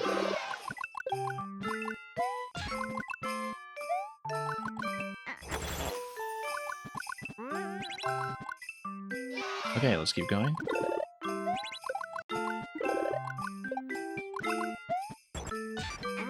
There we go. That's okay. We'll take damage there. I don't know if we'll miss something optional from it. No, we won't. And then we need to kind of back out from that. Obviously, there's always a bit of an infinitesimal difference in terms of whether you're spawning at pipe or spawning at checkpoint. That one extra tile of spacing sometimes does matter a little bit, but no fire over here, though. Oh, fires come back.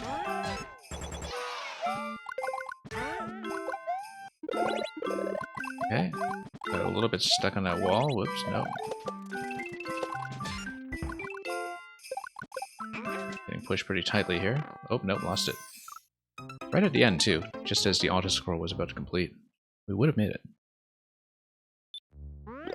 We had just gotten damage slightly later, so we could have obtained a flower for one volley. Whoops, nope, that's a mistake. We're stuck.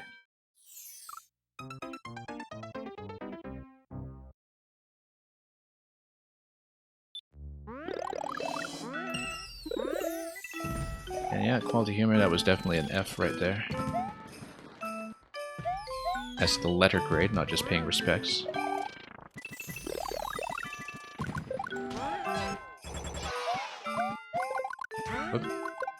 Oops. have to jump off the Buzzy, of course, not just slide off of it. Oh, you think the stream cut out for a moment? I see things are looking good over here, so despite the technical issues we had earlier. Yeah, I think it might have just been you. I don't see any frame drops or anything from here, so. We did have audio problems earlier today, as many of you were around for since you've been around so long. But yeah, for some reason I've been having cabling issues with my microphone pop up over the last week or so. I'd never had that before. I think something's just loose somewhere. Okay. And that's okay. Somebody's gonna give us some Christmas ornaments. We need to bounce on 2 of them consecutively. And without getting tossed out the right side, of course. Lemmy runs the best Christmas parties. All the Koopalings. Oh! Okay, I hope there's no damage check on this side. Luckily not. Hope there's no damage check in the bonus room. Death. Let's start over. You see, that's why you're supposed to exit with a mushroom.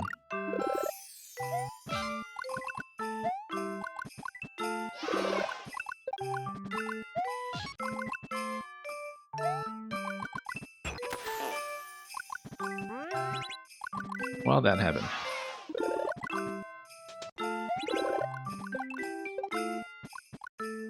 It turns out I was the Christmas goat, and the Cheep Cheep was the arsonist.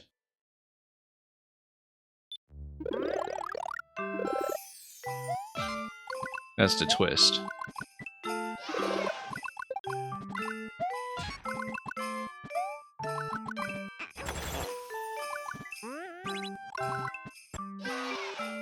Can't say there's no plot behind all this.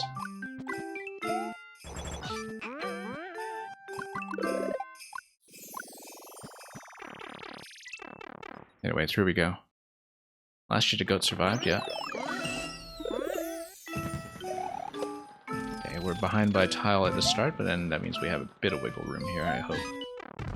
Nope, we don't. Hang on. Take the death. You're saying last year the goat survived, let's hope the drunkards win this year. Why? Guess they must have had their drunkard post-mortem last year to see what went wrong.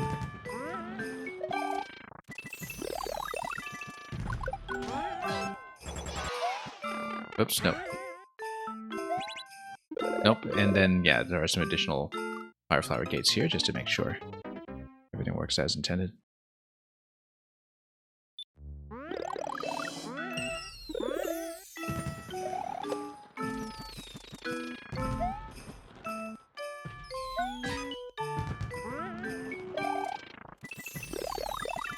It was legitimately a pretty nice key death troll. Whoops.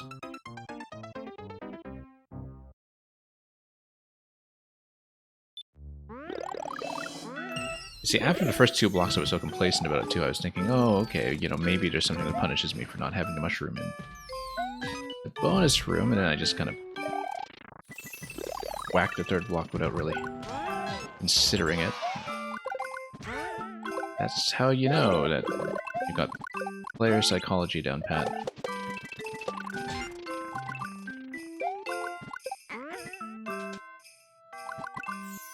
You know what, let's just run straight through this.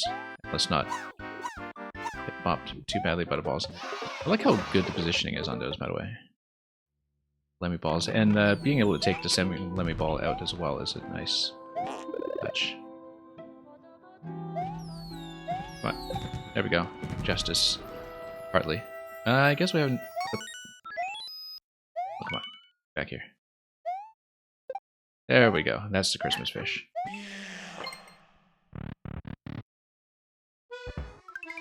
Grassy, welcome. Look at all these candy canes over here. All these Christmas gifts. Okay, pretty happy with our haul. Pluck the top of the tree and let's go.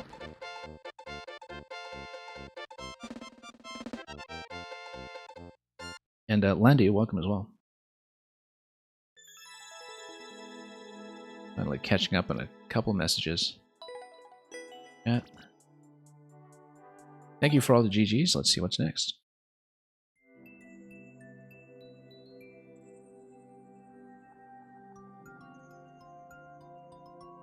And Cat has been waiting all this time. Let's take a look.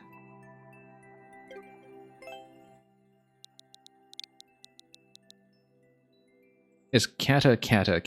I kept reading it as Cat. But it's actually Kata, followed by the Chicago Transit Authority.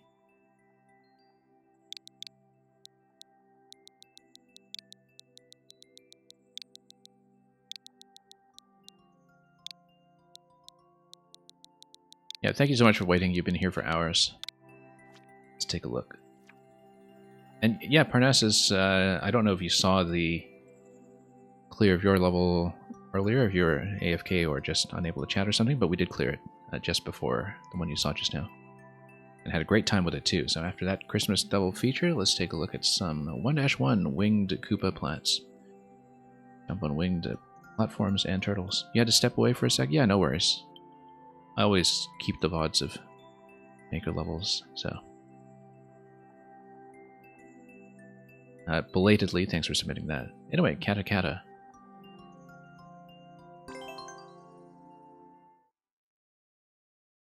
You're kind of a new creator.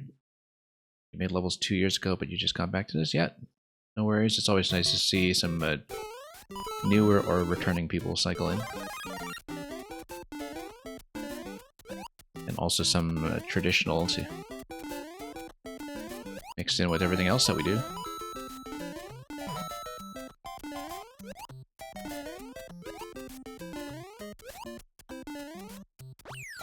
Yeah, as I always say, you know, Mario Maker in some ways has this really unfortunate public reputation of being all Kaizo and trolls all the time, because that's what winds up consuming the most stream time, right? But in general, I think a lot of streamers actually appreciate traditional levels a lot more than you would think. Whoops. There's no real purpose necessarily to getting that Koopa in the top left unless he's holding a key, but we're going to learn that the hard way. You're planning to make a whole super world? Yeah. Lots of room for those.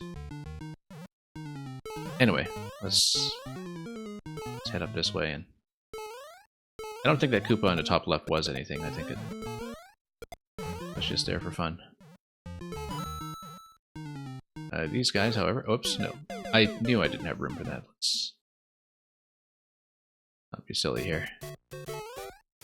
We will take this bottom passage, though, just to show it off.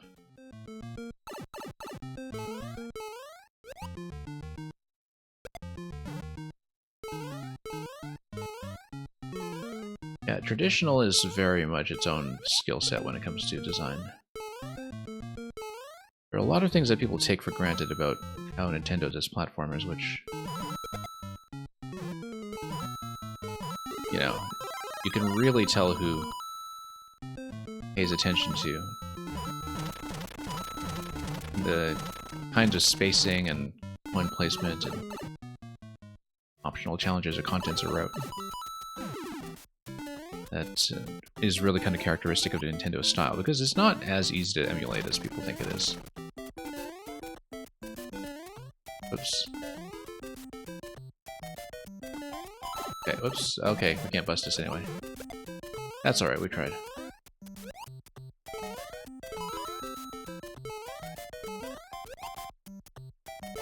Well, I don't know why I did that. I knew I wasn't going to make it, and I should have just gone over and bopped it, but that's okay. You know what, let's take the standard path since we've seen the other path. We'll try something a little different just to explore more of the level. And pop up top here. This is already back to that split, though. Well, oh. Never mind. And that's going to be the top of the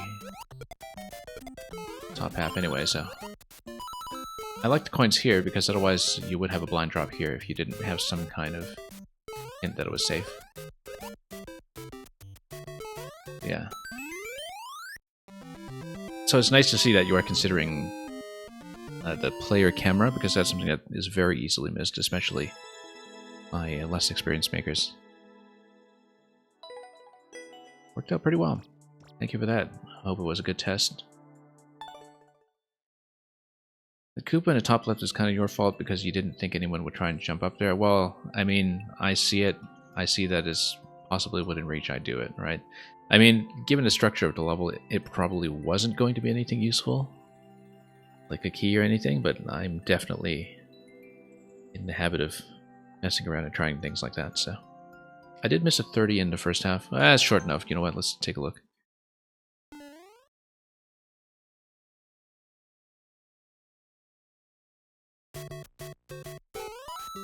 I might not re-clear the whole thing, but we'll see what you mean. 30 early on. Might be something up high. Oh yeah, this one. Okay, that's simple enough. Then... Alright, let's just speed through the rest and finish the attempt for its own sake. To see how the spacing goes with playing a little more recklessly.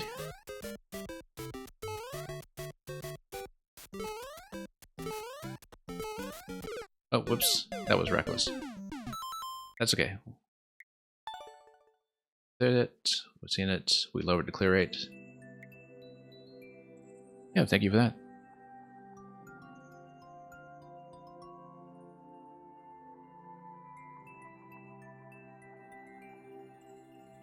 Okay, Koops Trooper, if you would like a second crack today, I think you're still here.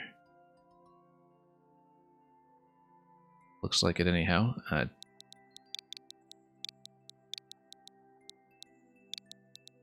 But, of course, checking in is appreciated.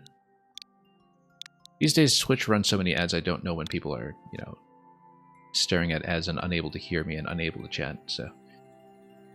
Fast Frog Hours, just keep swimming. Best of luck, 80 seconds. Let's see it.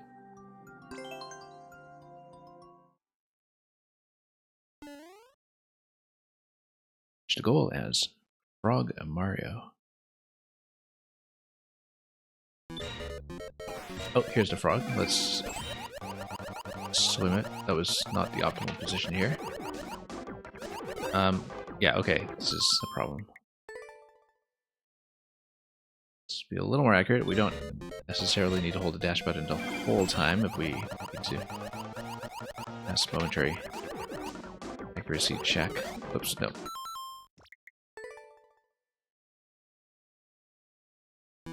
And we'll see how tight the timer is by the time we get to the end.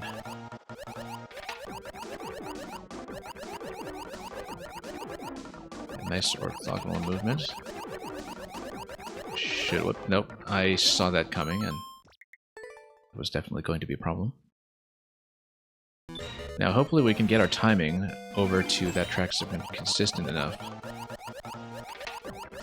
I mean, it'll all spawn in relative to my vertical position anyway, right? So, yeah, we really need to get a bit more accurate here, though.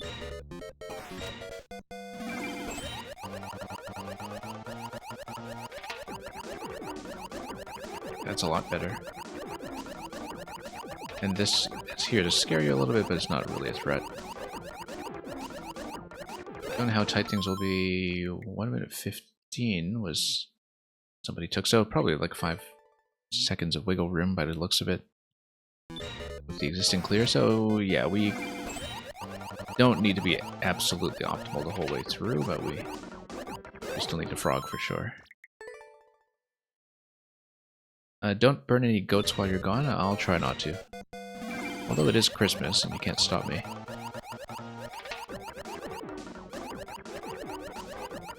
Anyway, thank you for dropping by Quality Humor, and again for the level earlier.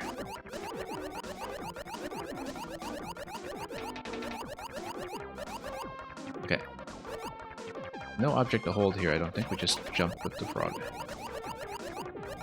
Look at this labyrinth here. I see. Whoop. Yeah, you actually do need to slap all of it. As far as I can tell. Wait, but then where do we go? Oh, here. Yeah. I wonder how generous a time will be, given that you do need a little bit of reading time to get through stuff like that.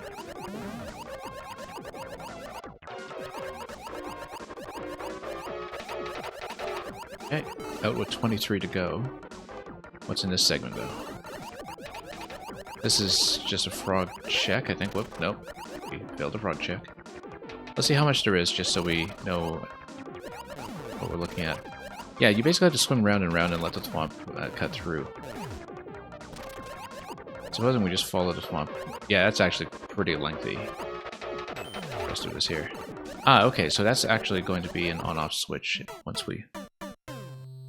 Oh, I bet that's a timing gate, that the thwomp closes a door on you if you don't beat it down the zigzag down the right side. I suspect that's going to be what's happening.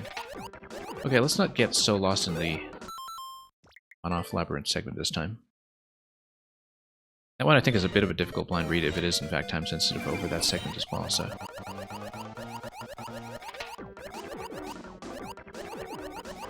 Okay.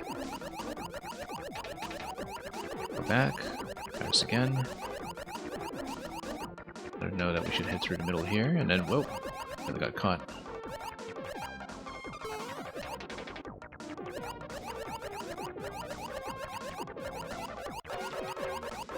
Okay, let's not double tap, that was the issue last time. No, this double tap. I know we go down and forward. 42 seconds on the clock this time, coming into this segment is a big improvement. Then... let's see how we're doing getting into the final segment. 29. Yeah, we're a good bit ahead of how we were doing earlier, so... Nope. Too much of a diagonal down there. So yeah, 29 going into the pipe is our personal best right now for the first segment. We'll try to improve on that because there is clearly a lot of room to squeeze that.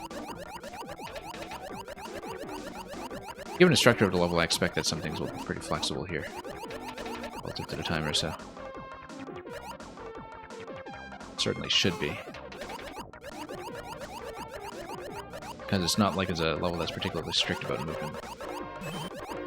Okay, let's be careful with that double tap again. It's a pretty big problem in some places. Let's not lose too much time to the loops here.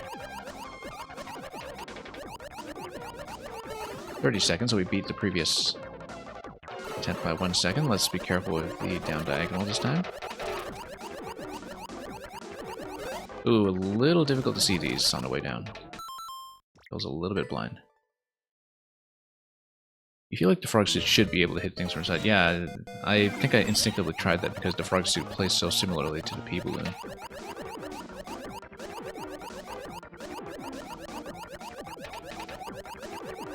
I mean, it already kind of feels like P-balloons. Just threw me off for a moment that it didn't do that. Okay, got caught up in a couple of the corners here. Let's try to improve that, though. Okay, watch out for the double tap. There we go. And yeah, a little bit of extraneous movement here and there, but I think we're actually ahead by a few seconds this time.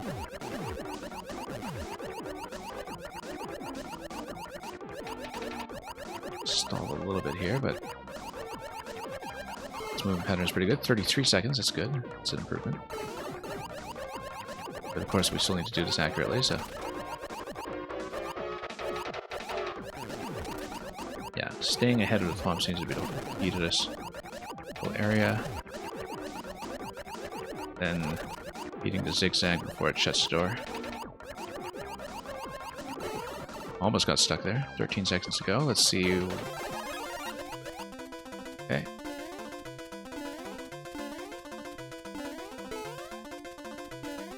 Wow. This is Actually, yeah, and then we lost a clear condition, unfortunately, and time. Felt like we were supposed to skim over water at that point, but we didn't have a held object or something to work with. I don't think the star was sufficient for that. Unless I'm mistaken. I think it's usually the held object that gets you into the run on the surface, right? Does the star do that by itself? I didn't think so. It's been so long since I played with a frog suit that I actually don't remember. It looked like that was designed to be a bit of a skimming segment, and in order to make sense in terms of the time requirement, but instead of just fumbling around in the water like that, but didn't do it right.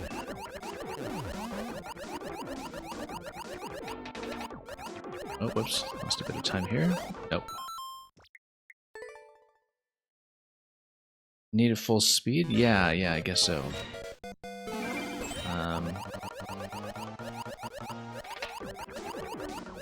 I think I usually see that done with the held object, though. But I might be misremembering. You could be right about that.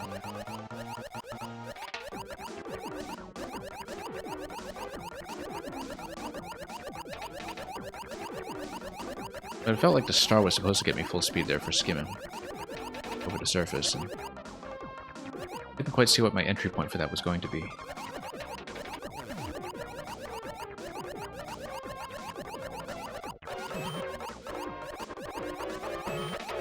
Yeah, the frog suit hopping, I can't even remember if that was originally the case in SMP3. Because a lot of the returning power-ups do have some adjustments for Maker.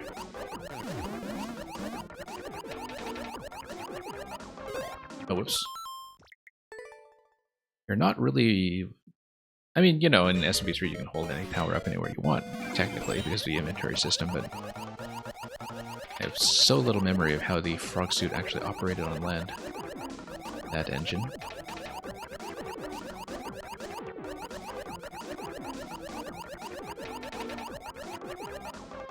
Okay, here we go. So we previously got out of this zone 33 seconds. We'll see if we can do any better.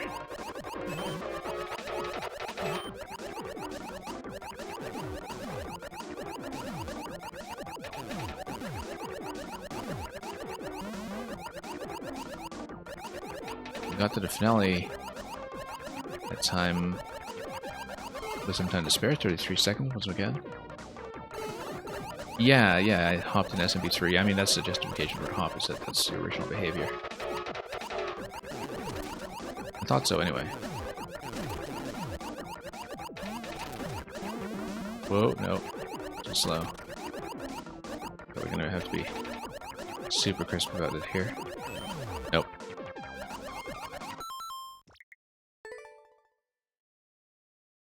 Yeah, getting caught in that one bumper was enough to kill that.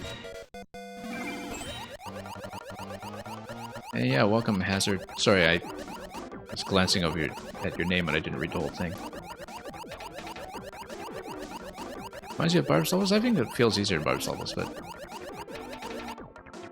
I can see why you would see a bit of a stylistic similarity with some of the timing checks and the like, but whoops, oh, too much of a fumble over there.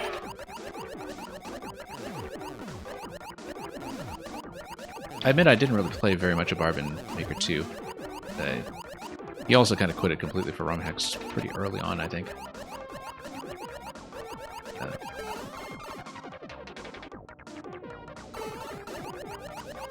Should actually get through some of his Maker 2 creations at some point.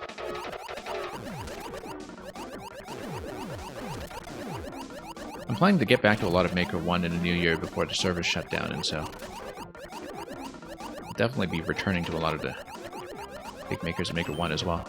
Oh, slightly too late.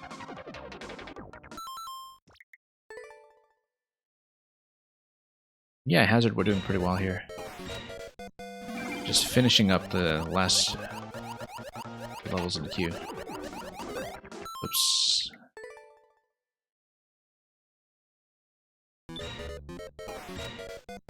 Yeah, it's a pretty nice racing segment for sure. And you're right, that is kind of characteristic of barb style as well. Because you can see right away what's happening too when you see the swamp going down like that. And that pattern. It's very easily understandable. Just got caught in the corner once again. Yeah, the double tap here is a big hindrance, but I think we're still somewhat on pace.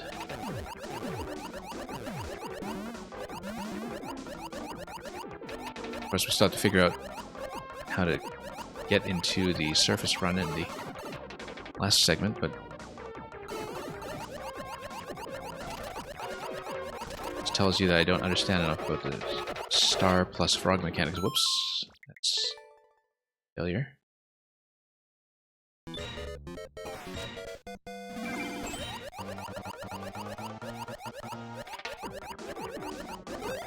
Yeah, the thing about trying to give people a Level Maker in 3D is that it would naturally have a bit of a slightly higher barrier to entry when it just comes to interface, I think. Totally irrespective of the quality of what people would put out or the kind of mechanics they would come up with. You know, you basically have an even wider spectrum between the top end of people who know what they're doing and the bottom end of people who really don't know what they're doing. But even so, I think it's a major interface challenge to design because, you know, you can already tell that a lot of decisions about the toolset in Mario Maker were designed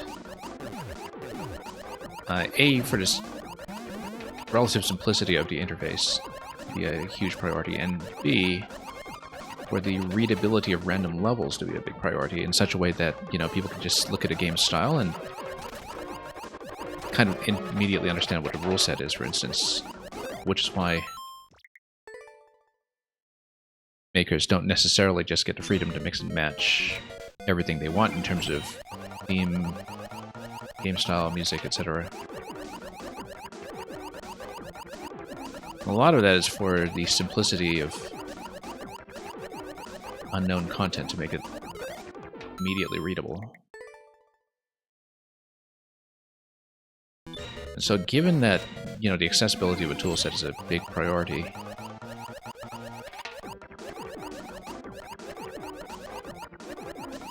I think that's actually the major obstacle for a 3D Maker. The thing that makes Mario Maker such an excellent user content platform, one of the best ones I've seen actually, is that there's a really widespread general understanding of how Mario works at a very basic level in terms of, you know, here's your jump, here's your dash, here's your action button for what the power-ups do, if you aren't that familiar with the power-ups themselves.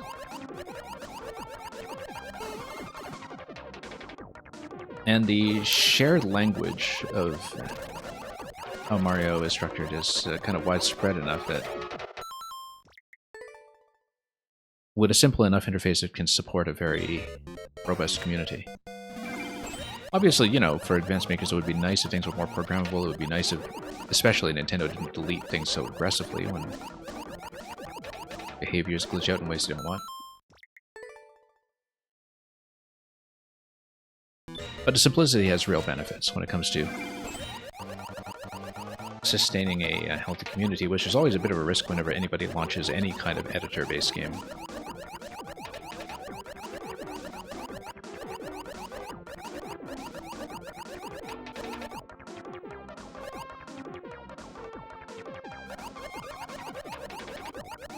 Because I was around for when the huge, like absolutely massive Warcraft 3 custom maps and modding base just totally failed to transfer over to StarCraft 2, even though StarCraft 2 technically had a more powerful editor that could do all the same things.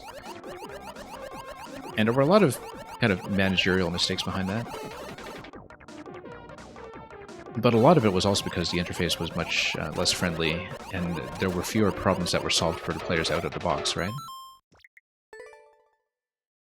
And it was a gigantic hindrance that basically just, you know,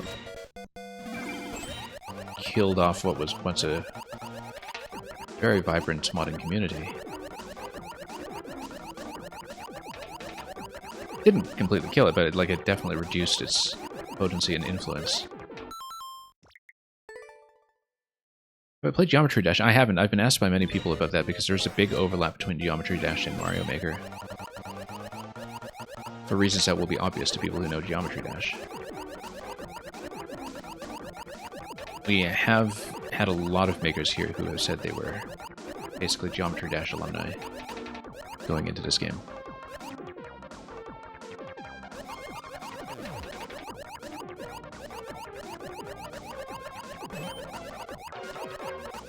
Just get stuck around that corner a bit.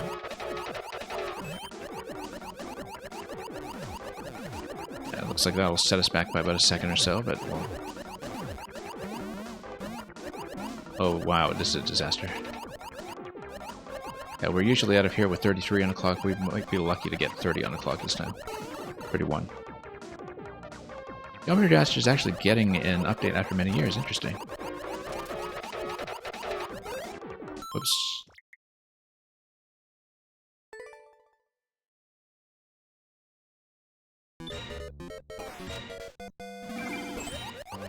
Okay, here we go.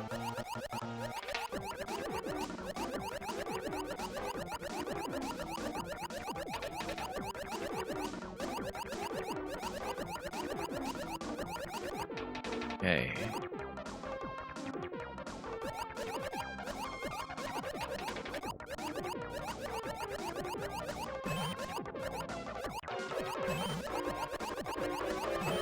But yeah, you know, people always talk about how they think activity is dropping off in Mario Maker, or that's on decline, or that Nintendo has kind of failed to grow the base as much as they could have between Maker 1 and 2. And while there's definitely a lot of truth to that, I think it's very easy to underestimate how successful Mario Maker really is relative to most user content platforms. Wildly successful in some ways. Wow, we got totally stuck here this time.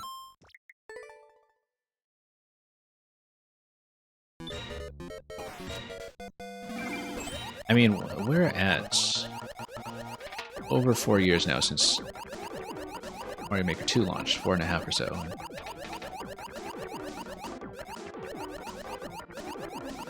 There really aren't user content communities that could fill my queue, you know, as a relatively small streamer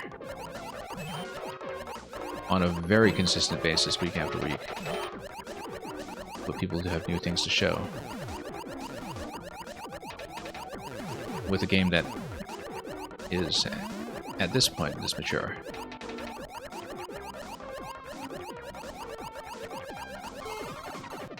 And Maker games really do live or die by whether or not a community is sustainable, right? So the fact that Mario Maker has a stable presence at all is something that we really shouldn't take for granted. Oops. Okay, we took a few delays there, but hopefully we can still get ahead. Can we? Yes, we can. 14 seconds on the clock. Now let's figure out the star here.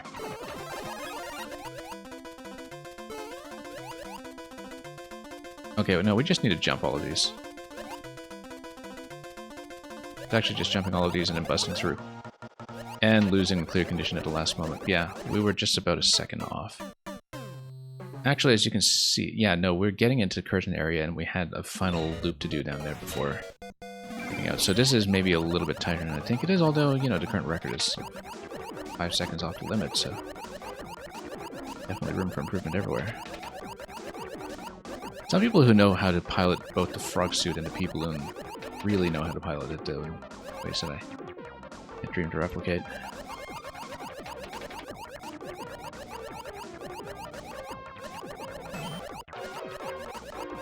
So maybe we shouldn't be too confident about this just based on the current standing record, which seems to imply lots of room for error, but might just be the result of somebody particularly good.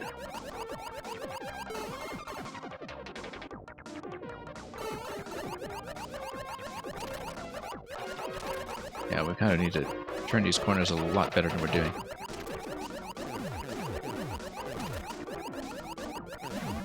We're not just trying to beat the Thwomp, we're trying to beat the Clonk as well, and so... Yeah, I don't think we run at a surface at all in this segment here. I think we just try to make sure we clear all the jumps. And kind of stay on the water surface and just get to spike walls quickly enough to dodge them. 2 seconds. Oh, no. Lost it. If we hadn't taken that hit, we would have made it on that attempt. Yeah, that one would have won.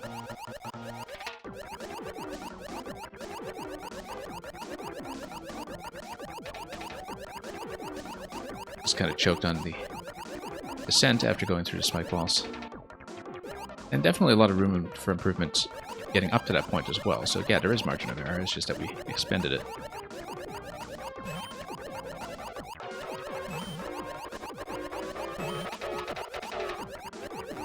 Okay, let's go.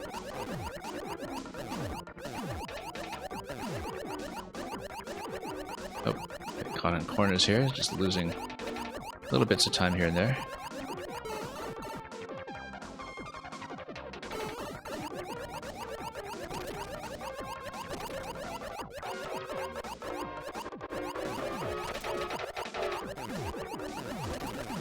Nope, got clipped.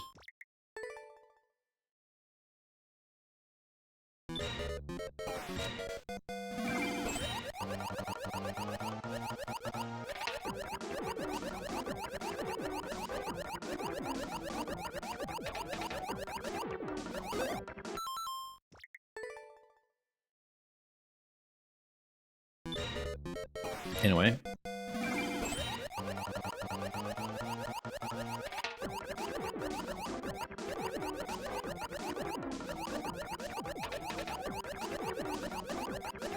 Yeah, I actually don't know if Maker Vitus is still here. He was here earlier. This is a second level from Oops that was in today, but whoops. Got that corner.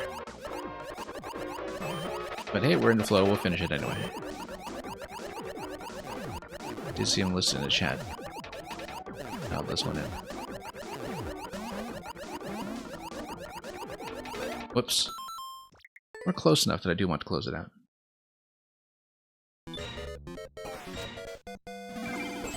We are running a little bit longer than usual, but that's okay. Decent viewership here today, so...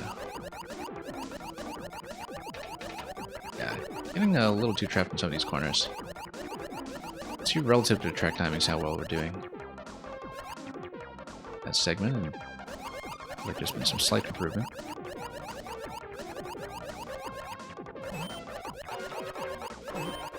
The double tap is a real problem here, but we've improved on it quite a bit actually, by maybe about 2 seconds.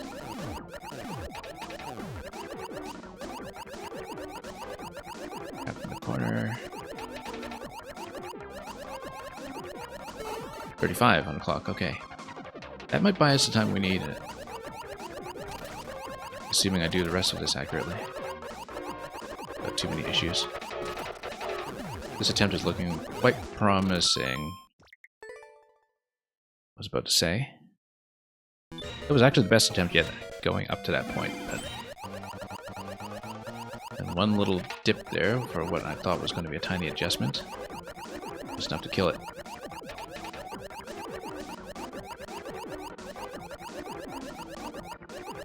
That's okay. Some things are going better than they did before, so... Won't fuss about it too much.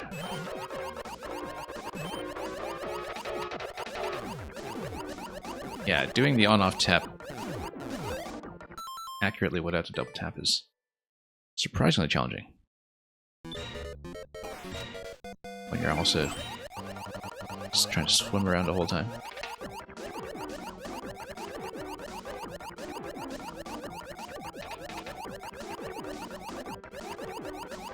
This is a very well-structured level as far as the speed challenge goes, in terms of the variety of things that we're dealing with, and the kinds of things that are potential traps. I do feel like this segment here, you know, are very unlikely to clear it blind. A reasonable amount of time, you do kind of have to read the navigation once before you have a clear shot at it, but that's well in the past for us now, so no issues here. Trapped in a corner, let's just restart. No use committing to a mistake that early.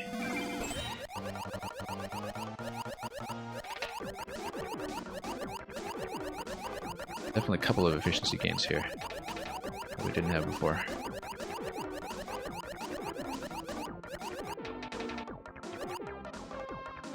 Let's improve at everything early while we try to just get to the end without... Oh, whoops. No, this is a disaster. That's okay, we'll see if we can still make it, but I think I lost too much time there.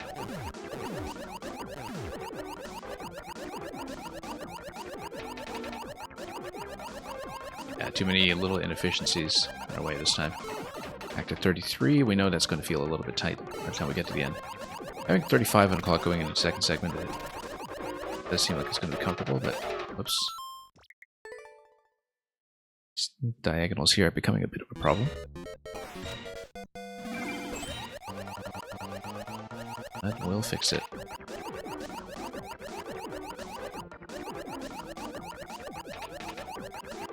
Oh, too much time lost there to a little bit of indecision about the pathfinding.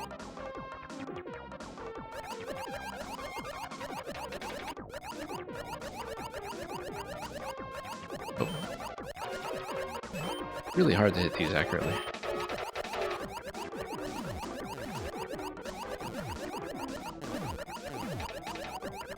Yeah, definitely there's some places where we are taking suboptimal paths, but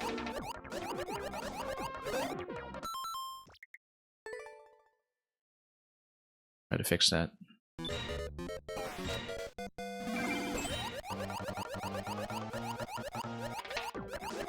Nope. Trapped in a corner. Let's just throw it.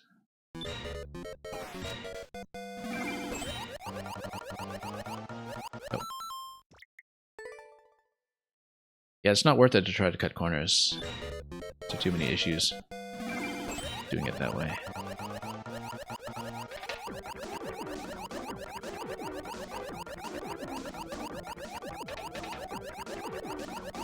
Taking the bottom rung there is a slight improvement. Less waffling up and down in that segment.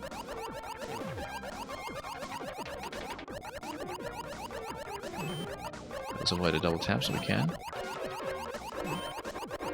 Oh, it's stuck there. Valuable time.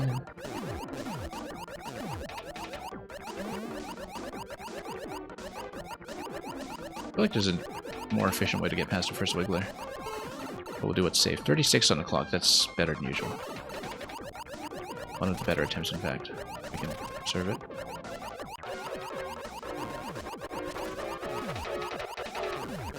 Okay. Looking pretty good, actually. We can make it through here.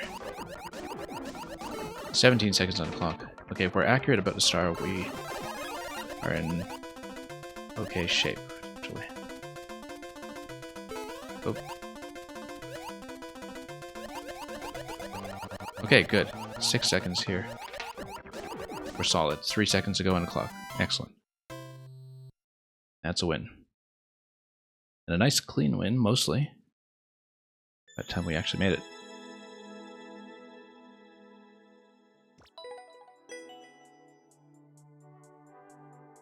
Now, SS2210. Tetrateryx, have I played Dr. Mario vs. Zombie Koopa Virus? Yeah. I have. Welcome, incidentally. I think I streamed that quite a while ago, actually. I remember that one because that's one with the spiny puzzles that were underwater, right? I probably still have the VOD kicking around if you want to watch it again, but not live. Because I am winding down a little bit. And SS, you are here. Great. Let's do yours next. And Powerade, welcome back. Powerado, rather. Did I mark this as a win already? Let's see here.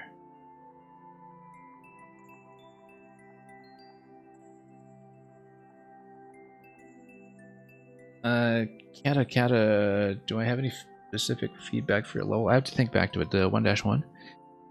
I think it's in fairly good shape. I mean, it's definitely denser than a sort of Nintendo standard 1-1, but that's perfectly okay. It's just something that's aimed for, you know, whatever difficulty or density you're going for your Super World. And it works out well. I thought that the attentiveness to the player camera, just due to the verticality of the level, is pretty good as well. So, no issues that I can think of. Anyway, SS, thank you for waiting for so long. What kept you waiting for hours? This will probably be the last one, but I know we had one person who came in right after closing. There's Strike Zero. Yeah, Strike Zero, we'll see how we do with this one, and then we'll see if we can fit you in.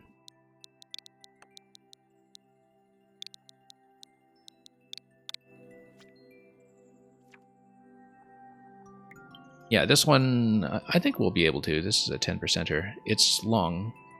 Record by Persia, who's also from Korea. And, oh, SS, are you actually Shushuro's account? I actually didn't recognize your account name. Because, yeah, for those who don't know, Shushuro, we've played a lot of levels by in the past. And made this fantastic Mission Impossible kind of music stealth level for AWMC. I played it in an earlier upload, which is why my flag's not on it. Anyway, let's take a look. Claim the morning of the Gerudo Desert when the night of terror has come. And thank you so much for the follow.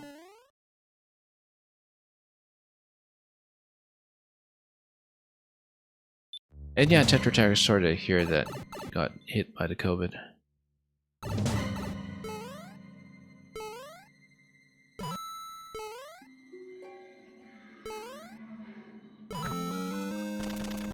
Anyway, let's...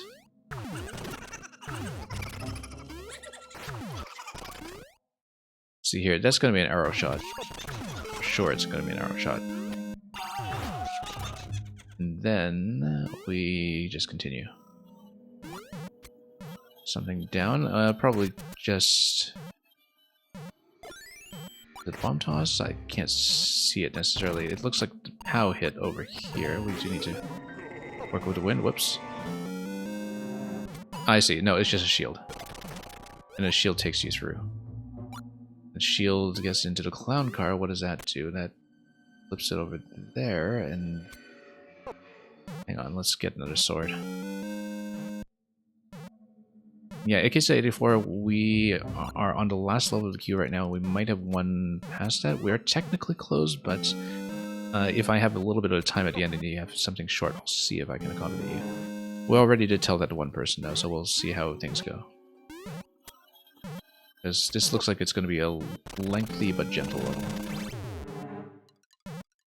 Oh, didn't expect that switch activation to happen.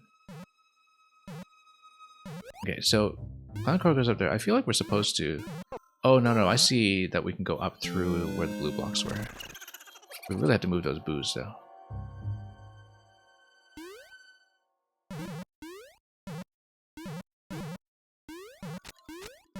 Okay. And, I mean, we could also have cut through these this way. We really wanted to do things a sensible way. We can also bomb this if we want, but that doesn't do anything for me, I don't think. Other than lighting up the night. Eventually we'll have on-off toggle. Oh, okay, no, this opens this up, and then the track is going to possibly be a bridge. That's good. It's SMB2.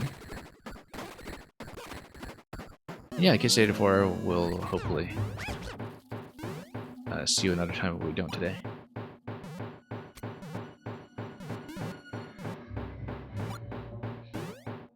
Can I kill the boos with a sword? No. But let's hit the on-off switch. bombs can... well, hang on, let's not say anything inaccurate here. Oh, on-off switch is going to activate a trap here. And we head back across the bridge back to the on-off gate with the SMB2 mushroom that we saw earlier.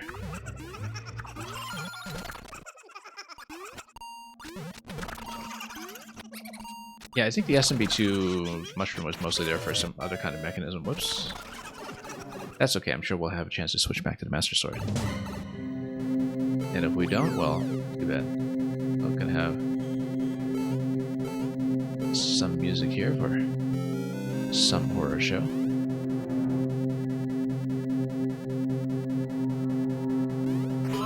It looks like it's a bomb here, so we can activate the snake block.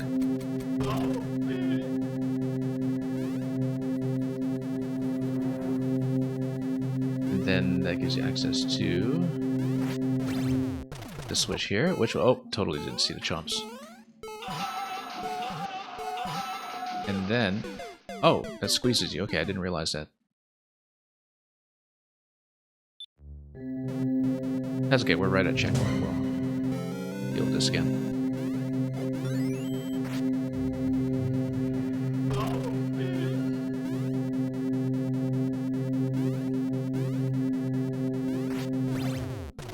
Yeah, I should have actually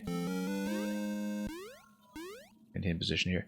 I wonder if we could have gone through that green pipe. I feel like it's heavily implied, but that you have this massive custom scroll that's going on, which things uncertain. Now, I don't know where the key is coming from.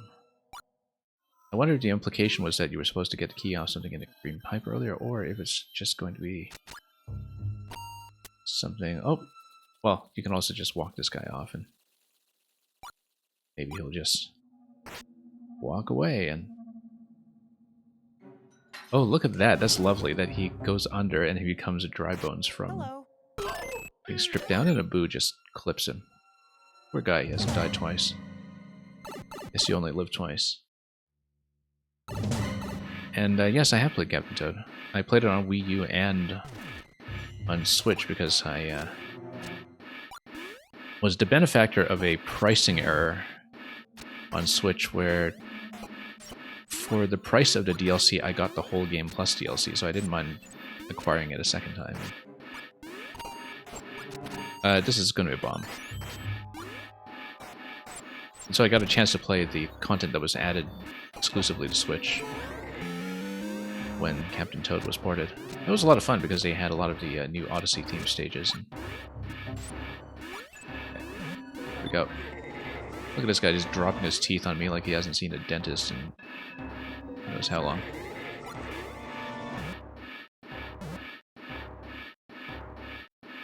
Yeah, I enjoyed Captain Toad a lot. I feel like there's still more untapped potential with that series. And we also just played a superb Captain Toad level earlier this week. It's one of the ones in 8MMC, 8 Mario Maker Celebration. And it was a Captain Toad level that had basically multiple segments with secret exits.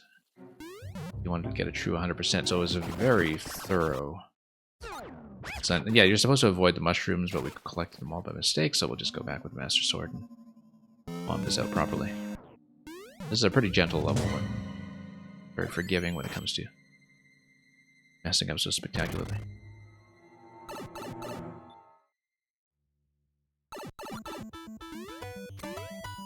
Yeah, I do feel like Nintendo can do a lot more with the Captain Toad concept.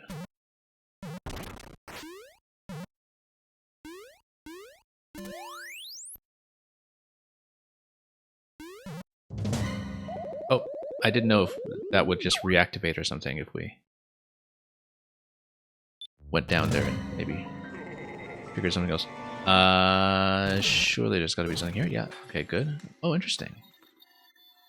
That you get sent into the underworld. You're respawning at that checkpoint.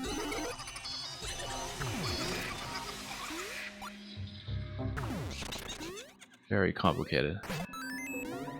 Get a cursed key, and I guess you have to escape from the underworld if you do this to yourself. Very nice. Oh. More Master Swords, but we have to safely obtain it.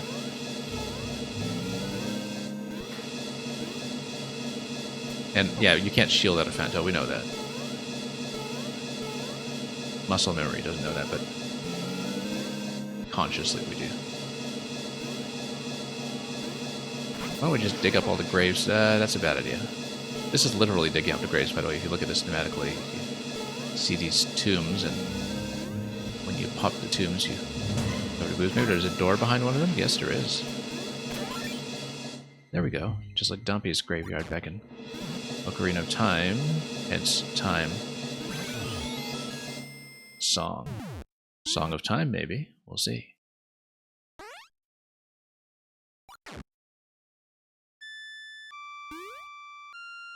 It totally is a Song of Time, and then...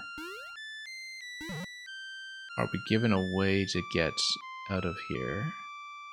Yes, we are.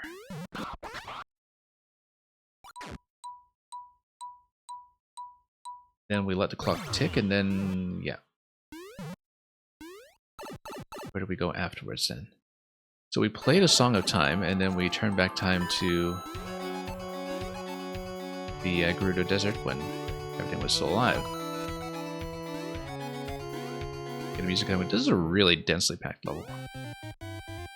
And that's true of many things I've played by Shushiro. This one especially. Yeah, just tons of stuff packed into this one.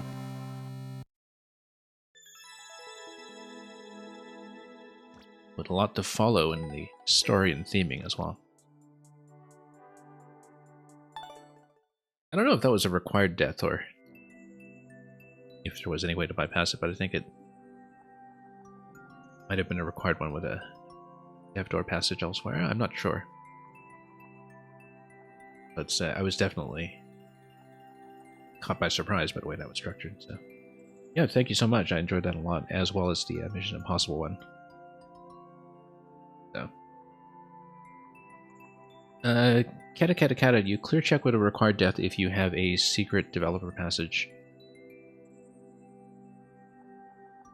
Which is how a lot of other things like troll levels are structured. As well as just some bad levels are structured like that, but we've definitely seen some people make good use of that as well. Okay, so that's a win. I'm not going to bother reopening the bot, but Strike Zero, if you want to throw one in, you can. I have a little bit of time. And if we finish that one quickly, maybe we can have time for Rikisa, but we'll see how that goes in terms of time, difficulty, etc. Don't bother with the add command or the bot, just hand me the code and we'll pop it in. Yep. Yeah, don't worry about bot, I'm just not going to bother punching it in. The only thing that actually affects is the overlay. At this point, since we're just putting you in manually. And thank you so much for staying. P plummet 0.21. Okay, I don't know if we'll necessarily finish it this session, but we will try to give it a fair look. Yeah, simply because this is coming in like right at the end of the stream. I don't know if we'll stay for something super long, but we'll give it a chance.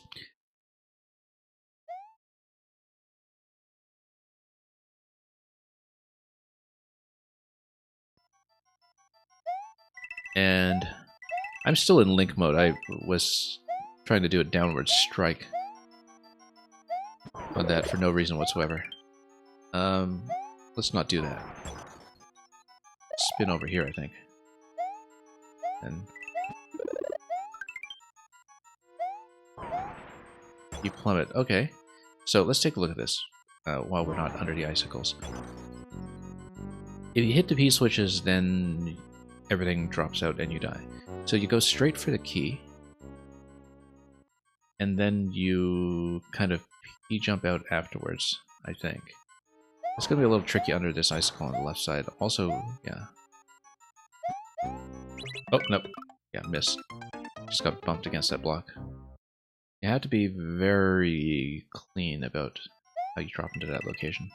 That's what's called a P-plummet, I see now.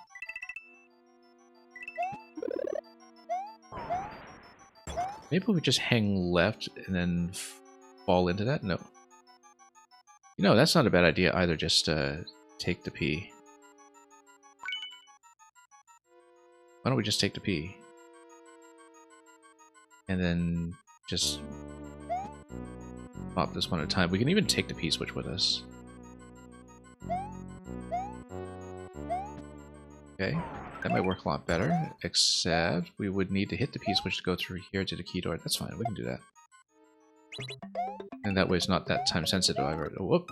No, let's do a shorter jump there. Tetrateric says in Maker 1 there was a way to make a dev exit that was impossible with the mushroom farm technique. I think I remember what that is. I think so.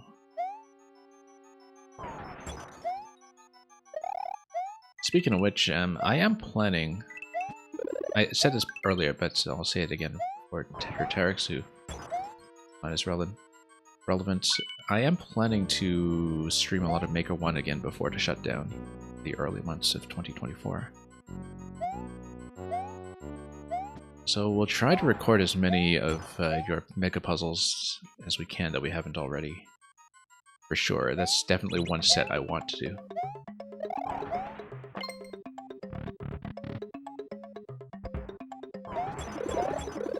Yeah, there definitely were unclearable levels in Maker 1. I think Nintendo did tend to nuke them if they noticed, but... Alright, I guess we do have to drop out of this one too. Edoor here though. But then you can't just cut through this. Let's take a look. Ah, key is on the other side, so we go through here. Oh, whoops.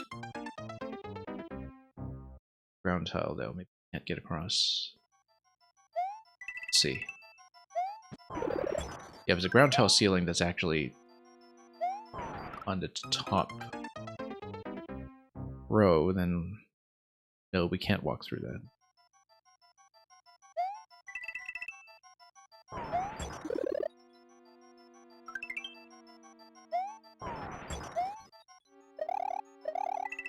Okay, down we go.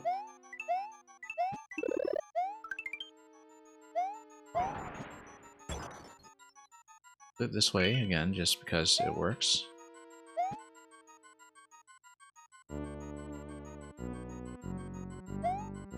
Well, of course, if we grab the first P-switch, we can always evacuate with it this way, and then we grab the second P-switch, and we have two P-switches. We have two P-switches, and we're able to hit one, and then bring the other one through with us. If you bring the other one through, then what happens is then you're able to fall in. And I think you have to then, yeah, because then what happens? You fall in. But you want to fall with decent timing. No, because you would still have to get that key that's up top. Also, I'm stuck now, so restart.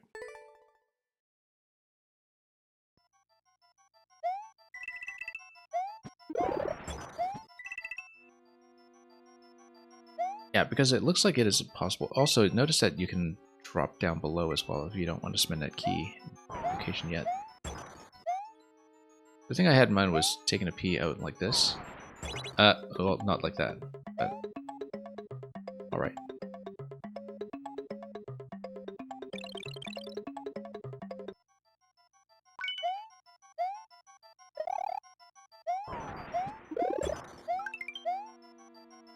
We do need the P-switch activation to go through that area though, so let's try to navigate it again. Oh, whoops.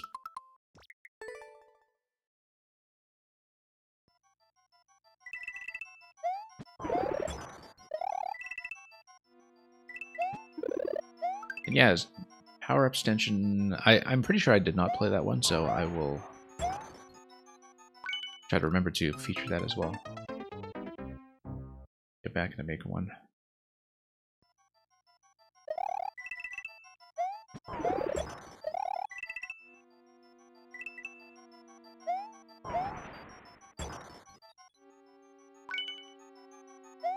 Okay.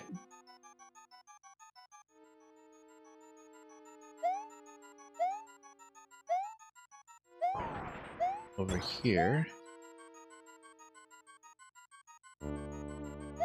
Yeah, okay, so we can't take the P-switch through, but we'll try to ride down with the icicle here.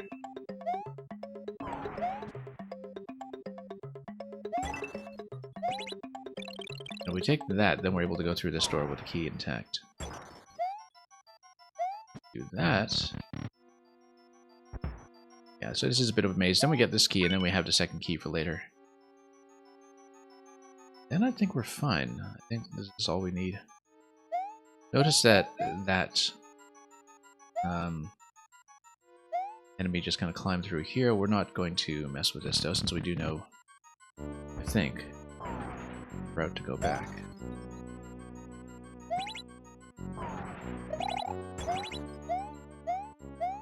Except this turns it into the off state. That's fine. I don't think that's an issue.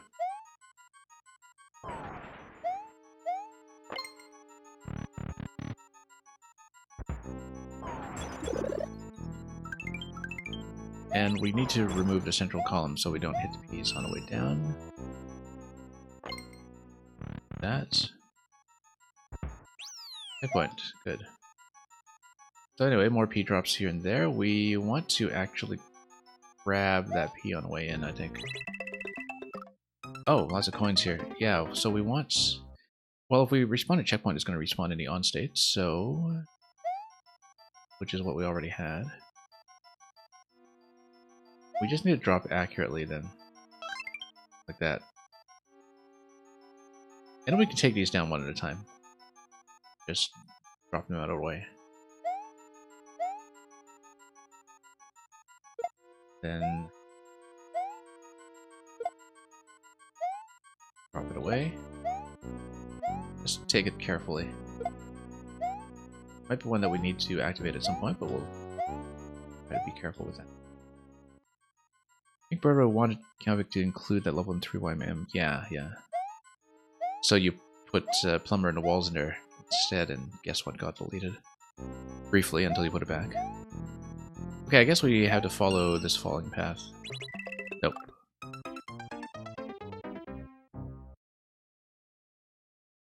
And yeah, I know, because we actually did play your re-upload of Plumber and the Walls, as I recall. When we went through YMM early last year, I want to say, although maybe it was even longer ago than that.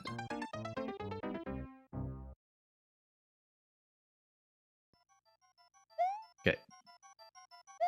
Just fall accurately. We did this cleanly earlier. But yeah, this whole segment is just about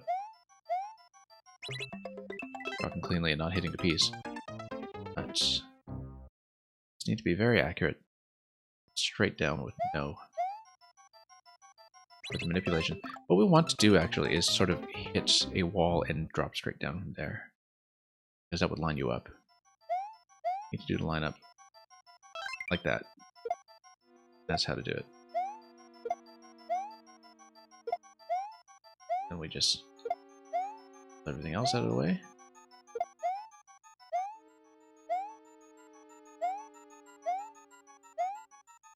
And this bit here is tricky. Because there's a bit of back and forth. You need to react rather quickly. Nope, I was trying to hug the wall there and that didn't work.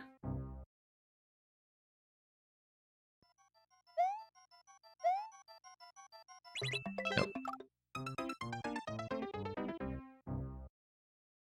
Just have to redo this bit until we get a stick. Yeah, now I'm seeing why the clear rate might be low on this. I wasn't quite witnessing that yet in the early segment, but now we see it.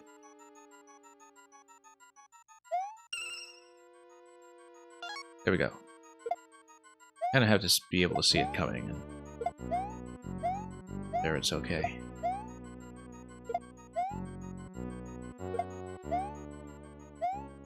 I don't know if there's going to be a required P activation at some point. But until we know the answer to that, let's not mess with this. Can't really see where we're going here either. Whoops.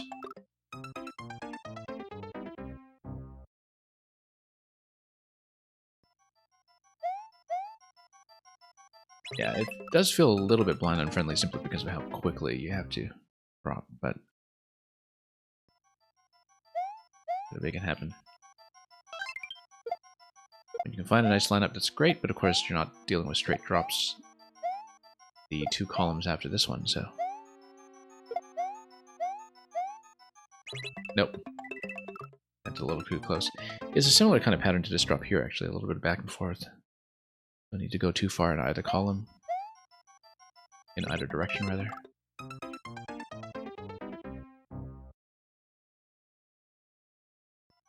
But it is going to take a little bit of trial and error. Yeah, you just try to make sure you make contact with the wall to get the line up, and then fall from there. Feels precision-oriented for something that's actually quite spacious. Whoops.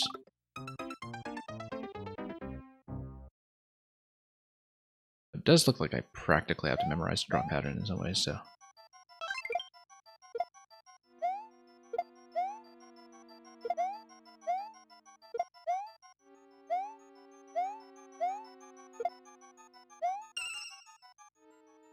Nope, too far.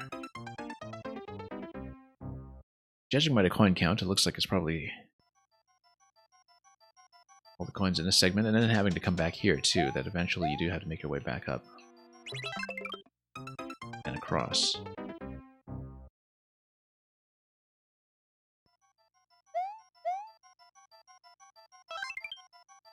But the way down seems to be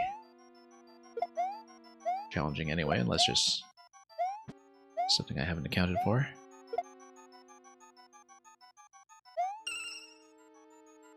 Nope. Almost.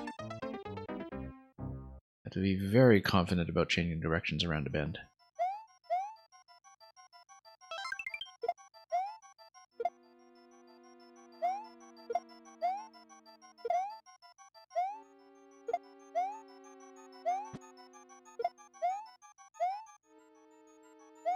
Anyway. Nope. Late reaction time. Every time on this. Well, we'll see how stuck we get in this segment, because we might be jammed here for a while. It was still satisfying to get everything up to CP1, though. That was kind of nice to just navigate that maze with a couple of gentle drops to introduce you to this concept.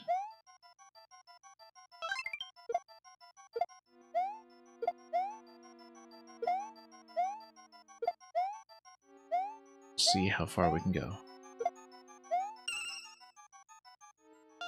Okay, there we go. First time in a while that we managed to get this one.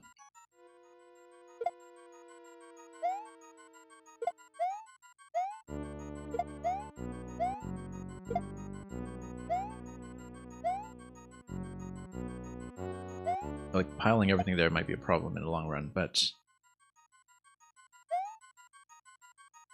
Oh. Yeah, just 3 coins over here. I wonder where the key's coming from then, because you do require 6 for that. It looks like there was a small passage proceeding past that point. This part of the level reminds you of an early Maker 1 level called Don't Let Waluigi Pee Himself. I recognize the name. I don't know if I remember the level itself, but I recognize the title.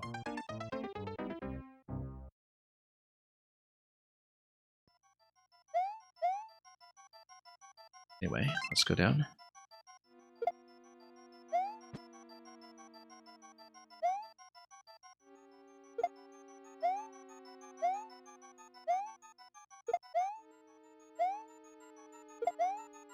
Okay. Let's try this once again. Whoop, no. No room for hesitation. And Strike Zero, you like the analysis with gameplay? Yeah. That's what we do around here, apparently. Interesting landing that I got here this time. Whoop. Here we go.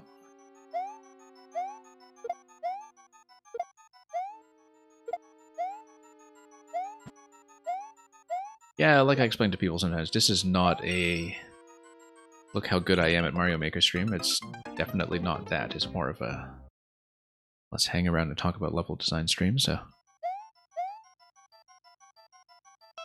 And I feel like as a result of that, people send me better levels.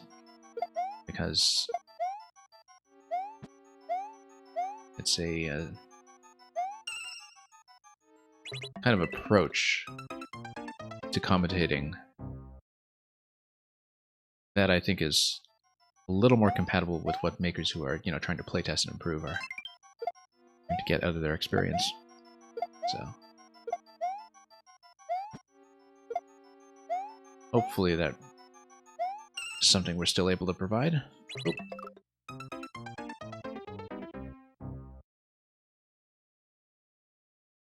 I mean, past a certain point, though, and I'm just crashing against the same thing over and over, and there isn't too much to say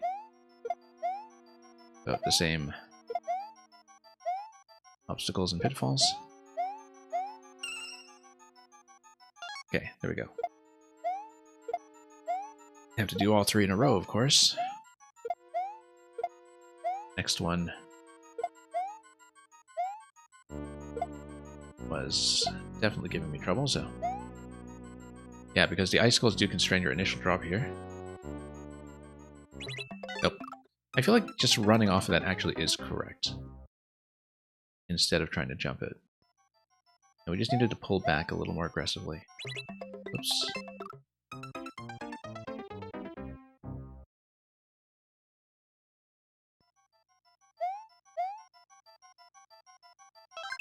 We'll see what comes next. I mean, you know, obviously we still have some other coins to account for before we can... Oh, also, yeah, no, I was looking at the key door up front here and forgetting that that was just a key door we came in through before checkpoint. Thinking, oh, do we have to go back here with a key? No, of course not. That's just how we got in. First place. So we'll see how the coins are distributed.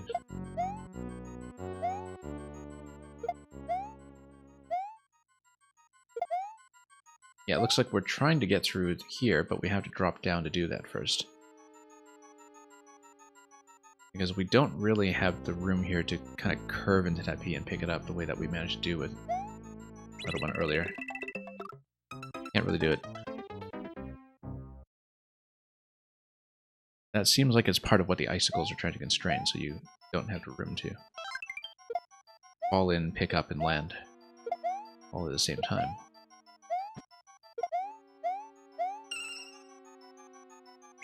Nope, too close.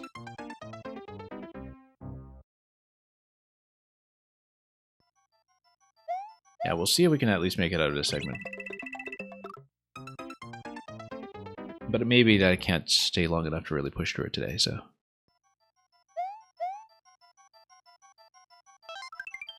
we'll try it.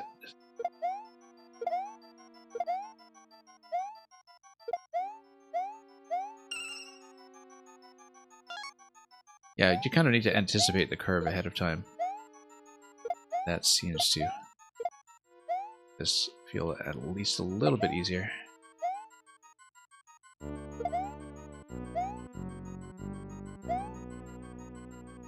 Yeah, run off of here. Nope, not quite. Maybe that's a little too much forward momentum if you run off that way.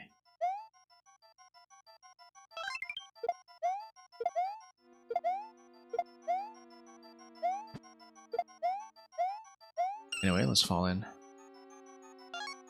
That worked a lot better. It's not always going to go that well, but we'll take it while we can. Yeah, try hugging the right side wall on that last one. I can kind of see what you mean, that like that would give you a straight drop down on this column, and then whoops.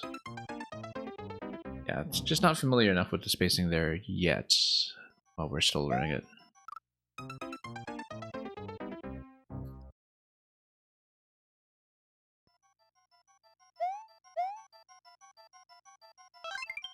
Getting a little better at it, though. The hit rate for getting through this is improving. Nope, still too tight.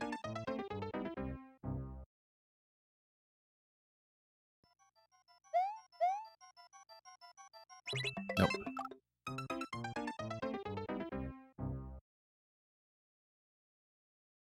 Well, we'll get there eventually.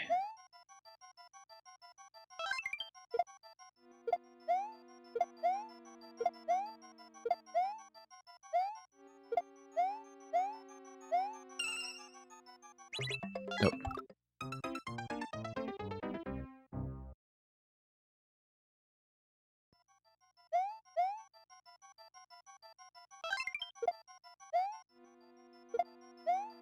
Oh, no, that was an attempt at a grab, and it just went very poorly all of a sudden. That was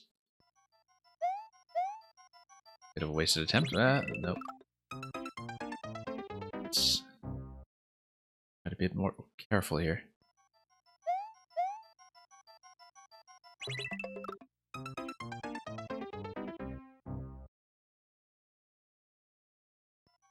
Anyhow, you know, this essentially is a precision level in many ways, but because it's based on these dropping segments, it's also just much more spacious than the claustrophobic layout that you would typically associate with a genre. So it's always the same kind of idea, just plotting out maneuvers that are not going to have much wiggle room to them. There we go. That's the one we had yet. Let's see if we can make it count.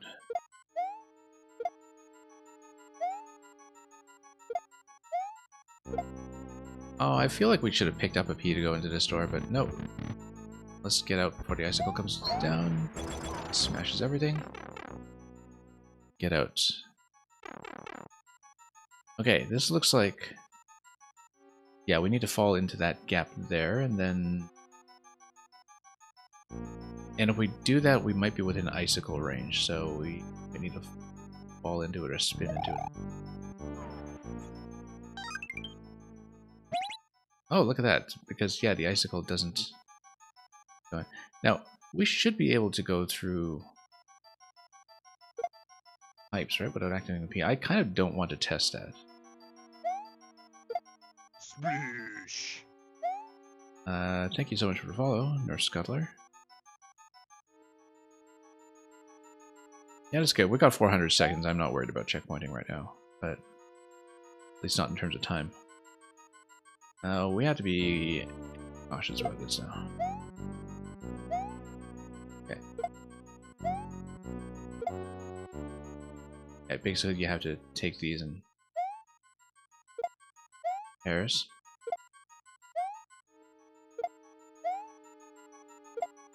Yeah, actually, okay, here's what's going on, is that the pipes spawn more Ps. Toss them out of the way. Icicle coming up, let's be careful here.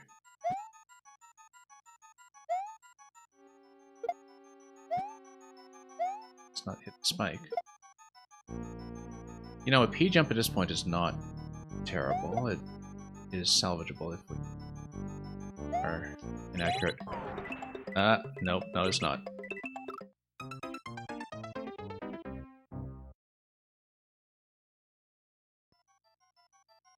No, it's not, but...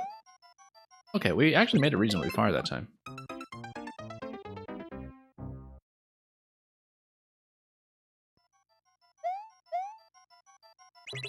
Yeah, it is actually pretty amusing to see that trick of the pipes just dunking more Ps on your head.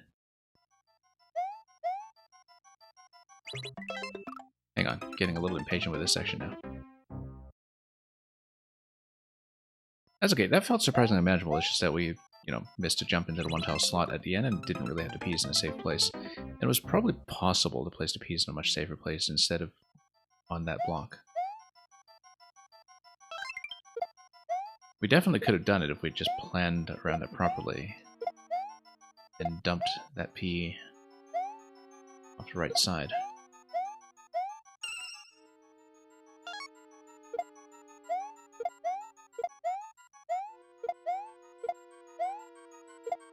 Let's not put it there.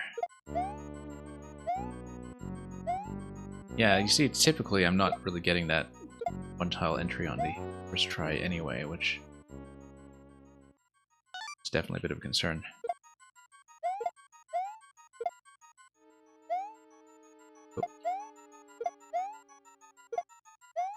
Headroom gets a bit claustrophobic going into that section too. E-jump is not the way, no. Doesn't seem like it. On this level, no. Reasons to believe that will not work out.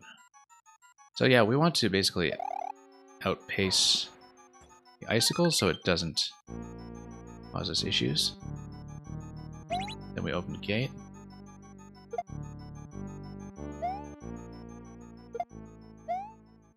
This, it's almost, oh, no. Thought it picked it up and then missed. Oh, we got reasonably far again, so.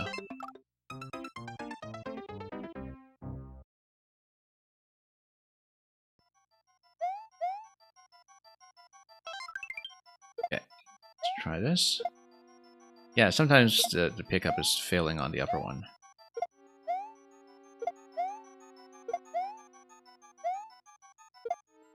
You have to be pretty cautious about this.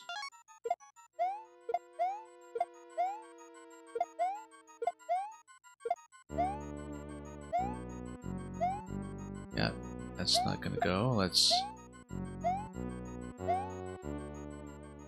that accurately if we can. Nope.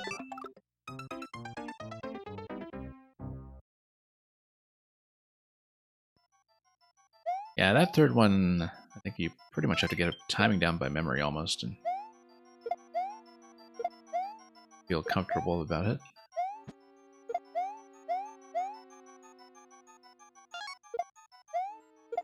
Because otherwise you just need a reaction time that's so quick.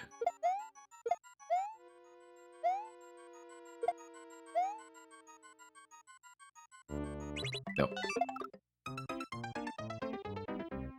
Need to pull back towards the wall more aggressively than that just to get a straighter drop, but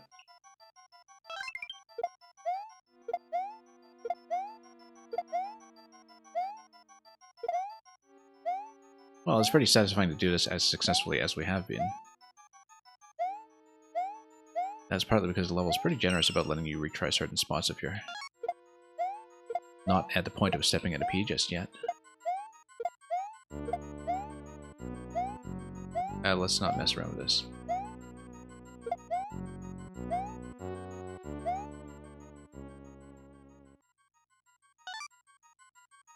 Yeah, kind of need to anticipate the movement before it's really signified by the blue blocks.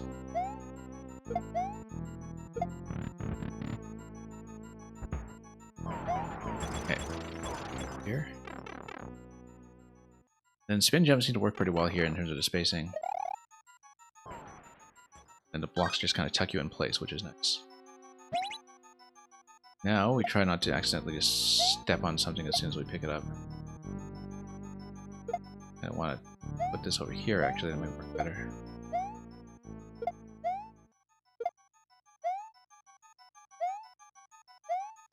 Oh, let's not hit that top block.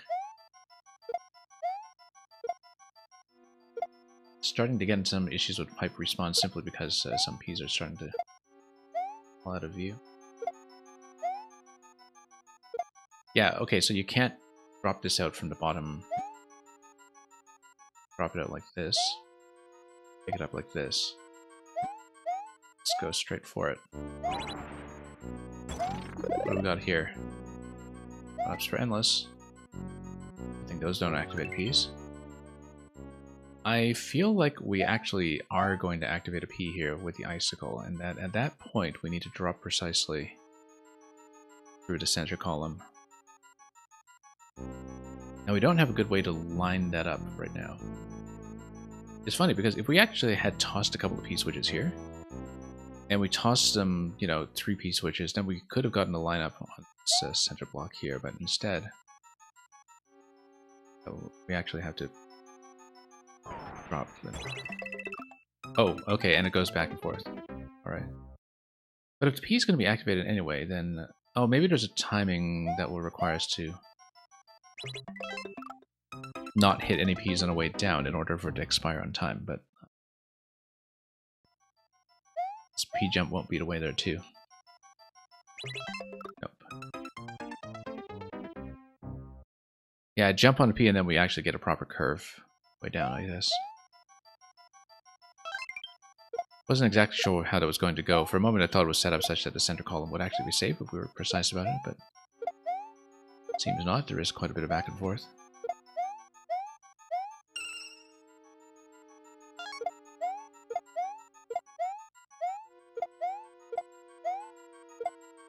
Nope.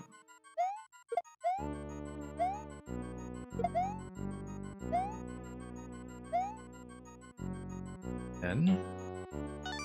Okay, that was surprisingly successful. I believe we're starting to manage some of this.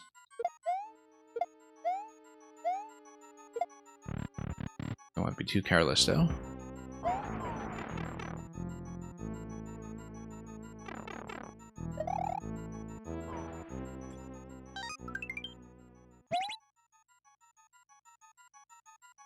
Yeah, the spin method there has actually been working out pretty well for me.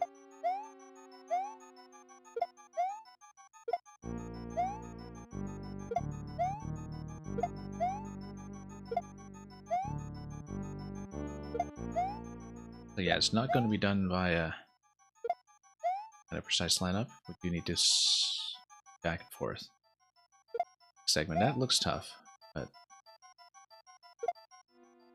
we'll manage.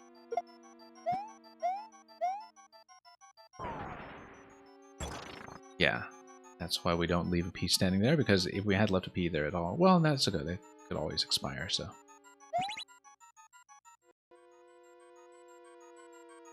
Alright, I guess we P jump off of it. Does P stand for something, or is it just P? I think it originally stood for power, actually, when it... Yeah, it's actually going to be a series of P jumps. Looking at it. I don't see how to reverse through it if it's not a series of P jumps. You can't reverse through it quickly enough.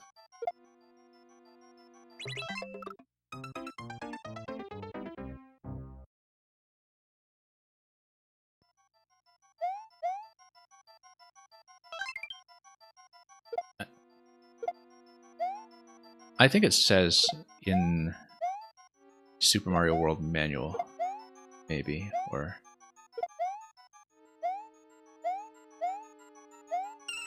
Well, I guess there were also the P-Wings in Super Mario 3 as well, right?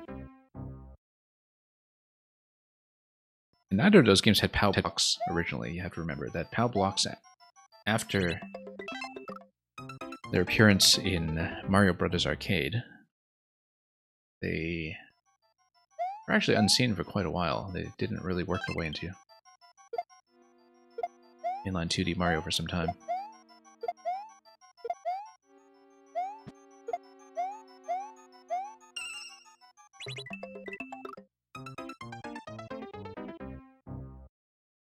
An abbreviation of abbreviation, yeah, probably. Zelda 2 had P-bags you could collect, yeah.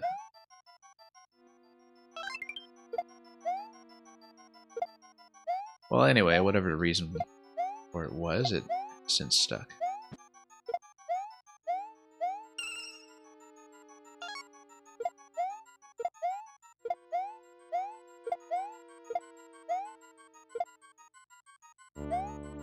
Okay, let's clear this out again. And see if we can... Whoops, no. I should have just fallen into that instead of jumping. We knew the method worked. I don't know why we messed with it.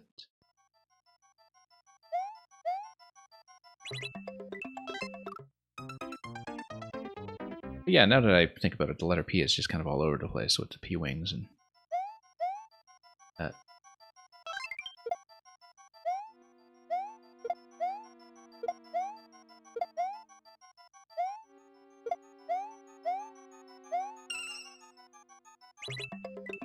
It's funny because the one thing that the P did not stand for back then was Peach, since she not named Princess Peach until Super Mario 64.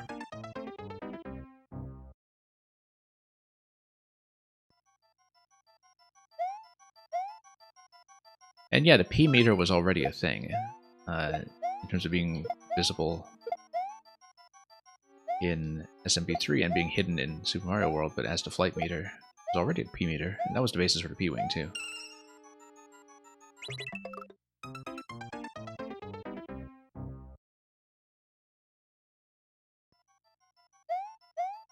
So that's why I'm pretty sure it did in fact stand for power originally.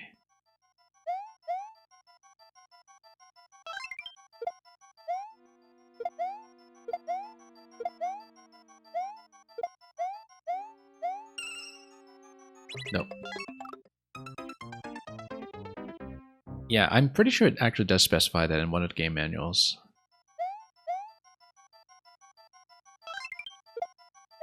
Oh, whoops.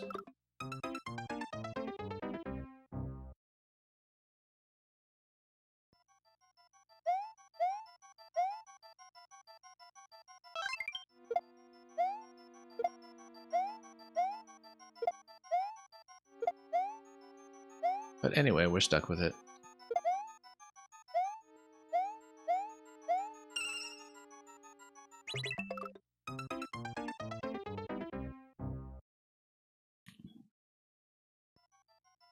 She was, if you recall, she was named Princess Peach in Japan for a long time. Interesting. Oh, so it just wasn't previously localized as Peach, right? Like back when it's called her Princess Toadstool and all of the Western materials. Interesting. I hadn't heard that. I should look it up and corroborate that.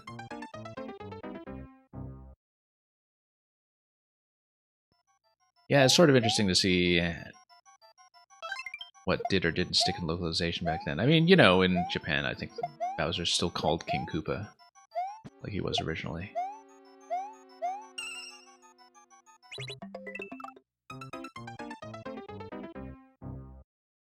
To the point where whenever they make some kind of joke about Nintendo of America, President Doug Bowser, in the Nintendo Directs nowadays, they actually do have to subtitle it with an explanation in the Japanese cut. Oops.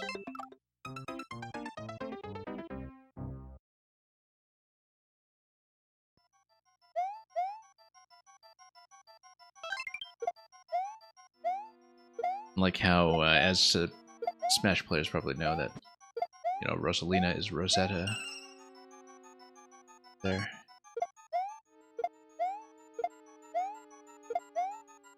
I believe Rosalina is actually like Estella or something back in Spanish, which makes a lot more sense etymologically. Whoops.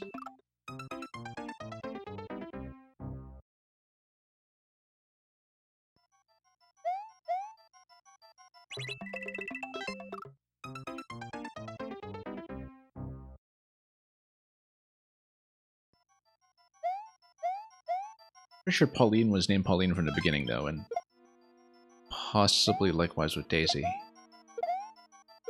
In fact, I'm pretty sure, yeah, in both cases, he just kept her original names the whole way through.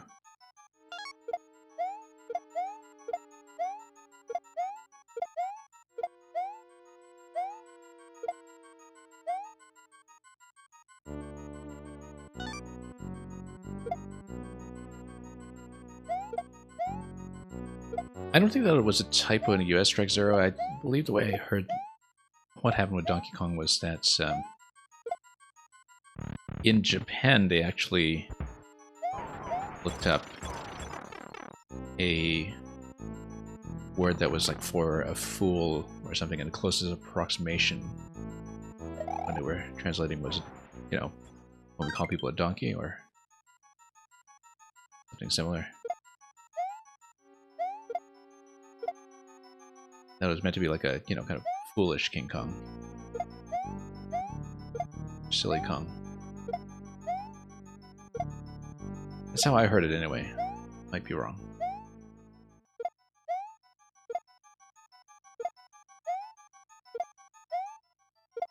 I mean, there's a lot of popular information about Nintendo in general out there that is wrong. but also difficult to... Oh, did we forget to hit the on-off switch? I forgot to hit the on-off switch. I went... Yeah. And now we're stuck because of this P that's jutting out here. If the P were not jutting out here, we actually could have fallen down perfectly fine. Is there a safe platform for me to land on? There isn't. Yeah, we're just dead. Except, no, we're not. Except now that block has been broken, though. If that block is broken, then the icicle is going to smash the P, and we have a problem. So. Except it's off screen, so it won't. If that block is gone, and if that block is gone, we might not be able to jump out. Unless we have like a massive stack of P's that would P jump or something. Be a bad idea. Yeah, because the icicle smashed the block, we might not be able to get out. Whoops. Oh, no, never mind. Well, I did this anyway. Yeah, unless you were really accurate about getting into that one tile slot, but anyway, that attempt was not going to go well. Okay, I'm not going to be on this for too much longer today, I think, but I think if I were to revisit this level, it's not too hard to get back to this point, at least, because up to this point it's not very precision dependent. You just kind of needed to understand the key placement and structure of the first part leading up to checkpoint 1, so I don't feel like I'd be losing a ton of progress if I had to bail or do it some other time. I still feel like I've made it reasonably far. And clearly the kind of zigzag descent that was as far as we made it is going to take some work on its own. Especially if you need to do like short P jumps on the way down or something. So, I'm not dissatisfied with the time that we put into this.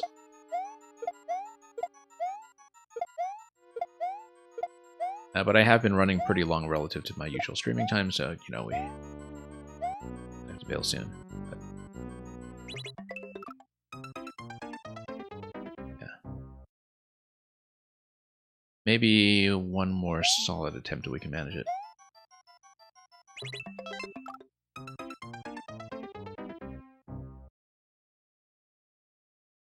You know, if we can at least get past this room one more time. I'd like to take a crack at that, but it's dependent on a lot of factors here, so we've started to do this room more consistently than I expected I could when I first saw it, and it's nice to feel that improvement.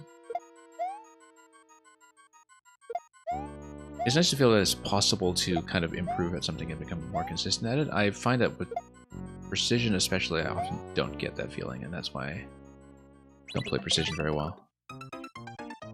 Because, you know, there comes a point where you just feel like you are rolling the dice every time, and you know, you don't actually have much control over the situation. But here it feels like I actually have managed to get a bit more consistency in this room, and it's nice to see it happen.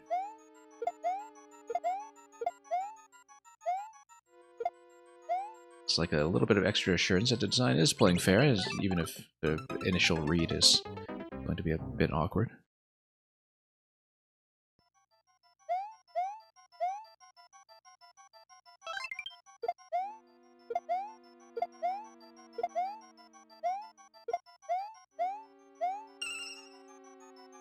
Oh.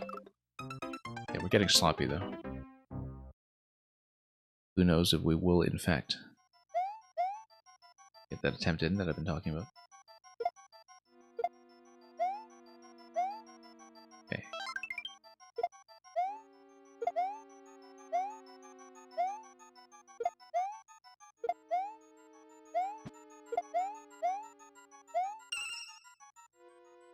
It's going a lot better.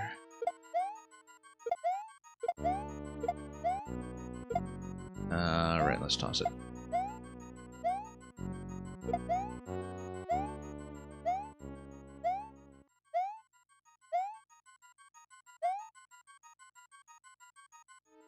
Nope.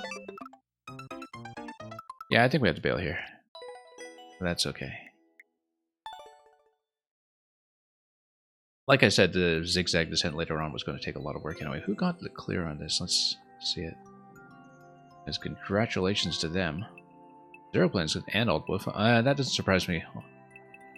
Zero Planes is extremely experienced. Old Wolf is a bit of a precision specialist in his own right, so... Yeah, you can see that here on this screen. I guess we don't see the subworld here. More info, so we don't see the part that it was actually jammed on. But that after whatever that sequence was with the zigzag on the way down with the P-switches, that eventually you would just kind of have a P active and pop out to the goal. And so there was a requirement that you do have a P-switch activated, and then you go into some final pipe, you pop through the green pipe, and hope that the P-switch is active all the way down. Anyway, lowered the clear rate just a little bit more. I think it started at about a 0.21. We will call it for now. We will pass you folks on to somewhere else.